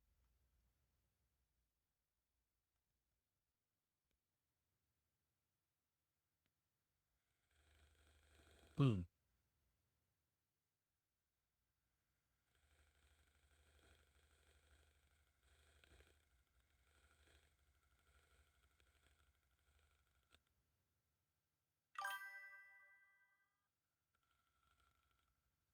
Anywhere in memory, C3 could be interpreted as a return instruction if you directed execution there. Anywhere in executable memory where you see a C3 could be interpreted as a return instruction if you directed execution. Okay.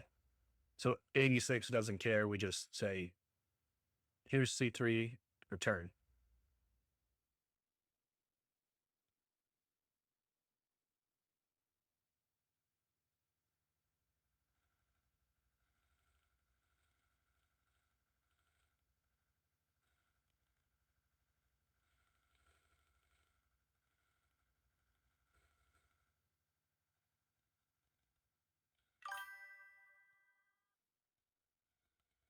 Go back into do. All right.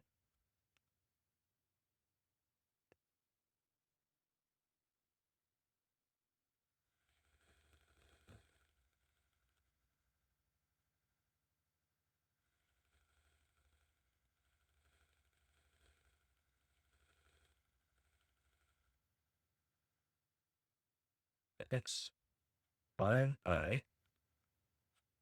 Sorry. We're at, you know what, 1, 2, and 5. All right.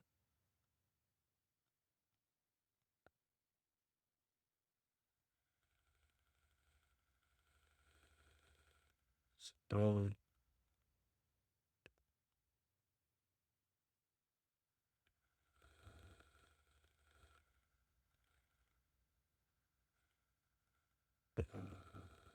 Okay. We have our system call here.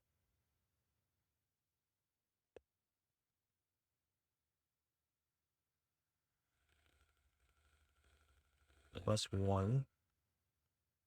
That's 2. It's between the bullet rip and rip +1. I should continue.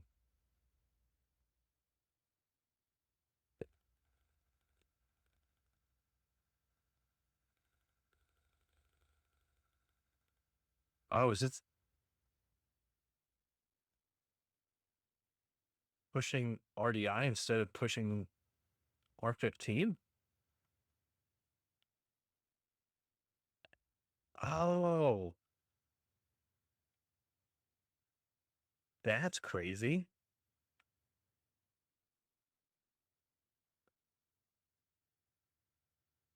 To push RDI. Yeah. So by being misaligned, it reads it different.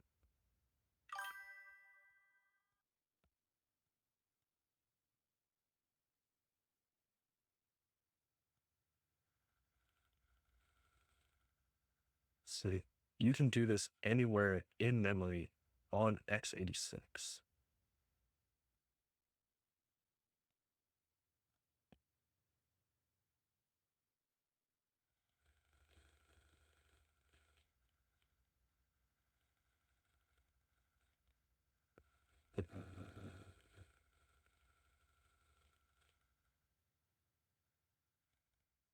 As long as it's executable memory. Got it. Got it. Huh.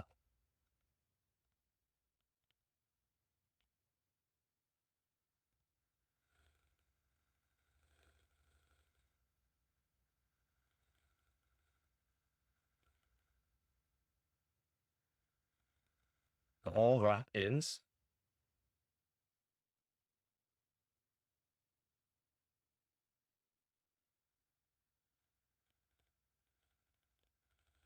just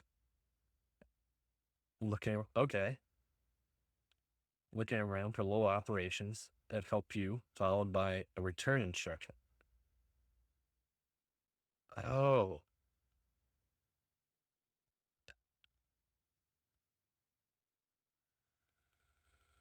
that's crazy.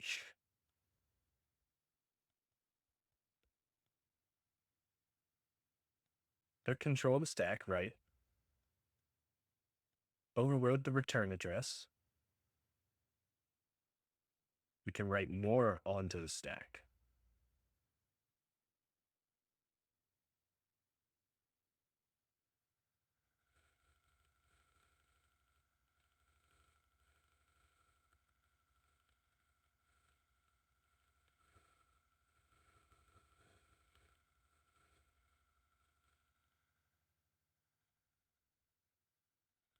Application where the instructions were interpreted as add RDI 5, return.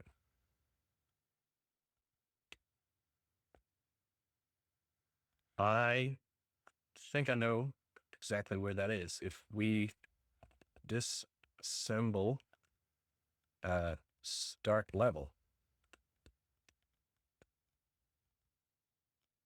there was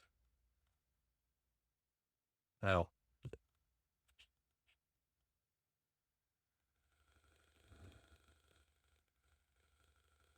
I saw it.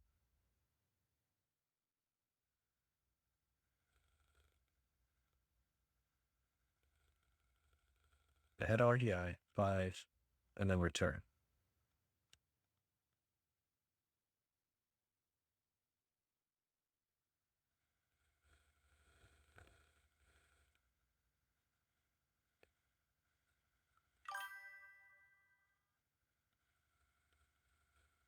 Now what you do is overwrite the return. We have system now with the one that adjusts RDI and returns, and then another return address. Oh, okay, it's just an example. Got it.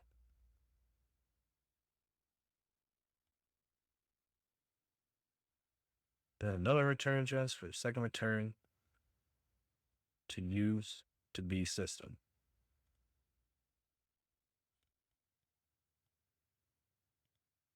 Do is overwrite the return address. We have system now, with the one that adjusts the RDI and returns. I know. How's my brain feeling? Oh boy, it we're running on fumes, but I feel like we're close. We have system actually calling. We just have to get it to write what we want. But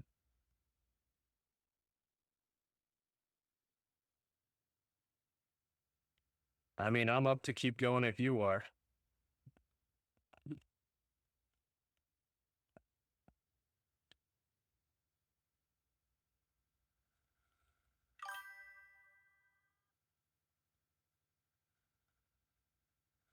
Need REI pointing where we control the contents.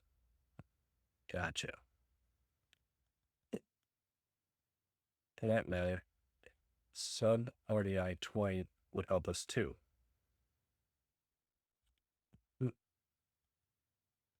Right now, RDI points exactly the wrong place in our contents.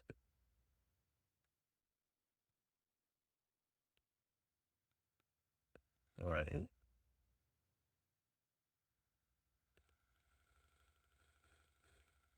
So we moved it down by 6 bytes. Or up by 2, we'd be in the might.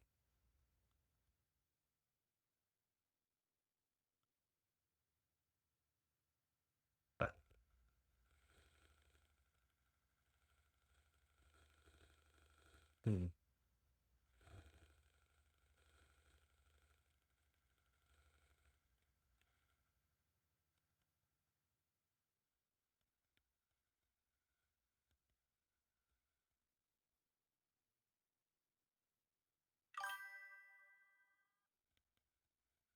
Rashville, because I looked up to be more used to shit with some purple pills.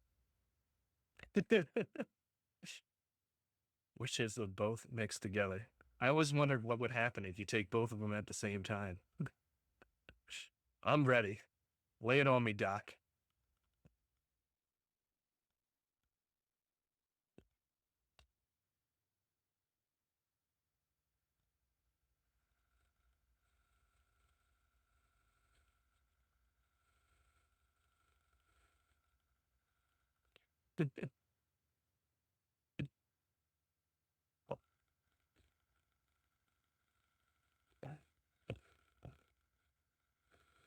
Yeah, no worries. Take your time.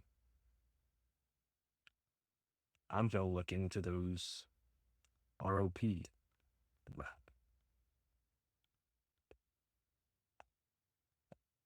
Ew.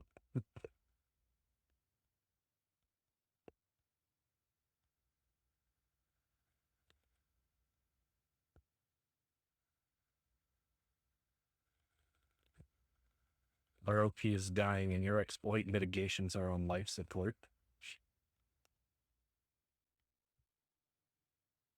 Turn oriented programming.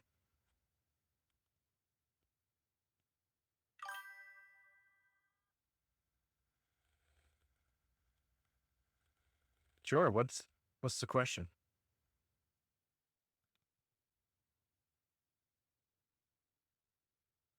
Back into the debugger. LIR.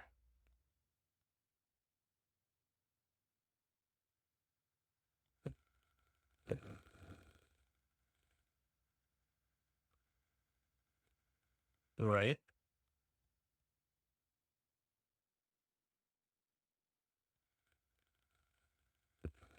Looking at all the registers. Our A's. Up more. RPX. So that's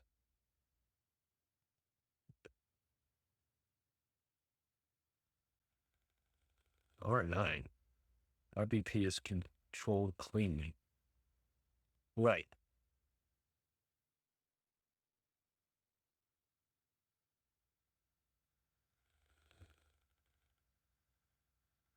That's all our A's that we print out. Right? So controlled cleanly. Got overridden before the return address. Oh.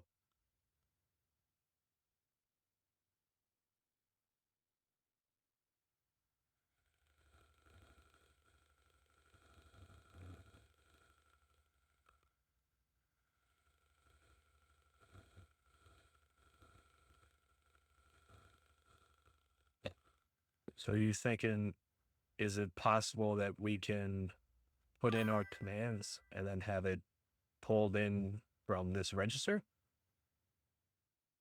Here's a recommendation I have. Get a copy of Art of Exploitation Part 2. There's one on book taught me exploitation.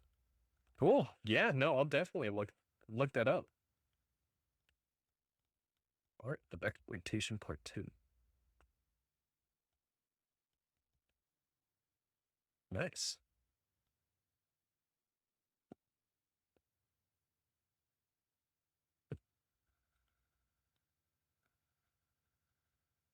We're gonna see if we can use RBP.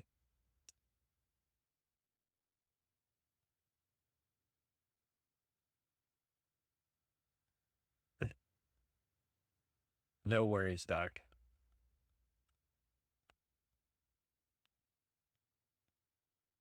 General these types of attack. Arise when adversary manipulates the call stack. Overrun buffer.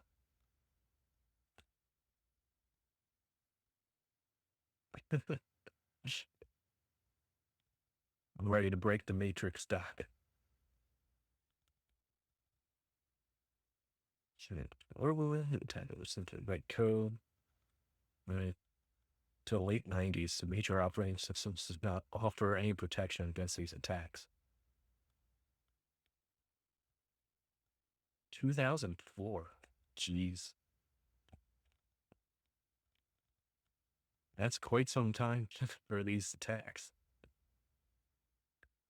Began to combat the exploitation of the buffer with full bugs by marking memory, but data is written as non-executable, technique known as executable. Okay, that's what Doc was talking about.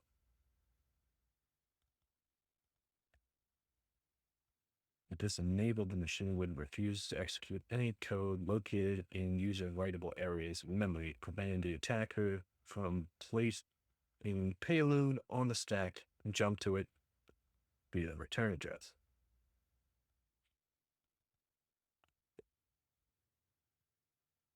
It became hardware support later became available to strengthen this protection.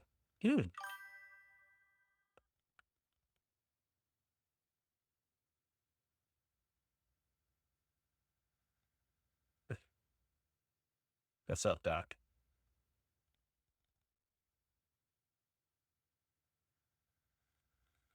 Show me the process map again? Yeah.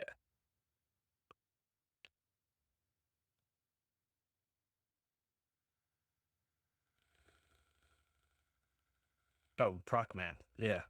That's this one.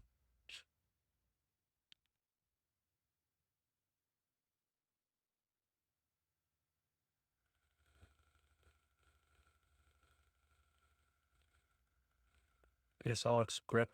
Okay.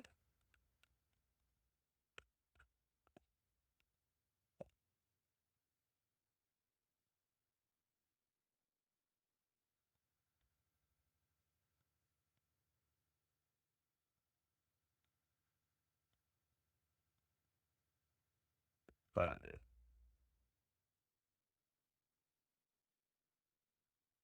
it is 7:52. Legend. Cat. Process. 7:52. Maps.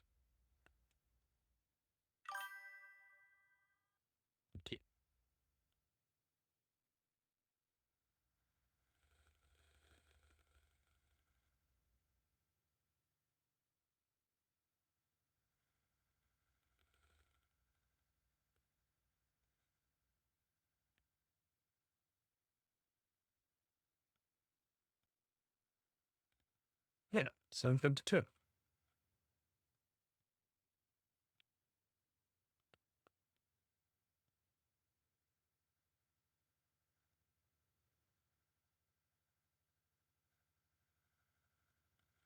What? Oh, it's 5:56. Oh. Oh, jeez.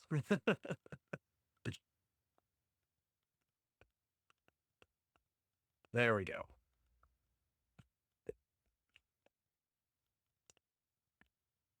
All right.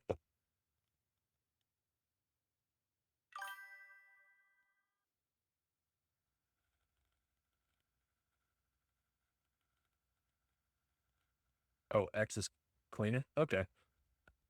AX is cleaning.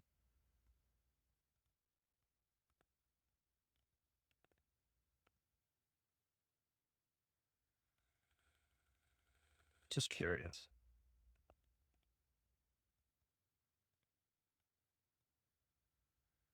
Oh my God, that is so much better.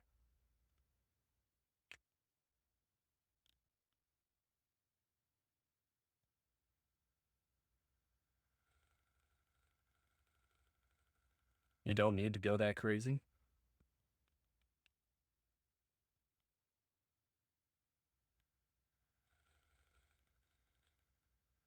That's,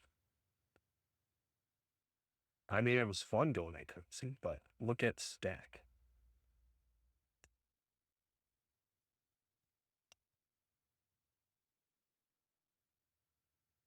It's, it's execute. The stack is executable.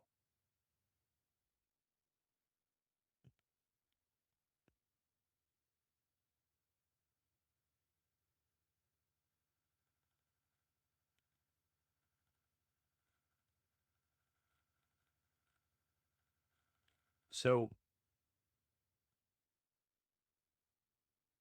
it's,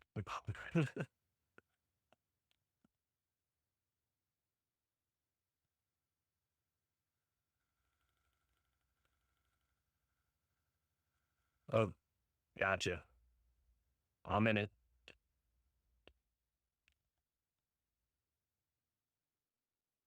I'm sure we're going to get to ROP soon with these exercises.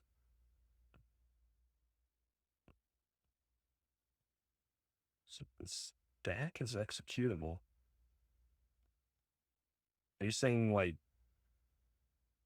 we can call back onto the stack?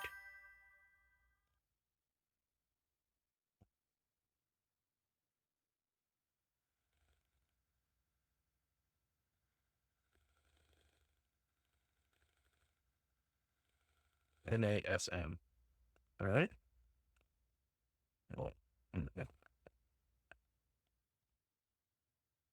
NASM.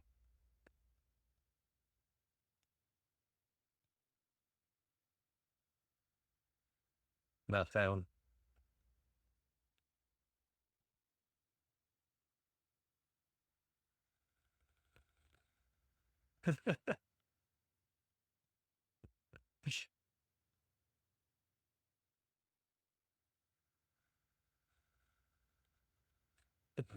So we have to go back to the.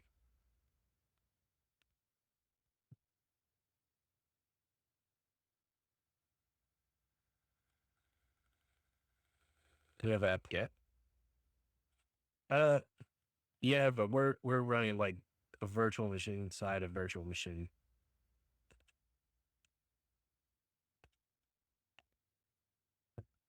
Yeah,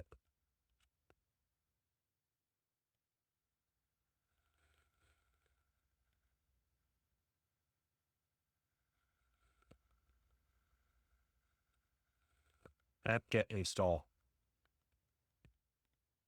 Oh,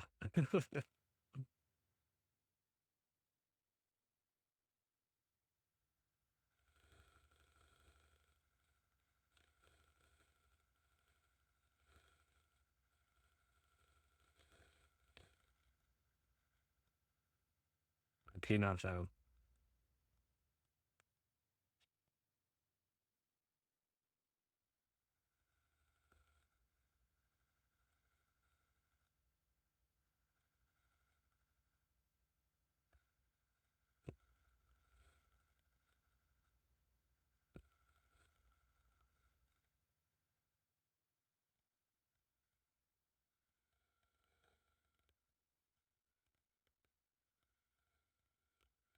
Back on that shell code.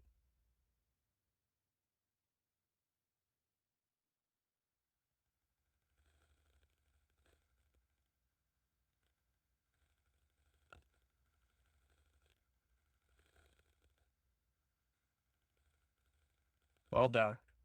I think we're gonna call it there.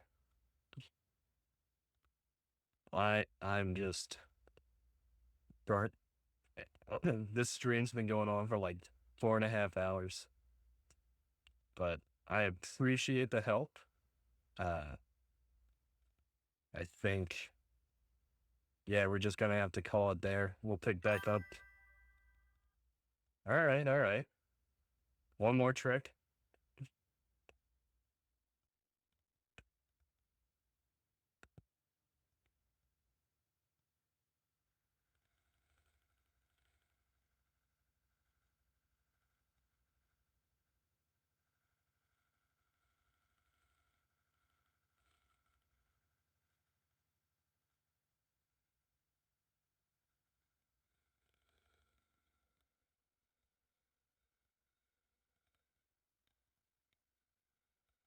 One more time. All right. Break on the return.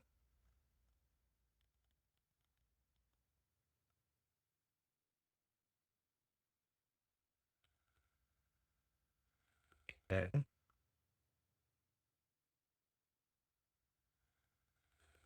But we're still on the return, aren't we?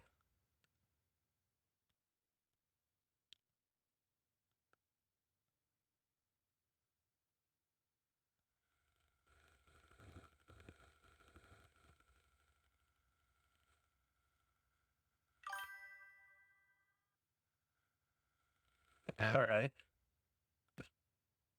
I love old school hacking.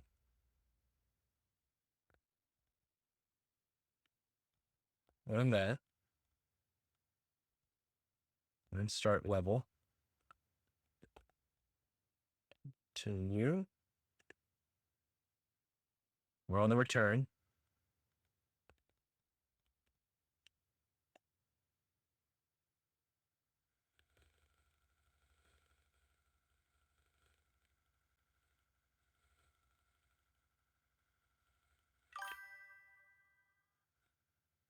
IRSP.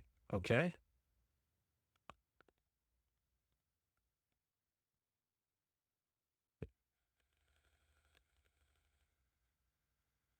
FFFE628.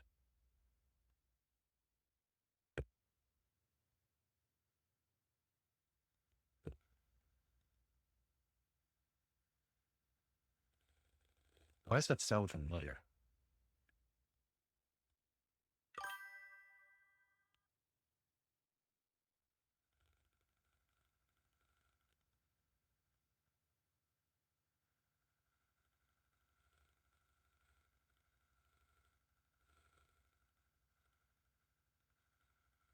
I'm holding on.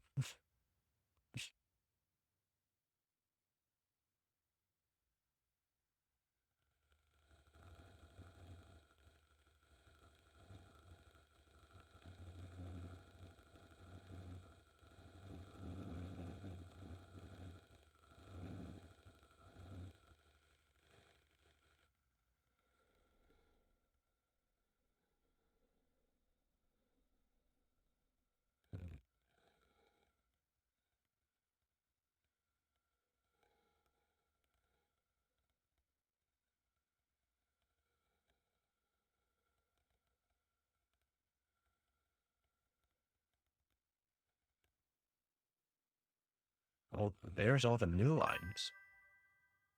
Change your return address in system to 630. Okay.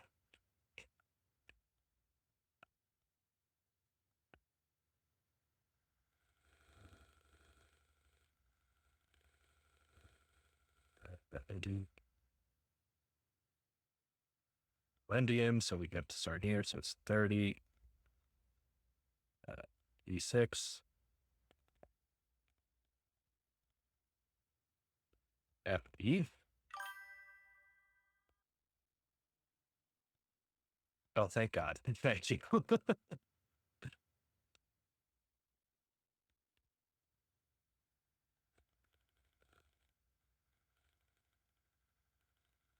Then the band. What?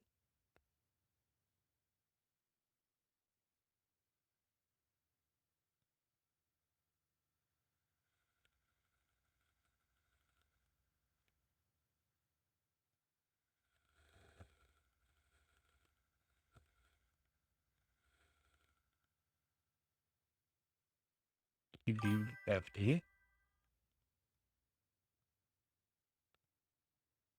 Oh, okay. I see what you mean. Just like that.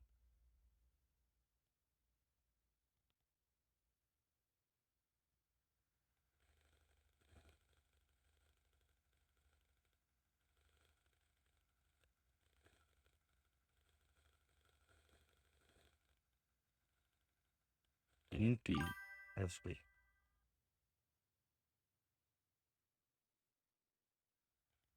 Go to the return instruction, and we'll check the stack. Sounds good. Continue.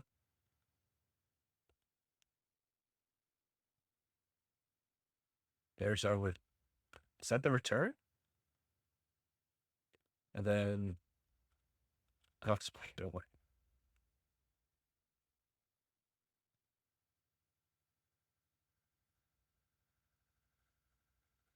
Use throughout life.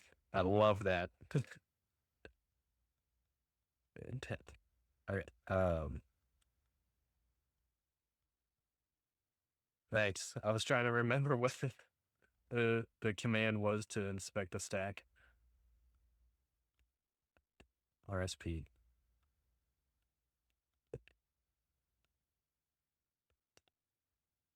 Okay. PB. Then our address.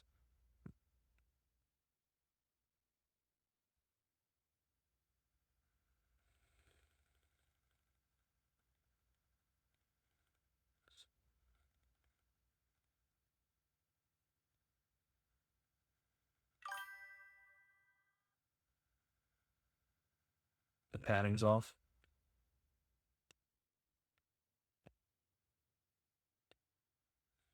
136.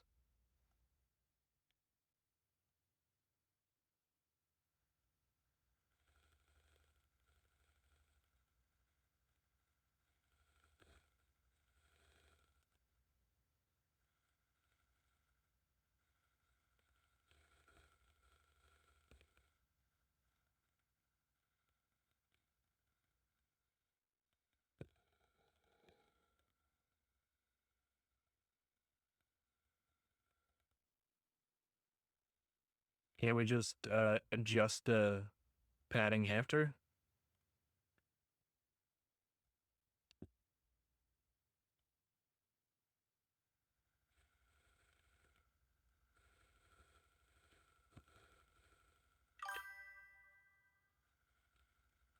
One more FF in the middle. Okay. Slash X FF. All right, let's see.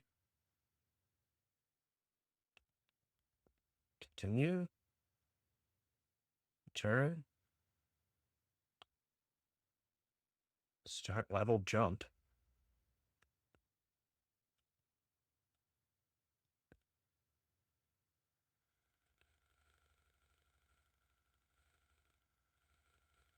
Where are we? Jump to that. Or bad jump.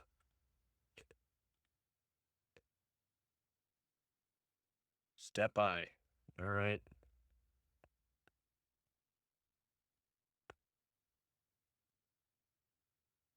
Jumping to, is it 6:30? Is that,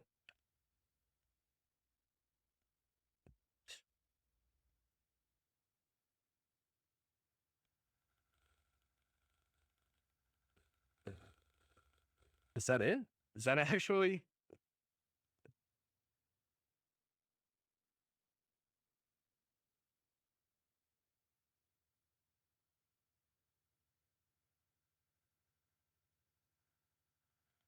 Jump to F. Class, literally.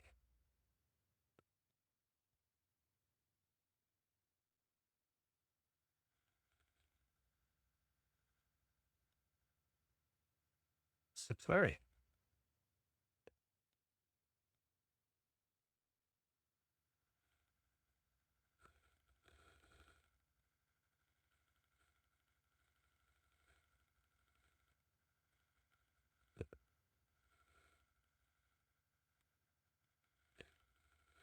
Make sure I save this command. We overflowed the stack, overwrote the return address, the next address of the stack.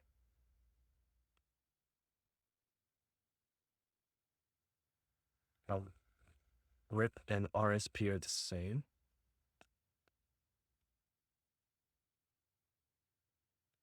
Yeah.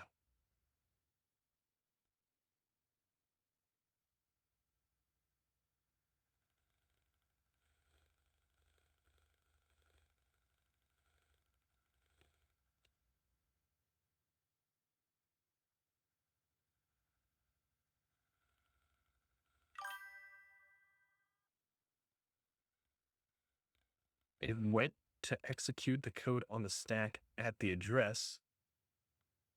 We put code there for EBFE, which is jump -2. Oh my gosh.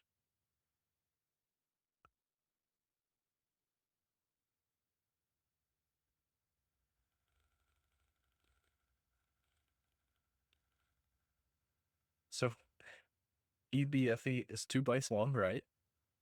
Jump -2 means jump to the beginning. So it's just an infinite loop of jumping back to the top of the stack.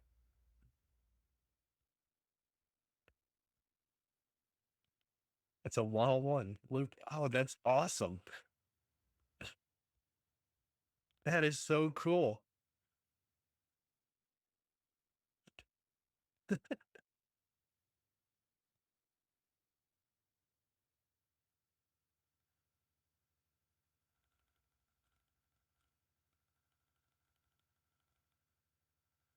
So we would place EBFE as any shellcode. All right. That's so cool. All right, Doc, I got to hand it to you. That was pretty good. That's a great place to lay off. Yeah, I'm definitely looking forward to the next time. Oh yeah, no worries. Have a good one, Doc. Appreciate you, and thanks for everyone for coming along for the ride. It's been a lot of fun. I'm looking forward to the next steps, and yeah, take it easy, everyone. I'll see you later.